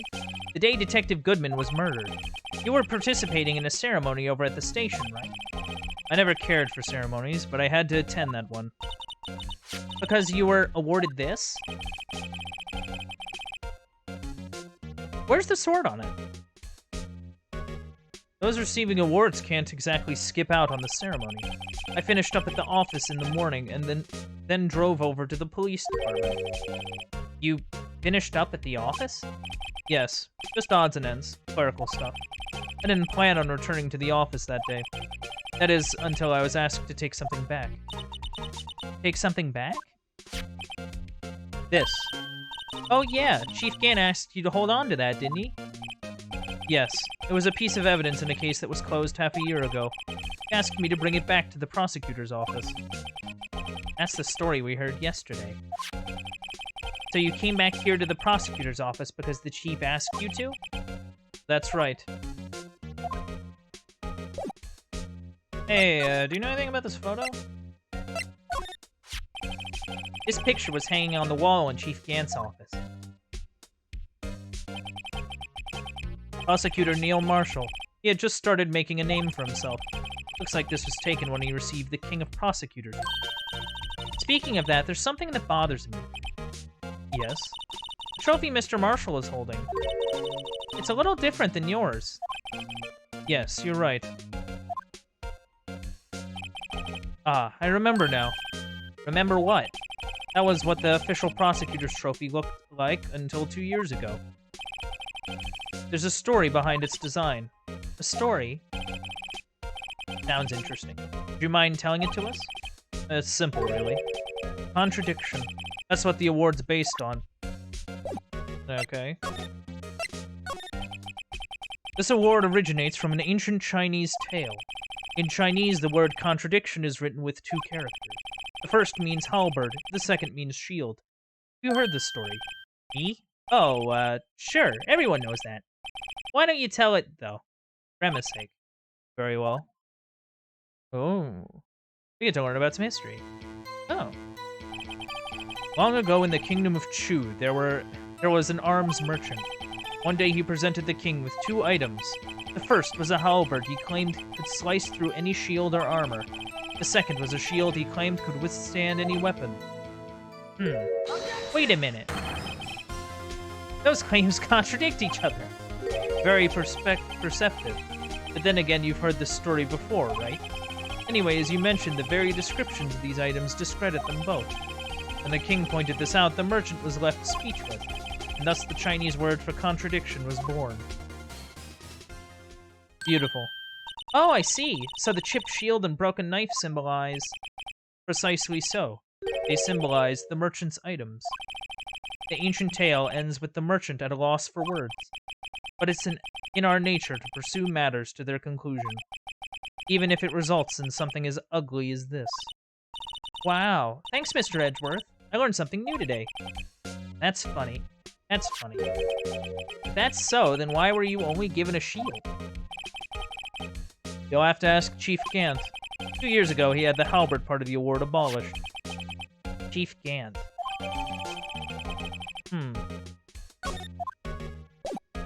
Weird, but okay.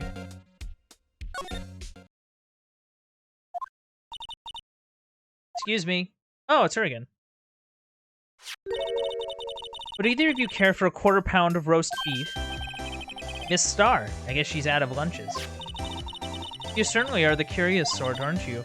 Kind of like the first person who sucked a cow's nipple to discover milk. Still, I never thought you'd go digging up that case from 2 years ago. Everyone in this trial was involved in the Sl9 incident. Not only that, but the murder occurred on this very day the evidence from that case was due for transferal. This can't all be attributed to mere coincidence.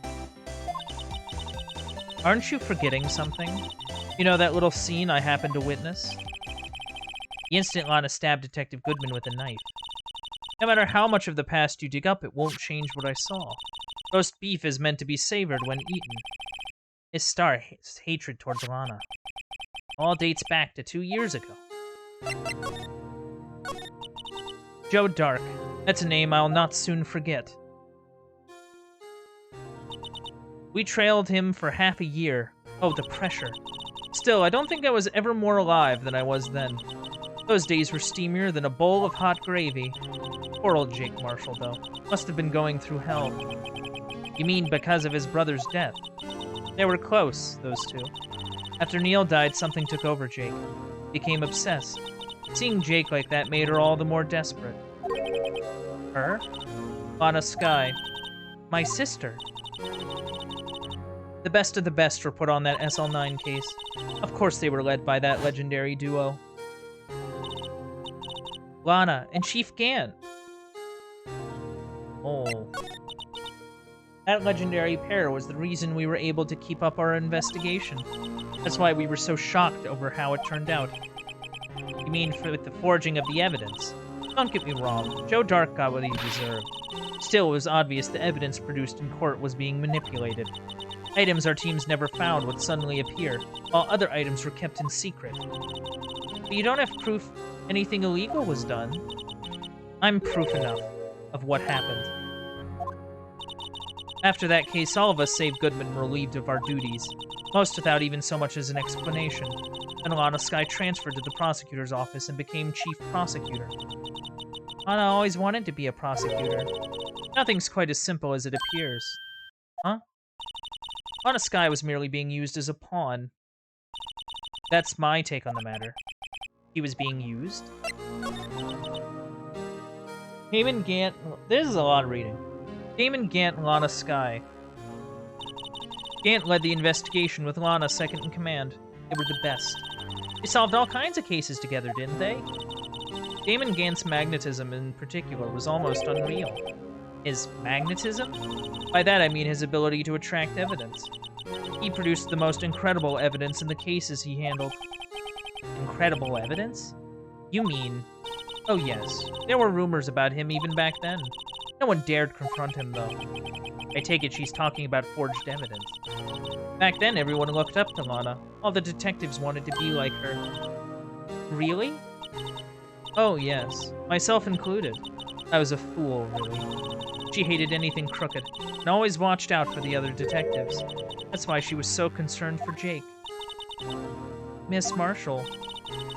When Jake's brother was murdered, she felt as if she had lost her own brother. If it wasn't for her, I don't think Jake would ever have recovered from his shock. That's what makes it all the more infuriating. Miss Starr. That's why I'll never be able to forgive her. Why did she have to turn so cold after that? Oh. Lana transferred to the prosecutor's office 2 years ago, didn't she? Yes, thanks to Chief Gant's powerful influence. Chief... That's right. Having solved the Sl9 case, his position as chief was secured. There was only one thing left for him to control. And then no one could stand in his way. The prosecutor's office. What? You mean that's why Lana was transferred? If he could control the chief prosecutor, he could control the prosecutor's office. Yeah, this is what I was kind of thinking of before. That must have been his goal all along. But how could he control Lana? I don't know, but one thing's for sure. Ever since that case ended, she's never been the same. It's only logical to conclude there must have been a reason for her to change. At last. Finally getting close to the bottom of this ugly mess. Thank you, Miss Starr. You listen to me, rookie. It takes more than just ingredients to create fine cuisine. I hope you turn out to be a better chef than I've been.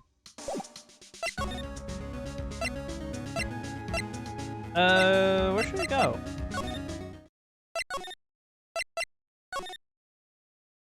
Oh, where'd he go? Oh, you're back.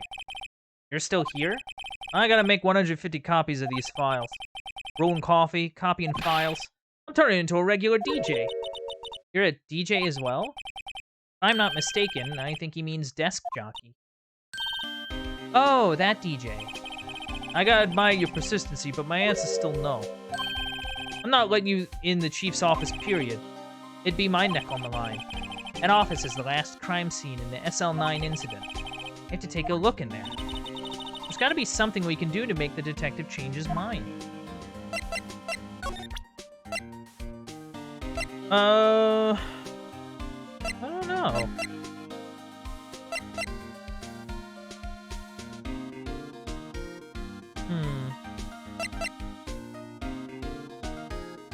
Like, I feel like...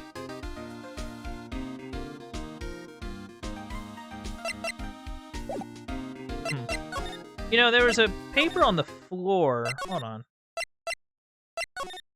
That I actually didn't bother to get. Hold on. I figured he'd just yell at me if I tried to take it. I wonder what he was writing before. Come on, Mr. Wright. Let's take a look. Are you crazy? Edgeworth is sitting right there. Just distract him. I'll check it out. Hey, Edgeworth. Is that Detective Gumshoe out the window there? Oh no, he's falling to the ground. Hold on. First, let me see what this girl's doing crawling around my feet. He didn't even look. What? Letter of Uh-oh. You're having trouble reading. I'll read it for you. It says, letter of resignation. Resignation? Edgeworth, you don't mean... I'm tired. I feel as if something inside me has died. But Mr. Edgeworth, none of it is your fault. I know the path I've walked. You don't need to tell me. And the path I've walked hasn't been a just one. I can't forgive myself for what I've done. And no one else should forgive me either. Uh-oh. I think he's serious. Mr. Wright, please, you have to do something. This letter of resignation. Wonder if I can use it for him. Oh, yeah. We can use this to kind of... Okay. Hey, Gumshoe. Dude's thinking of resigning. Will you let us in now? What's this crumpled up piece of paper? No way! Mr. Edgeworth can't be serious. Is he ever not serious? I can't believe they've pushed him this far. Mr. Edgeworth really feels responsible. When I first met him, I thought he was as cold as ice too. But I know different now. He trusted us detectives to prove him with sound evidence. We betrayed him. Oh. Detective. Well, that's it. I made up my mind. But Here, take my ID card. You can't do that. If someone found out, they wouldn't let you off the hook with another lost item report. Oh, look at me. No secret I'm already out of the loop. After all, I'm friends with Mr. Edgeworth. Depending on how this case turns out, I may already be as good as terminated. What? So at least let me do this. For Mr. Edgeworth's sake. Alright, Detective. Thank you.